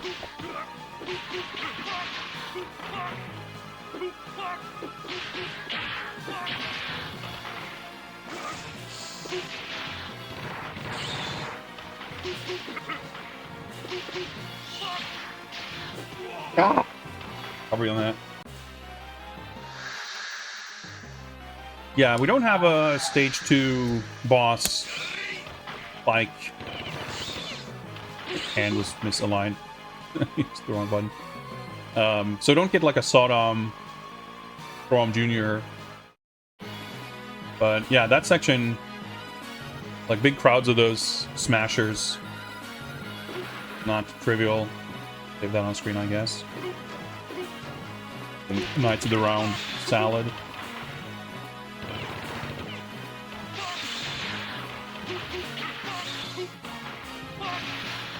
Okay, so that is... Alright, okay. I wasn't sure if those were two different moves, because I've been just mashing so much. But yeah, you do the slide and you cancel into the punch, like a follow-up.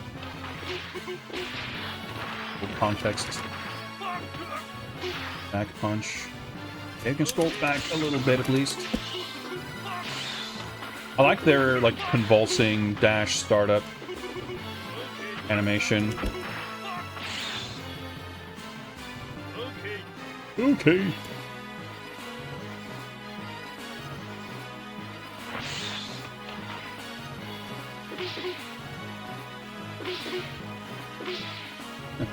I like that the containers like explode, but with a little bit of a delay.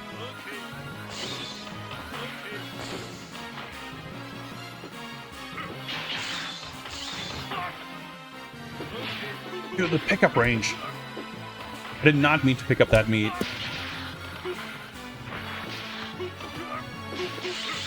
I guess the jump, I hadn't really considered it, but it gives him access to like kind of more instant forward momentum.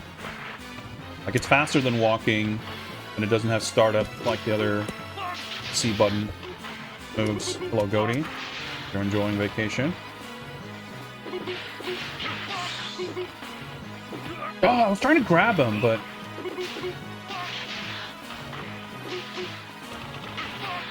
grabs are weird in this game.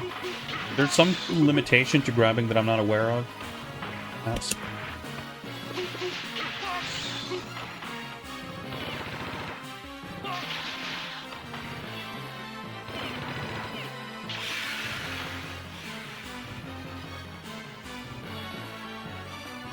Comfortably close to the edge of the screen. Ah, that's not food. Not food.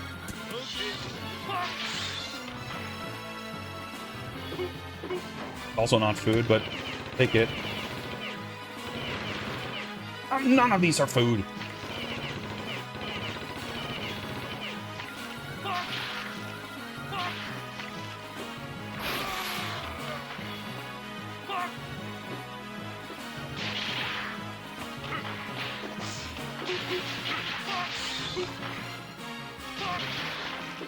Food. Got it. Okay.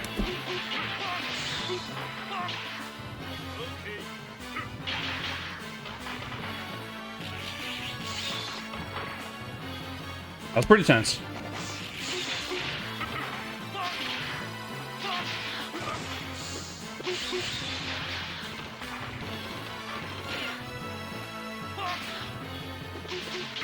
I'm like still breathing heavily.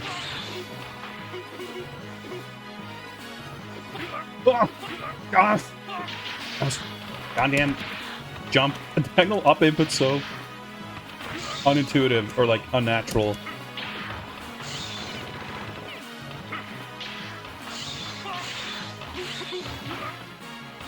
Down up. I guess maybe you can't grab them when they're like falling. I don't know. Whew, okay. The queen boss, I guess. Oh, that transition, very slick. Just like changing the color palette. Oh, I was trying to do the down up. I figure there's food in that crate, but I might still need it. Oh, well, not in that crate. Maybe in this one. Yep. Overheat. I'm trying to dash. Food. Well, that works, I guess.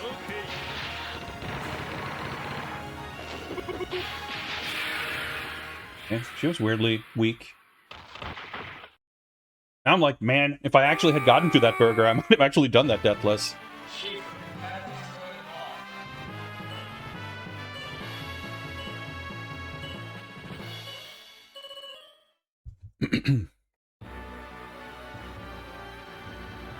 All our friends are here.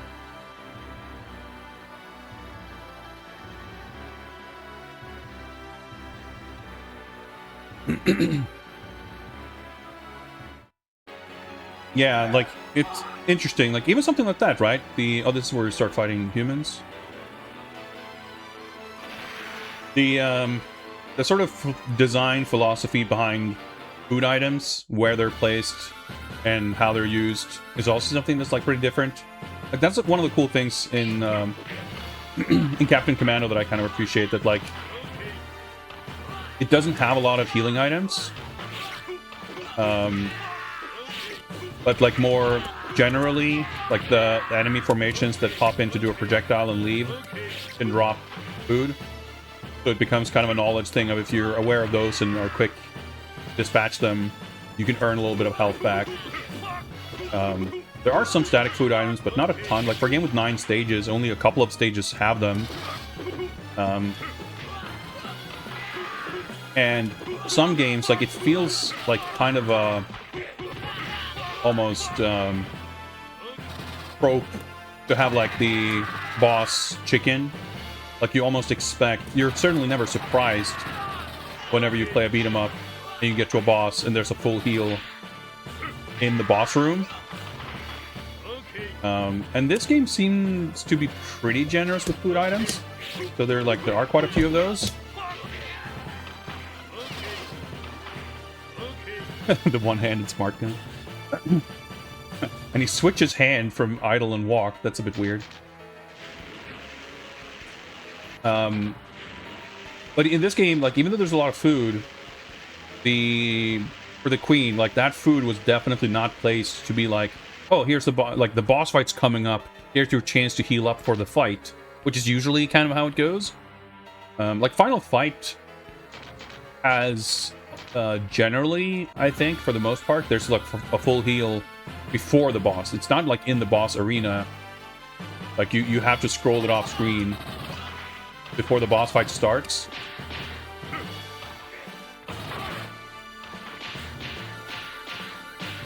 Okay, that weirdly little damage. I deflected his knife with my knife, but it still went through.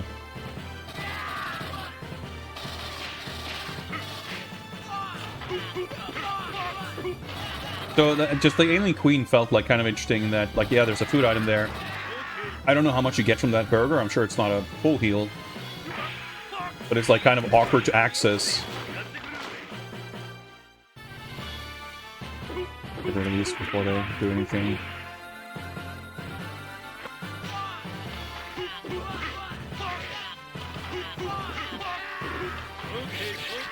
Okay. Oh my god! Holy shit. Even that's not full health. I always think it's, like, fun. I did not need to pick that up. Capcom games, among others, have, like, a lot of different items. I was holding left and I still got multiple attacks to the right. It's a big pet peeve of mine when it's difficult to turn around in a beat 'em up.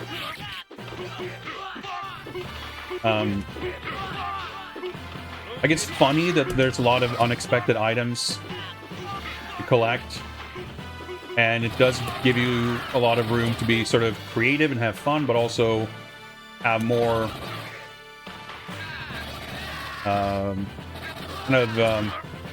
denominations of a food item. It doesn't... Oh, I was holding right.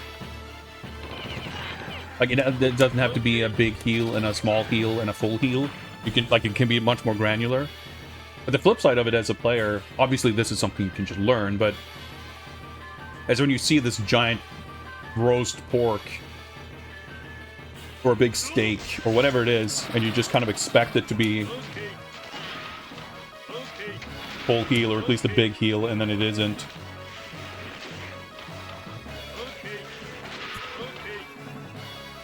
The camera is such, like, hard to have on screen. Yeah, I want to see if there were more boxes back here. This is kind of interesting. This is a bit like the guard droid in Punisher.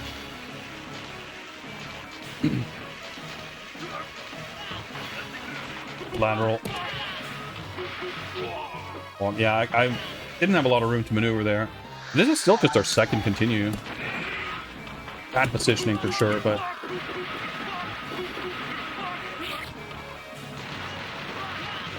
don't have a lot of sense for how to... I guess once these guys show up,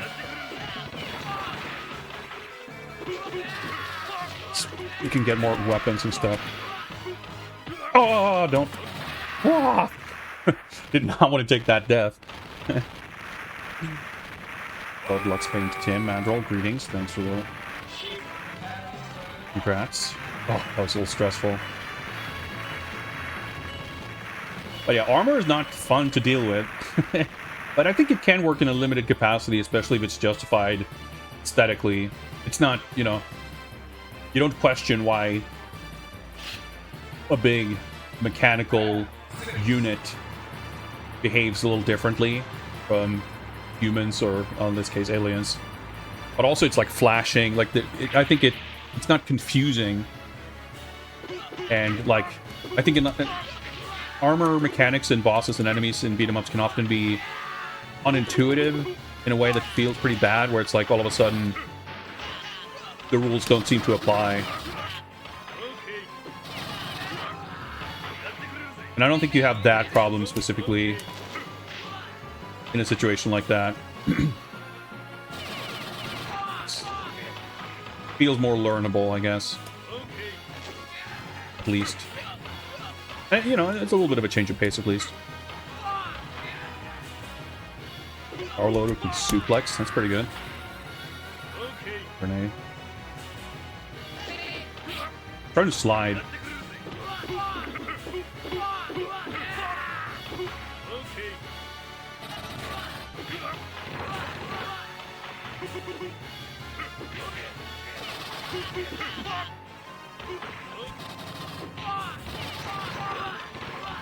Gotta just protect my landing.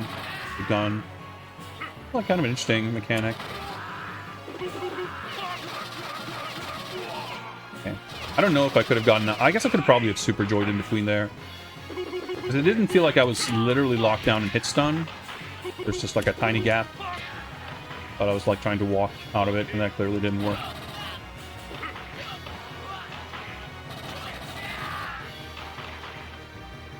I do appreciate in general, speaking of weapons, right, that weapons in this game, they can be a liability because there's a lot of them and it's easy to pick stuff up when you don't really mean to. There's a pipe here.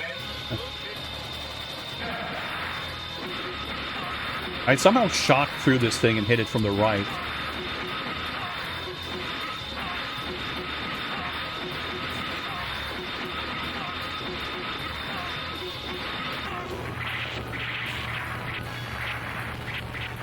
A novel touch that they're tying the bonus stages into like the narrative.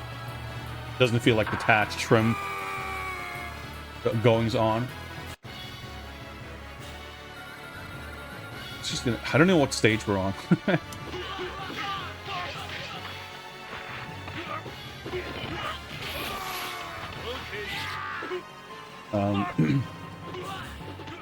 Grabbing is very strange in this. Like, I don't know if it's just like hitboxes for grabbing are much smaller than I expect. I mean, certainly Tenchi Kurau in particular has like gigantic hitboxes on everything, it feels like. Or maybe it's just because I'm used to that. No? It's funny, I was talking about the damage, right? Like everything does, like the life bars are visually long, so they kind of melt super quickly. That grab pummel attack does like 2 pixels. It's no damage. Which is funny because it's like kind of backwards. At least from Final Fight. Maybe not in every game, but in Final Fight, like the pummel attack, like how you deal damage most effectively almost. Page length. Yeah, it's very different. Some delicious ham.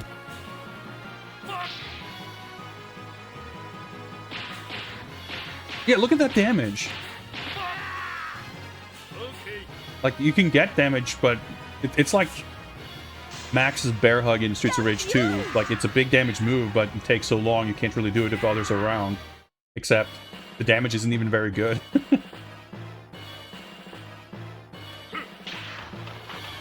Like, and he doesn't have an actual throw like that, you know, that tosses characters on screen. Which is cool, you know, it differentiates him from Lin, right? So, yeah, I would say in general, like, not only are the characters different from one another, I think Schaefer for sure feels very unlike any prior Capcom beat 'em up. And I think the other characters probably do too, albeit in different ways, based on what little I know about this game.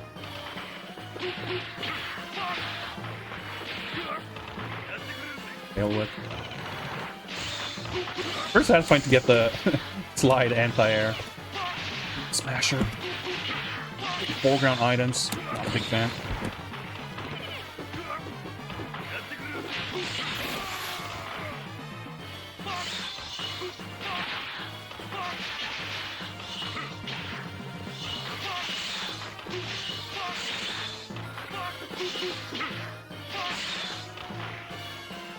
I go. Oh, I can OTG with that move. That's really fascinating. Am I going this way?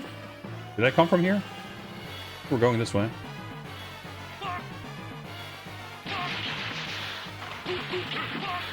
Turn around, good. Yeah, the kind of limited juggling in this is a little peculiar too. Not in a bad way, just like unfamiliar.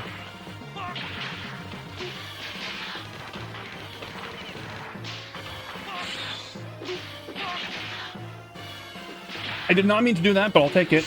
Worked out. Oh my god, I was so lucky with that iframe landing.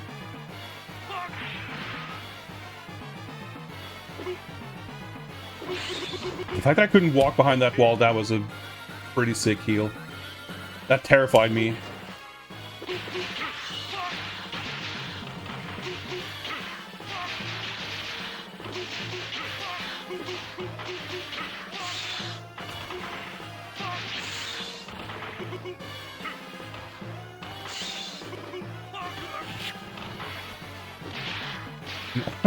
I'm like pretty focused. I can't really talk.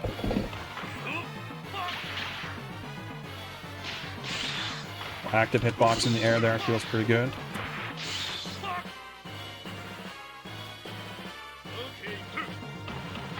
Done here, or is there another big? Yeah, I think there might be.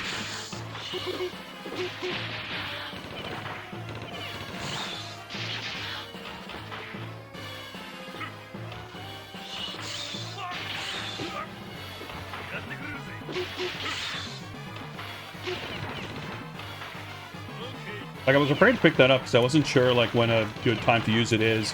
I guess I also don't know if it's, like, very good.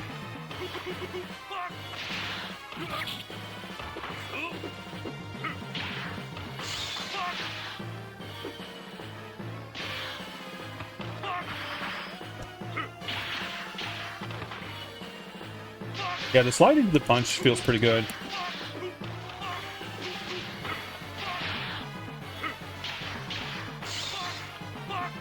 Like, this is a good feeling game. It's pretty fun, and I think in a lot of ways I'm enjoying it more than I would have back then. In one way, it's like, yeah, I have a better understanding of mechanics. Oh, this is the Mad Predator boss here, if I'm not mistaken.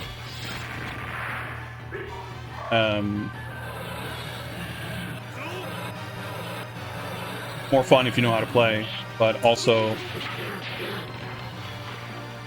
yeah, that's so funny. I didn't mean to stand on top of him.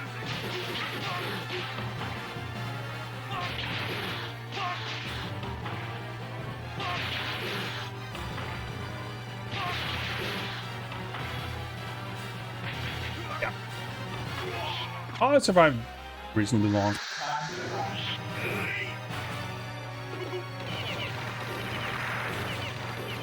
Favorite, like, big spread makes the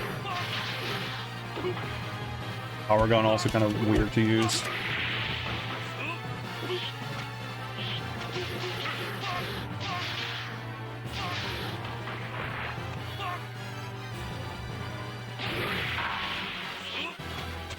Dealing with that, whoa.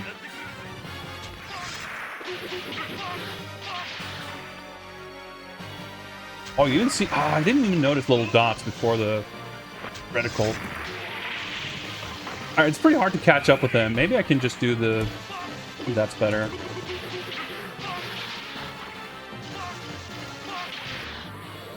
That sucks. I could have avoided taking that death, probably.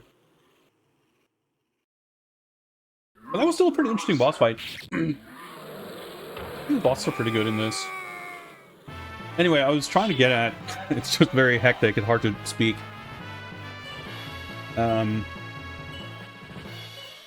I have more appreciation for this game. I mean, like any game almost that's like of quality that I play now versus having not played in a long time.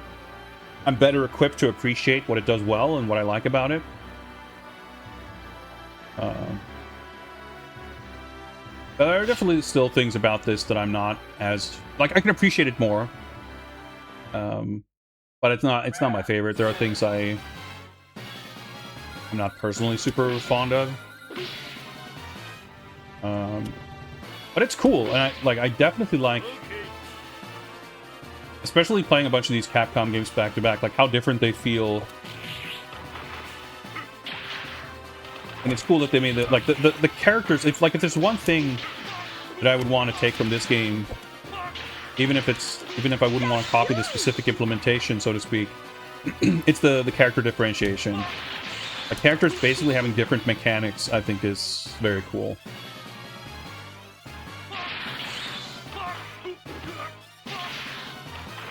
And I was definitely not really aware of like how, both like how it's done, like how it manifests, but also like the degree to which they are different with like the movement options and like mechanics and stuff. That's definitely something I'm thinking of. Ah, I was trying to do the clothesline. There's a guy there. Okay.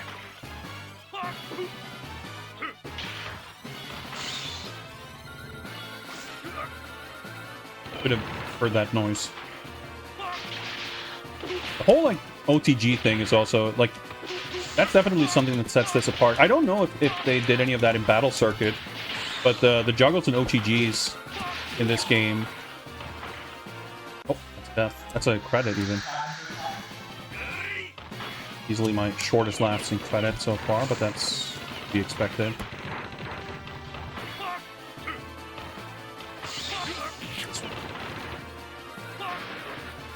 Yep. Monster.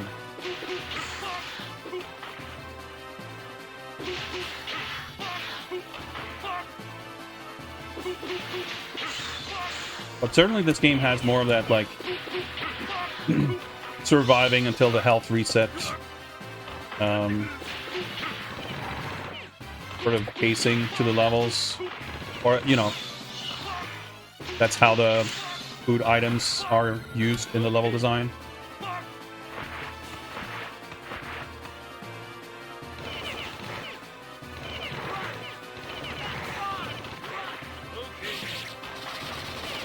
Oh, okay. I got canceled into the jump. Ah, I was trying to walk away from the grenades. Went so. Meat. What? Okay, sure, I'll take that. Flamer. I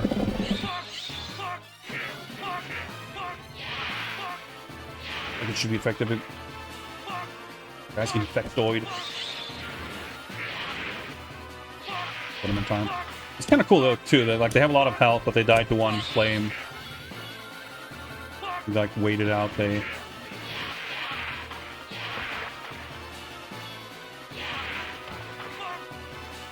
spawn up. Chest burster.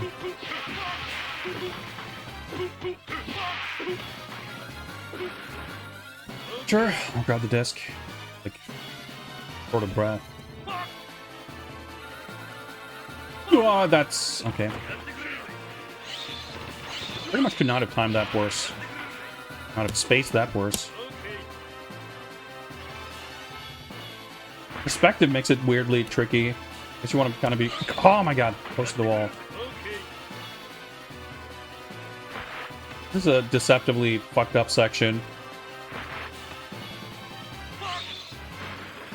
Oh my god! Pretty funny. Kind of cool though that these sections certainly have a little flavor.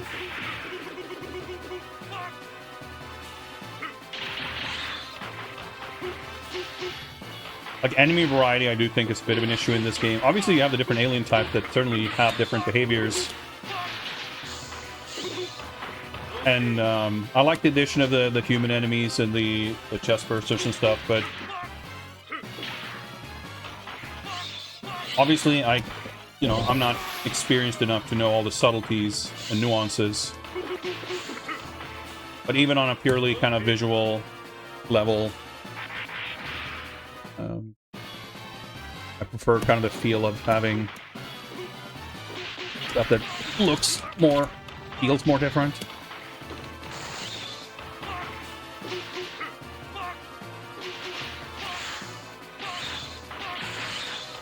But I think it's also, like, it's appropriate, obviously, like, you want to be fighting aliens. I think they did a good job of coming up with their own different types of aliens. The Marines, I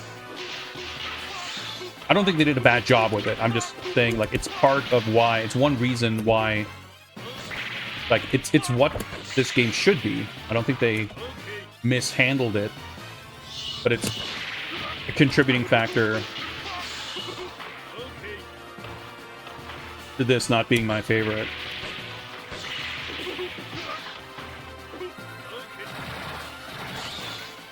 Like, same thing with the, the swarms of enemies. It's like, obviously, something kind of specific they wanted to pull off to get, like, the feeling of the subject matter right. I think they certainly did. Sea Bream, good health. My wrist is starting to feel it, though.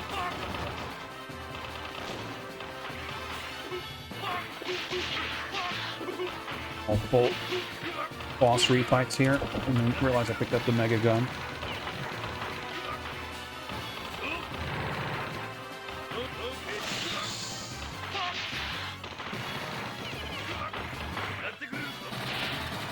Use this, get rid of it.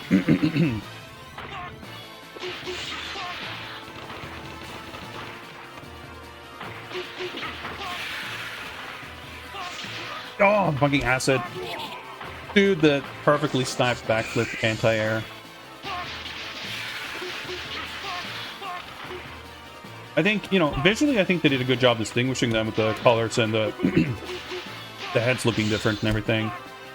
Like, they had a very tough problem to solve with, like, how do you create a range of different enemies based on this one I can do that, but that's fine. I think they handled it admirably. But I do think, just for me personally, aside from, like, talking about taste and sensibilities, it is a little more difficult to visually parse and distinguish the different enemy types when they are so similar to one another relative to something like Final Fight. Like, it's hard to mentally just keep track of and map.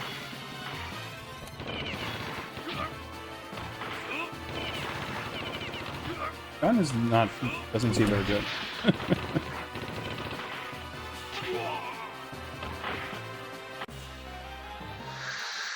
It's interesting too that he doesn't have any really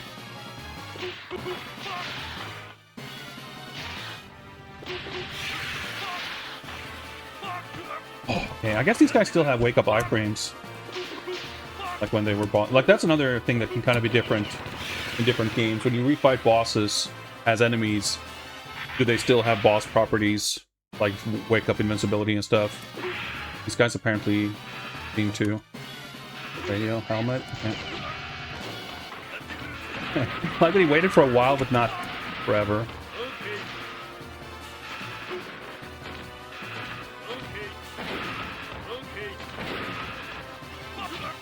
But yeah, like Schaefer has a lot of mobility options, but he cannot really move on the Z-axis very quickly.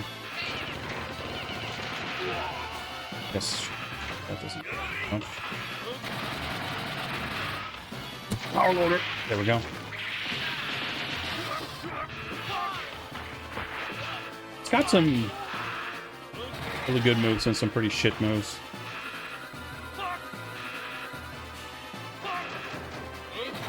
I really mean to pick that up. Oh, that's kind of cool. You can knock back grenades, just like the bombs and knives and arrows and whatever. And oh, Tenchi Kurau.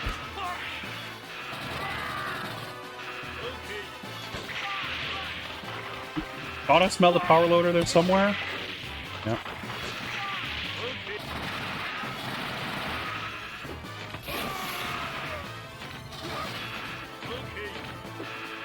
Ah, I was trying to do a grab. Bad. That's really bad. What am I doing? That was... Should have done that much better. I got a little flustered. I was too desperate to get rid of the power loader. I completely misjudged how effectively I could do it by taking some risks. And as a result, I just overextended.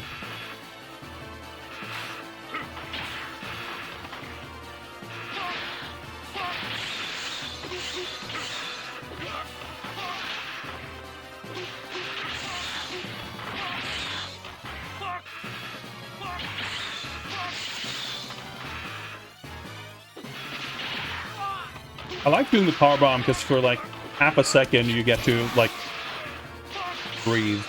It's like good or bad, you have no control over what's going to happen. So it's like very brief little reset. The rare human and alien co-faults I see. Every time there's like a bunch of barrels on screen, I always expect someone to come in and kick them. Nice. Bottomless refills. Well, not quite, but...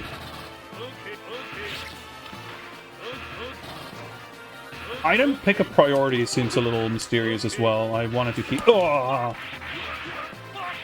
Let's see kind of what pack you guys were on.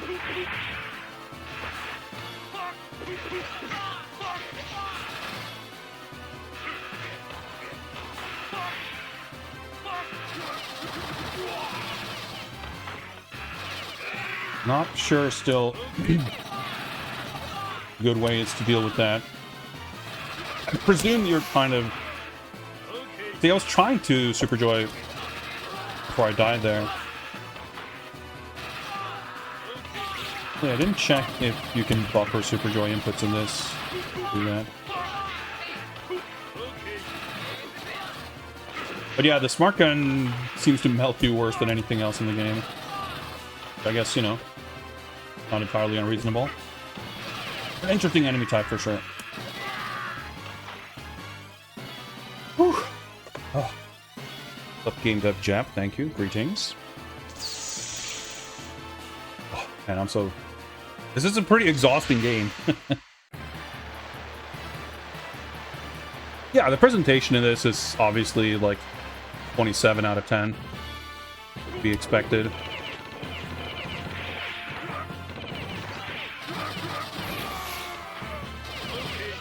Wasn't hoping I'd have to use that immediately, but here we are.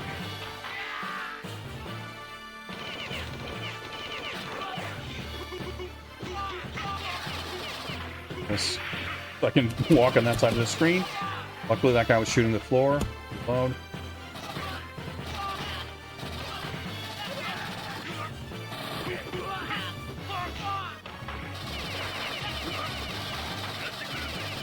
Not super fun with fighting these guys. Yeah, this game also, I think, in a way, even more so than Tenchi Kurau 2, I feel like this game feels really long. I mean, surely we're headed towards the end here. I think this stage title is like the final battle or whatever. But stages are pretty long. Like, you know, I got to like stage 4 on my first credit. But by the end of it, we probably will have used more continues. I was... Okay, I just... Okay, that's half health because my shot didn't come out. Cool.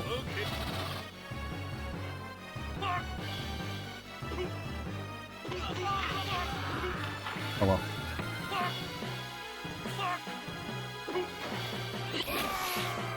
Yeah, the game's also just kind of... I didn't mean Super Joy there, by the way.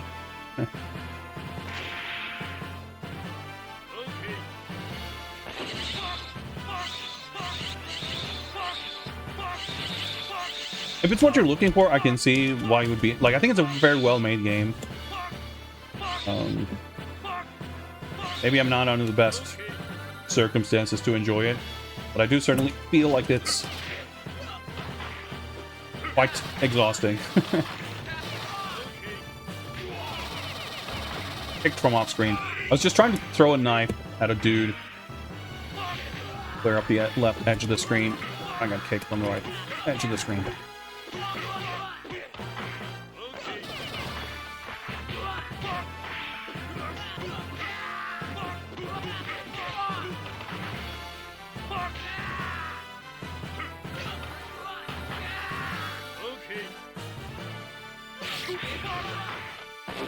Yeah, but I feel like, I don't know, it gets a little...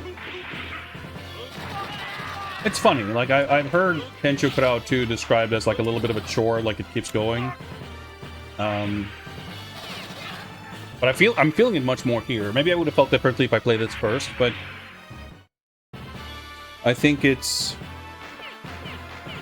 partially like the exhausting nature of how the game feels to play. But I think it's also a little, I don't know, there's something about like the geography and the visuals of the environments of, or just like the pacing in terms of like how many encounters there are, how many encounters back to back that feel kind of similar, like that kind of thing.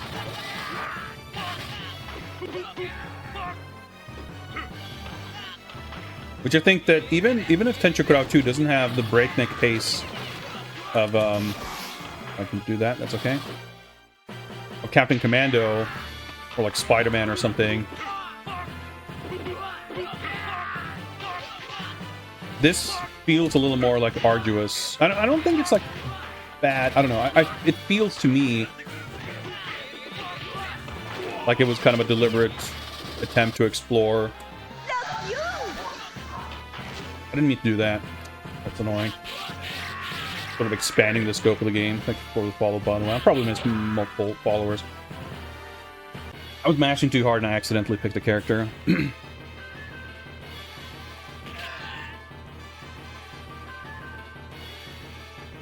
When I was thinking, like, I'd probably use another continue before the game is over, I was not expecting that I would continue again before even getting to the boss, but here we are, 8 continues. Of course, I don't even know this guy's moves at all, so... I'm guessing there's some similar... Oh, that's right, he's got this inputs between the characters.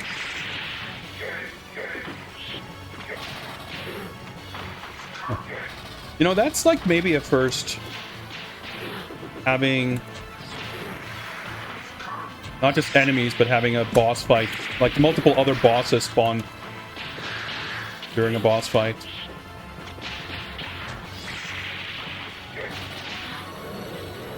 Okay, I don't think I'll be able to do this without taking another death.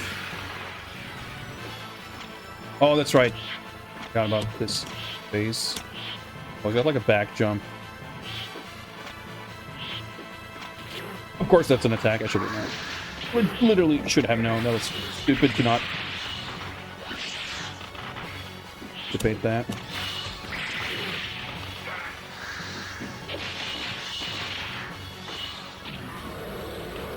I've had multiple occasions where I got knocked down with 0 health and still actually survived. I was hoping maybe that'd be the case there, but no such luck.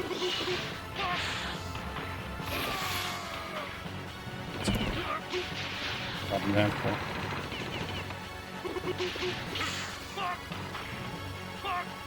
Wait it out. See, that's easier to dodge. Oh my god, that just... okay. So we certainly got some boss cheapness. Oh! Okay, cool, it just goes into this. Fuck's sake.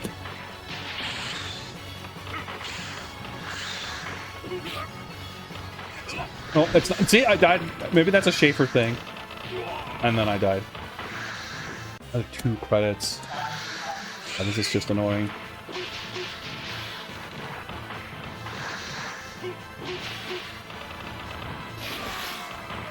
I mean, if you're gonna have one ridiculous boss, it's more logical for it to be the final one than like the stage 2 boss.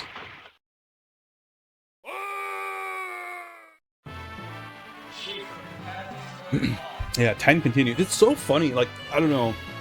In a way, this is like, I guess, more like Final Fight in that way, like the difficulty curve. Because, like, halfway through the game, at least in terms of stage numbers, if not game time, I was like, I can't believe how smoothly I'm getting through this without knowing what I'm doing. Like, for all intents and purposes, going in pretty blind. I think I took my first death on, like, stage 4. And, of course, stage 4 in this, it doesn't mean... it's not the equivalent of stage 4 in Final Fight, in terms of game length. But it feels like you're making a lot of progress, and, like, oh, you know, deaths don't come that rapidly. And then, of course, the pace at which you die just goes up exponentially, and... yeah, to the point of using like 3 credits on the final boss. Captain Commando has an extreme spike on the final boss. Worse than this, I would say. But this felt really... there's an escalation that feels like it also came about because I got like kind of physically exhausted over the course of it. Which I think is, you know... I can't put that entirely on the game because I'd been streaming and playing for like 3 hours before I started playing it. I think there's a lot of very cool things about this. There's a lot of things to observe and take note of. I think it's an extremely well-made game. But I feel like I can also stand by my kind of previously held notion that it's not... I don't like it as much as some other games. And I feel good about being able to say that with a little more experience. I mean, it's not fully based on just vibes and third-hand rumors and vague perceptions. Yeah, of course, like, it's not unusual. Most games aren't like a brick wall right from the start. Some games are. But the leniency or the severity of that curve can differ quite a bit. Like, Tenchi Kurau, I felt, was like almost the opposite, where it's 9 stages and I game overed on the second boss. And it didn't, like, it got harder and harder, and I'm sure credits lasted shorter and shorter, but it was a much flatter curve than in this game.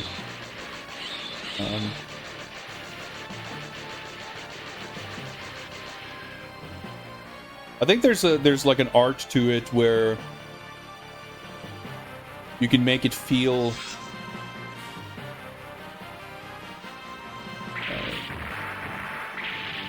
how do I phrase it? When you start getting to a point where it feels like you don't get to play for your credit, like you just die super quickly, and especially if it feels like what you're describing, G-Source, like that sort of the curve of like letting people play a good amount on their first credit, but by the time they get further, credits last very short. Like, I think ideally you don't want it to feel that way. Because when it starts feeling that way, I think it's easy as a player to get a sense of how long a credit should last. Like you that's the data you get, right? Like you insert one credit and it lasts X amount of time. It sets some kind of precedent and expectation that, like, this is what I should be getting out of this. In the sense that when you kind of like get robbed later on, it feels unfair in a way that it doesn't to the same extent anyway, if that curve of like challenge or whatever you want to call it, because it's not strictly about that, but like if that isn't as extreme, it doesn't feel kind of as bad, I guess. Obviously, it's extremely hard to measure those kinds of things because it's not really... It's more about your experience as a player, right? It's less... Obviously, your experience is formed by how the game is actually built, but not everyone's going to have the same experience. Not everyone's going to have the same difficulties with the same parts and everything.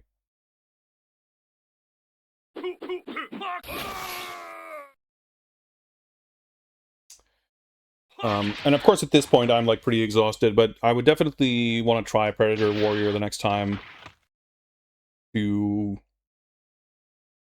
just kind of learn more about what or whichever, I think it's Warrior, that's the easy one. Whichever is the easy character.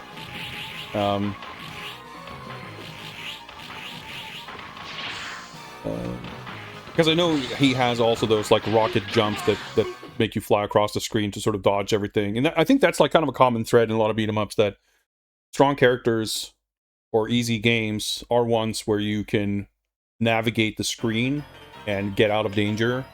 And especially if you can kind of adapt and like not have to commit. I'm sure there's other factors to the character as well, but yeah, I wanted to play Schaefer because I wanted to see what that character was like. And also, I don't really like the Predator. Like, I just don't like... Generally, I'm not attracted to playing non-human characters. And I think part of it, like, again, it's not any fault of the developers, but the source material and the subject matter means that the enemies you fight in this game is also like creatures and monsters, which, not to disparage the fine work of Hans-Rudi Giger, obviously. Alien design is... I mean, what can you even say about it? It's an amazing, incredible fucking pinnacle of human creation. But in terms of charisma as a character, like, they're for me, you know, they're a bit little lacking compared to what you can achieve with human characters. But obviously, this is what you want in a game based on this property, and they did a great job with it, so it's not a critique. It's more an observation of my own preferences. Yeah, big difficulty spikes. I guess that's fair. It's interesting because I think I like having... Like, I don't like games where every stage is exactly the same length, and every section is the same length and the same shape, and like there's a very static rhythm and flow to the entire experience. But on the other hand, I think I don't really like when stages gradually get longer and longer either. One thing I liked about Streets of Rage 4 is that the train stage, which is like stage 8 or 9 or something out of 12, I think, is like really short. It's the only stage, I think, that has like one section. There's no transitions. You just like scroll a bit and then there's a boss fight. And it's such a nice little palate cleanser to not have a really big, long stage. Metamorphic Force does that kind of peculiar thing where there's a sort of an extra stage before the final stage that is just a boss fight. Captain Commando has like the stage 5, I think it is, that's like at the halfway point, that's like a pseudo bonus stage.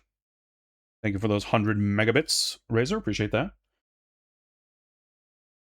So I think that there is definitely room to... Like, you don't want every stage to get more tedious than the last. the elevator in Streets of Rage 1 is pretty short.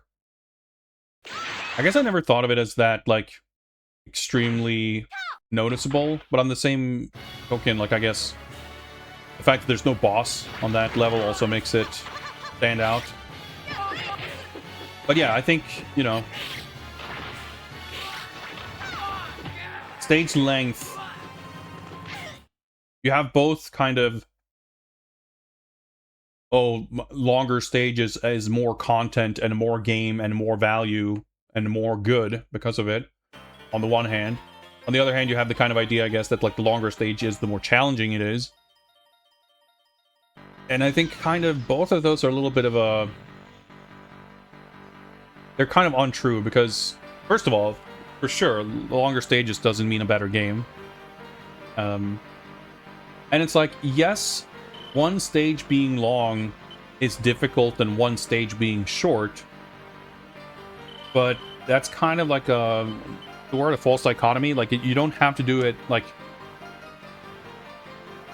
you can do 2 short stages instead of 1 long stage. Like, yeah, okay, sure, you might, like, technically speaking, if you have a system where you regain health at the end of each level, maybe that, like, health refill, whatever, but in that long stage, you probably do have health pickups and resets and something. Like, it's not that binary, I feel like, is the point of it. So I would, like, rather have split things up.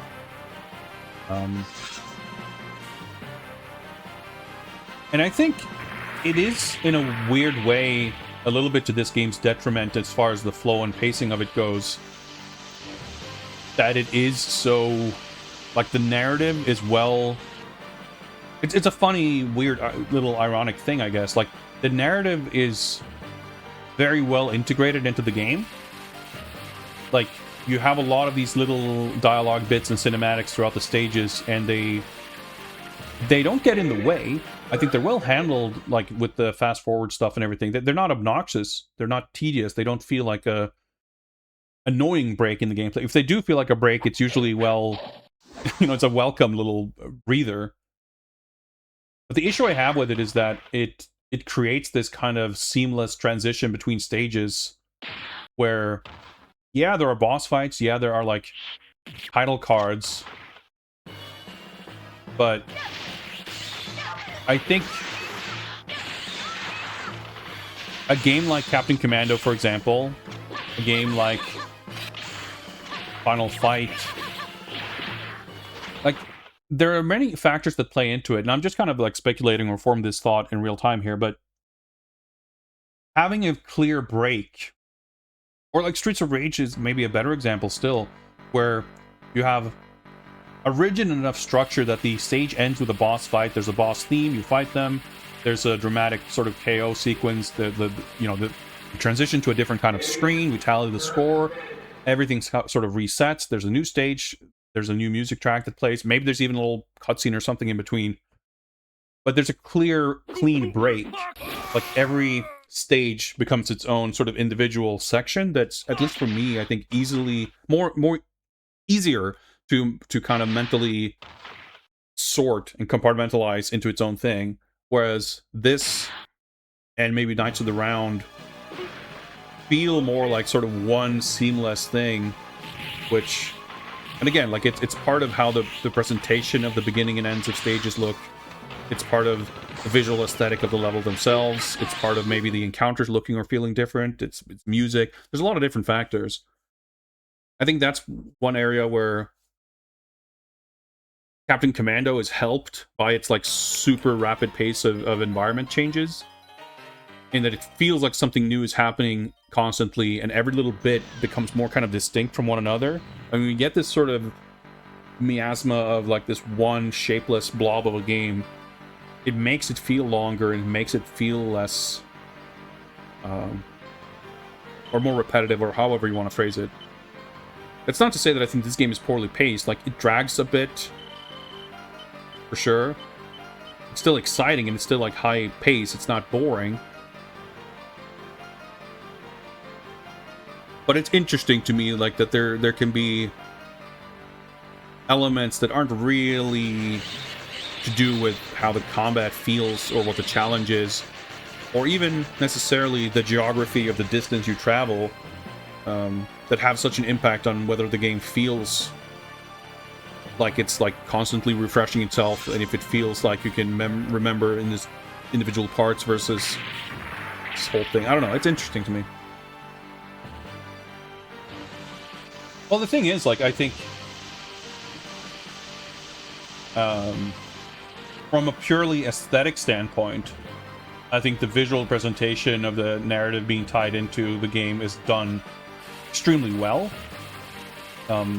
Which is why, that's why I say it's kind of ironic, because I would say on one hand that they handled it awesomely, like compared to all these games like Rushing Beat X or Asterix Slap 'em All, or one of these modern games that just like stop everything for this like talking heads, like losing all momentum of gameplay to stop for a cutscene. Like that shit is just infuriating. Like that's the exact opposite of this in terms of integrating it smoothly into the gameplay experience. And the way they do it in this game doesn't aggravate me the way it does in those games, where you're about to start having fun, and then the game's like, nope, story time, we're gonna talk here for 10 minutes before you get to play the game again. Like the way it's handled in this game does not have an adverse effect on the density of gameplay. The breaks are no longer than they ever need to be, which is perfect in that regard. It's just interesting to me that, like, from a pacing standpoint, it's done super duper well. But it's interesting to me that despite that being the case, at least not because of the pacing, it's not the pacing that needs to be different necessarily, but some combination of many small little subtle things add up to some total experience where I get kind of confused, or, you know, not in the moment, but it's like if I try to recollect the game and what the stages are, like I couldn't necessarily describe individual stages or remember them, because the beginning and end of a stage is not as clearly delineated, and you have like, you start to get a mental feel for how long a stage is, and then the next stage is like 2.5 times longer, and sometimes you have a pretty long section, and then there's like a cutscene with literal like cut-ins of different like cinematic bits, and then you continue playing, or maybe even a bonus stage in the middle, and you kind of go, did I finish a stage? Am I on the next stage now? It's like, nope, it's just all these bits and part of the stage. Like the structure of how a singular stage is constructed changes. And I don't know, like I said, I think it's funny because I would not have, if asked, I don't think I would have thought that that's a bad thing. But now I'm kind of feeling that, you know what, maybe there is something to... Some elements are like, you gotta be maybe a little more careful with how much you play around with them and do something, you know, shake things up. But again, it's difficult to find an exact sort of A-B comparison, because while I can feel that this game sort of drags a little bit and gets a little long in the tooth in places, and I can attribute that to the way the narrative is presented, I don't have an example of an AVP that has the exact same narrative presentation, but level designs that are a little different, to say that, oh no, it wasn't really the narrative, it was just the level design, or vice versa. But how it all happens to come together in this particular game, this game felt longer, you know, parenthesis, derogatory, than Tenchi Kurau 2 did. At least playing them both today back to back, that's how I feel. But yeah, speaking of, this I feel exhausted after this. This was fun. I'm glad I did it. I continue to see new appreciation for a lot of these games, and I think there's a lot of interesting differences, overlap in mechanics that are handled slightly differently. I feel like I have an increasingly unclear view of what I consider ideal sort of game feel and mechanics.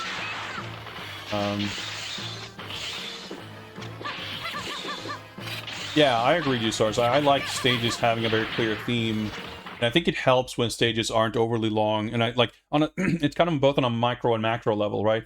Where if you have similar sections that repeat, I'm thinking like the boat stage in Streets of Rage 2, where you go through sort of multiple floors with the same or similar graphics. It can get hard after a while to remember if you're on the second or third section. It can feel awkward and stuff is like repeated, whether it's multiple encounters in the same area or if it's just like multiple areas that look the same after another. Like Final Fight 2 feels kind of sloggy and repetitive for that reason. Crest of Wolf on PC Engine is kind of like that too, where it's just it's fine, but it's not interesting or exciting. You kind of turn off your brain a little bit. And yeah, what I've come to realize is that games like Spider-Man and Captain Commando, I don't know that I think it's like exactly the ideal way to do it, but there's something quite exciting about the set-piece nature of like, I'm in this room, it's this fight, we do it, bang, done, move on. And especially if you can thematically have them like very distinctive. It lessens the room for getting multiple sections mixed up because they either look too much like each other or they are part of a longer section that is just like too big to memorize in its entirety, and the different pieces of them like blend together. So I think pacing is like the number one thing in kind of any game, but especially a game that's so mechanically focused as like an arcade beat 'em up. But pacing can mean many different things. Like, not only is it a matter of sort of micro pacing and macro pacing, it's not as simple as having a high pace, like, you know, a fast or a slow pace. It's about where you want things to have a certain degree of intensity, or where you want things to last longer, where you want things to be quicker. I feel like it's a whole science, and it's takes a lot to kind of figure it out, I guess. I mean, I think there are some ways you could look at something and at least I feel like it's easy to identify when something is poorly paced. But that doesn't mean that it's easy to say, oh, just do the opposite of that then, and you get good pace. I don't think it's that simple.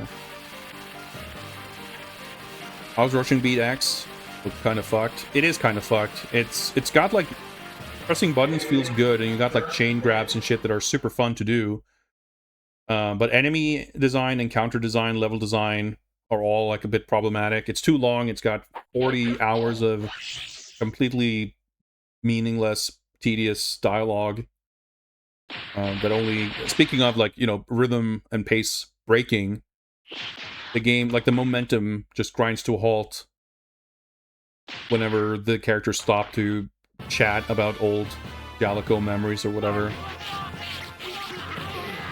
And that game also has a very, very strange sort of like difficulty curve where a lot of the time the game feels kind of easy. You don't, like, you turn off your brain because it's not engaging. All of a sudden you get like, you do one of 68 boss fights that are all kind of the same, and there's weird like iframe windows and armor and whatever, so all of a sudden you can't hit the boss and they hit you, and you get combo and you take 90% damage in half a second. It seemed like, not aside from being a slog, it seemed like the kind of game that would be absolutely infuriating to try to like 1cc, because it's not a matter, like, there are these like, I don't even want to call it difficulty spikes, but these like weird spikes of suddenly you die because you took a million damage from something, that are like hard to mitigate because it feels kind of random and unreliable. And in a game that's like fucking 2, 3, however many hours long, having something like that just pop up out of nowhere at any time, or even worse, at any time past the 2-hour mark, like, yeah. I described it recently as the kind of game where after finishing it, the feeling of playing it, the entire game through again, like, oh, doing a second run, was like, the thought of it just filled me with dread. I didn't feel excited to play it again. Like this game, I'm like super tired right now, I can't do another run. but I'm excited about doing another one. I mean, like, I look forward to playing with other characters. I want to play more of this. This was fun. And I feel that way after beating any Capcom beat 'em up. Most arcade beat 'em ups that are halfway decent, you finish them and you go, man, I could do another run. Or like, man, I want to increase my score, or I want to do better. I want to clear it on fewer credits. I want to try other characters. But in a lot of modern beat 'em ups, it's like you finish it and you go, well, you know, the buttons feel good. It might be fun. But then you calculate for another few seconds, go like, man, that's another like 4-hour commitment, and the last 2 to 3 hours of that's going to be mostly tedious. I don't want to deal with that. So like you end up at this spot where the idea of playing the game more is just like, oh man, nah, that feels like work. Not like the balance between challenge and frustration versus actual fun is like completely skewed.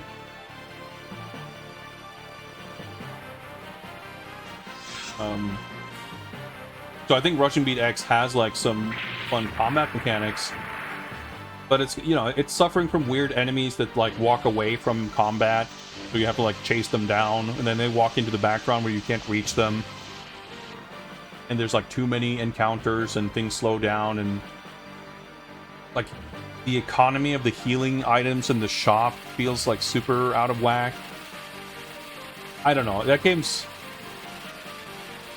I feel like very surprisingly poorly put together for how good some of the core building blocks are. Whereas something like Double Dragon Revive, it feels like similarly mediocre, I guess, kind of across the board. You don't, as you start playing that game, you don't expect it to be much better or worse than it actually is, I feel like. But both of them were kind of, yeah, you finish it once and then like, oh, this feels exhausting to think of doing it a whole other time. And I think that's... It's reasonable to have that feeling after like a fucking 70-hour RPG, but I feel like those games aren't designed for you to finish it and go like, oh man, I want to, you know, take another lap through this. But I think not just a beat 'em up, but any game that is ostensibly mechanically heavy, that is like fun to play for the sake of, you know, the tangible exchange you have with the game physically as you interact with the controller and the game does stuff, you know. I think games like that, by their nature, shouldn't be designed to no longer be enjoyed once you get to the credits, you know.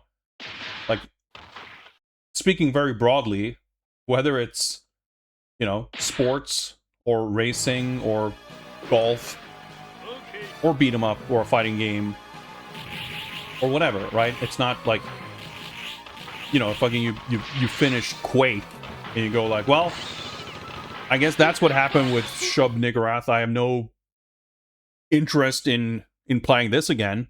Like, no, you want to play it because it feels fucking awesome, and you want to go faster, you want to learn the stages or whatever. I mean, even setting aside the complete universe of deathmatch and multiplayer, but like games that are fun to play, I don't know. I think that there's absolutely a place for games that are not about that. Games that are emphasizing narrative or the emotional journey or the challenge even of something like, I mean, you can have a game that's, you know, a Bennett Foddy like or whatever, you know, a Getting Over It or Baby Steps or something that is like very mechanically dense. It's all about the controls and input, and something that's maybe to the scale of once you get to the end of it, you're like, oh, I'm done with that. That's, you know, or even something like a Bayonetta or a Devil May Cry or something that's just the scale of it makes it such that it's, you can feel satisfied having gotten to the end, and it was still a long form, like, fulfilling experience. But I do think, as a default,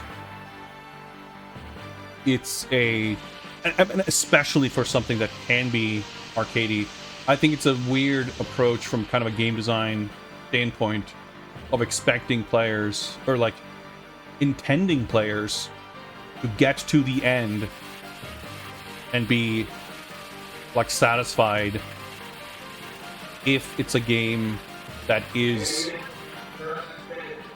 mechanical in nature, let's say. So that's why I think it's such a strange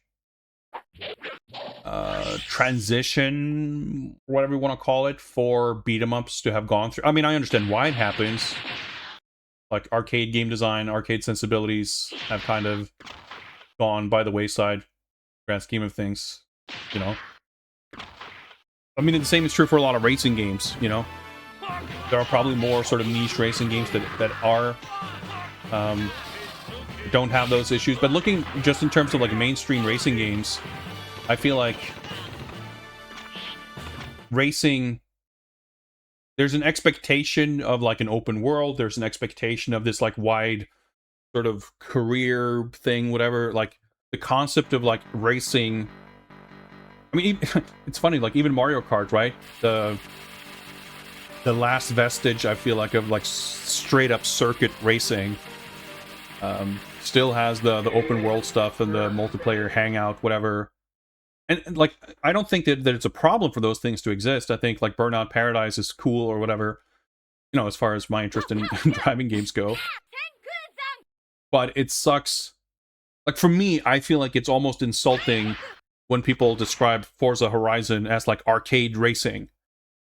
Because to me, like,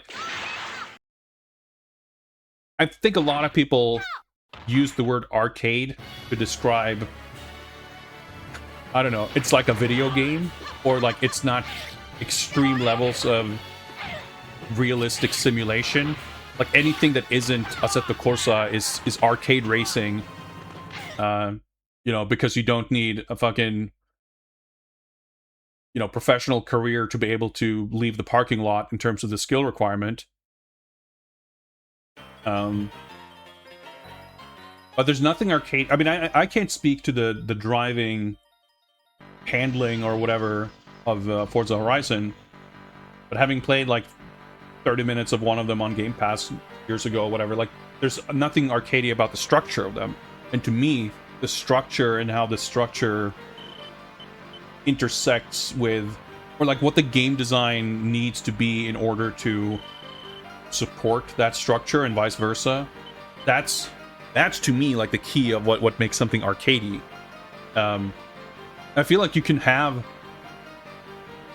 and again, I'm not knowledgeable enough to say like to what degree that is the case or not, but I feel like you can have arcade, like literal arcade racing games that are very demanding. Like in their time, I feel like Daytona USA and Sega Rally, they're like the most arcadey arcade racers. They're way more arcadey than any arcade racers today, quote unquote arcade racers. But I feel like they were also, for their time, kind of the pinnacle of simulation. They weren't arcadey at the expense of simulation. They were arcadey because they were structured in such a way that you master mechanics to clear these quick races, and you know, you have a couple of minutes of fun for your 100 yen or quarter or whatever. Yeah, like in my mind, as someone who doesn't know about cars and driving and likes arcade games, when I play a little tiny bit of Forza Horizon, for me, that's like already there's too much realism and simulation in it for my tastes. Like, I want something that looks like, you know, I don't want anything any more realistic than Outrun 2. If it's like more realistic than that in visual presentation or mechanics, then it's like, then it's too far on the simulator side for me in terms of, I mean, I can maybe still have fun with it, but that's not my preference. It's like this absurd shifting of the Overton window of like arcade games, like what that phrase even means. And I think, you know, there are few genres where that quote-unquote purity persists. Like shoot 'em ups and rhythm games are maybe the closest. Even then, there are obviously a lot of examples of things that take those mechanics and put them in a different structural framework. And again, I'm not against that. I'm not saying that you're not allowed to do it, or that it's a corruption of those genres or anything like that. I just think it's such a sadness, to borrow a phrase, that these formats and structures for types of games barely exist anymore. And it's frustrating when the terminology used to describe a certain thing is now kind of describing another thing instead, which makes it harder to talk about this other thing. Like, it's hard to talk about actual arcade racing because we're kind of lacking the terminology to distinguish Sega Rally from Forza Horizon. But the bigger issue, I think, is the fact that, like, even with racing, I feel like in the sort of indie space, you have things that have more of the arcadey thing, both in terms of structure and aesthetics and mechanics. And I'm sure beat 'em ups aren't the only kind of afflicted genre, but it's the one I happen to care about and know something about, so it's what stands out to me. But there are so few attempts. I feel like, you know, with arcade or with beat 'em ups, we're still mostly getting the equivalents of Forza Horizons, but developers, publishers, and consumers perceive it as being the equivalent of Sega Rally. And, like, hardly anyone is making Sega Rallies. They're few and far between, and even when they exist, you get a Sega Rally with, like, a Forza Horizon scaled world. I don't know, the analogies may be falling apart a little bit. I have no issue with the River City Girls of the world existing. I would be happy to have a broader range, you know, or the Dragon's Crowns or whatever. But what I hate is the idea that those kinds of games are an improvement over a game like AVP or Tenchi Kurau 2 or Captain Commando or whatever, because inherently arcade design is obsolete and old and dumb and bad. But we made it better by making it a 4-hour slog. Which maybe not expressed in those exact terms, but broadly appears to be the sentiment held by a lot of people. Anyway, I'm going to make myself mad if I continue ranting about this. It exists, in addition to being exhausted and maybe a little hungry.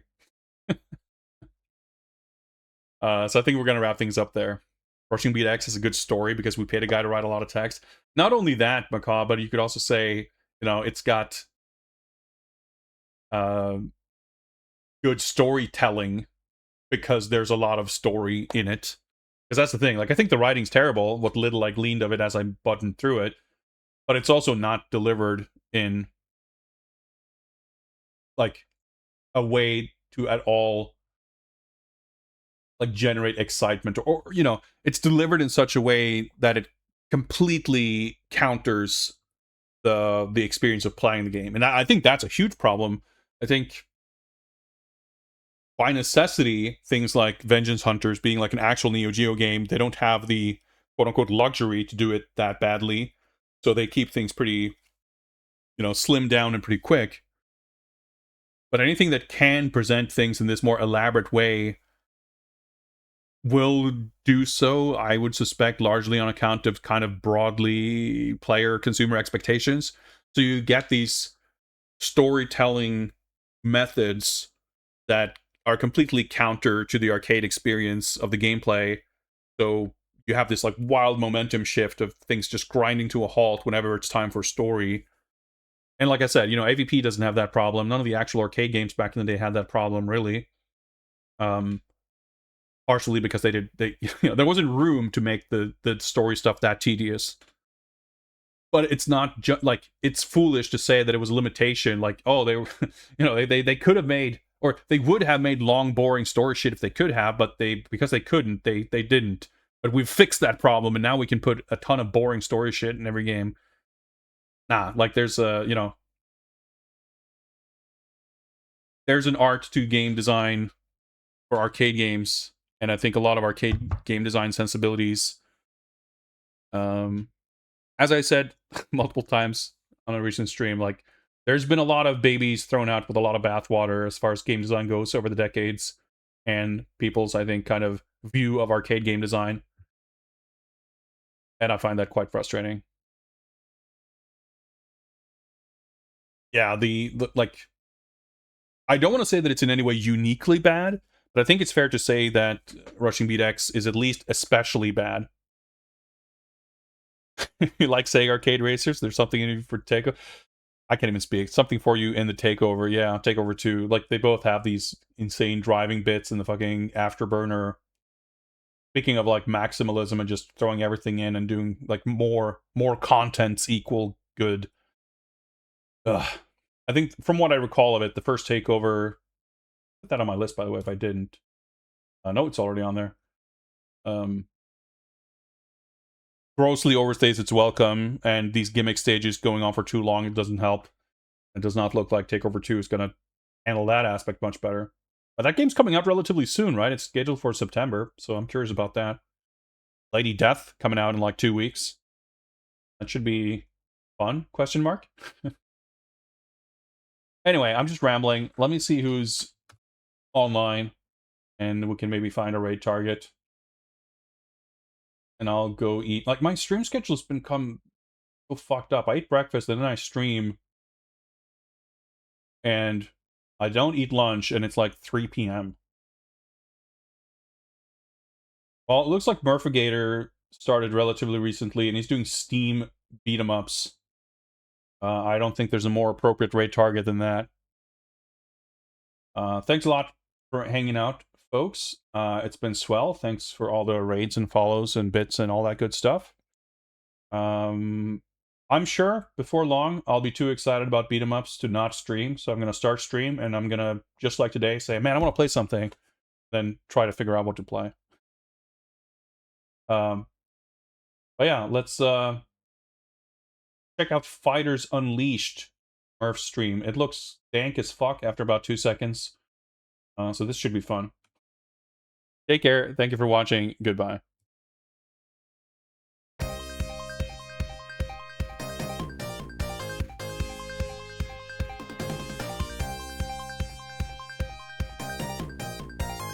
It's like one of my Japanese animes.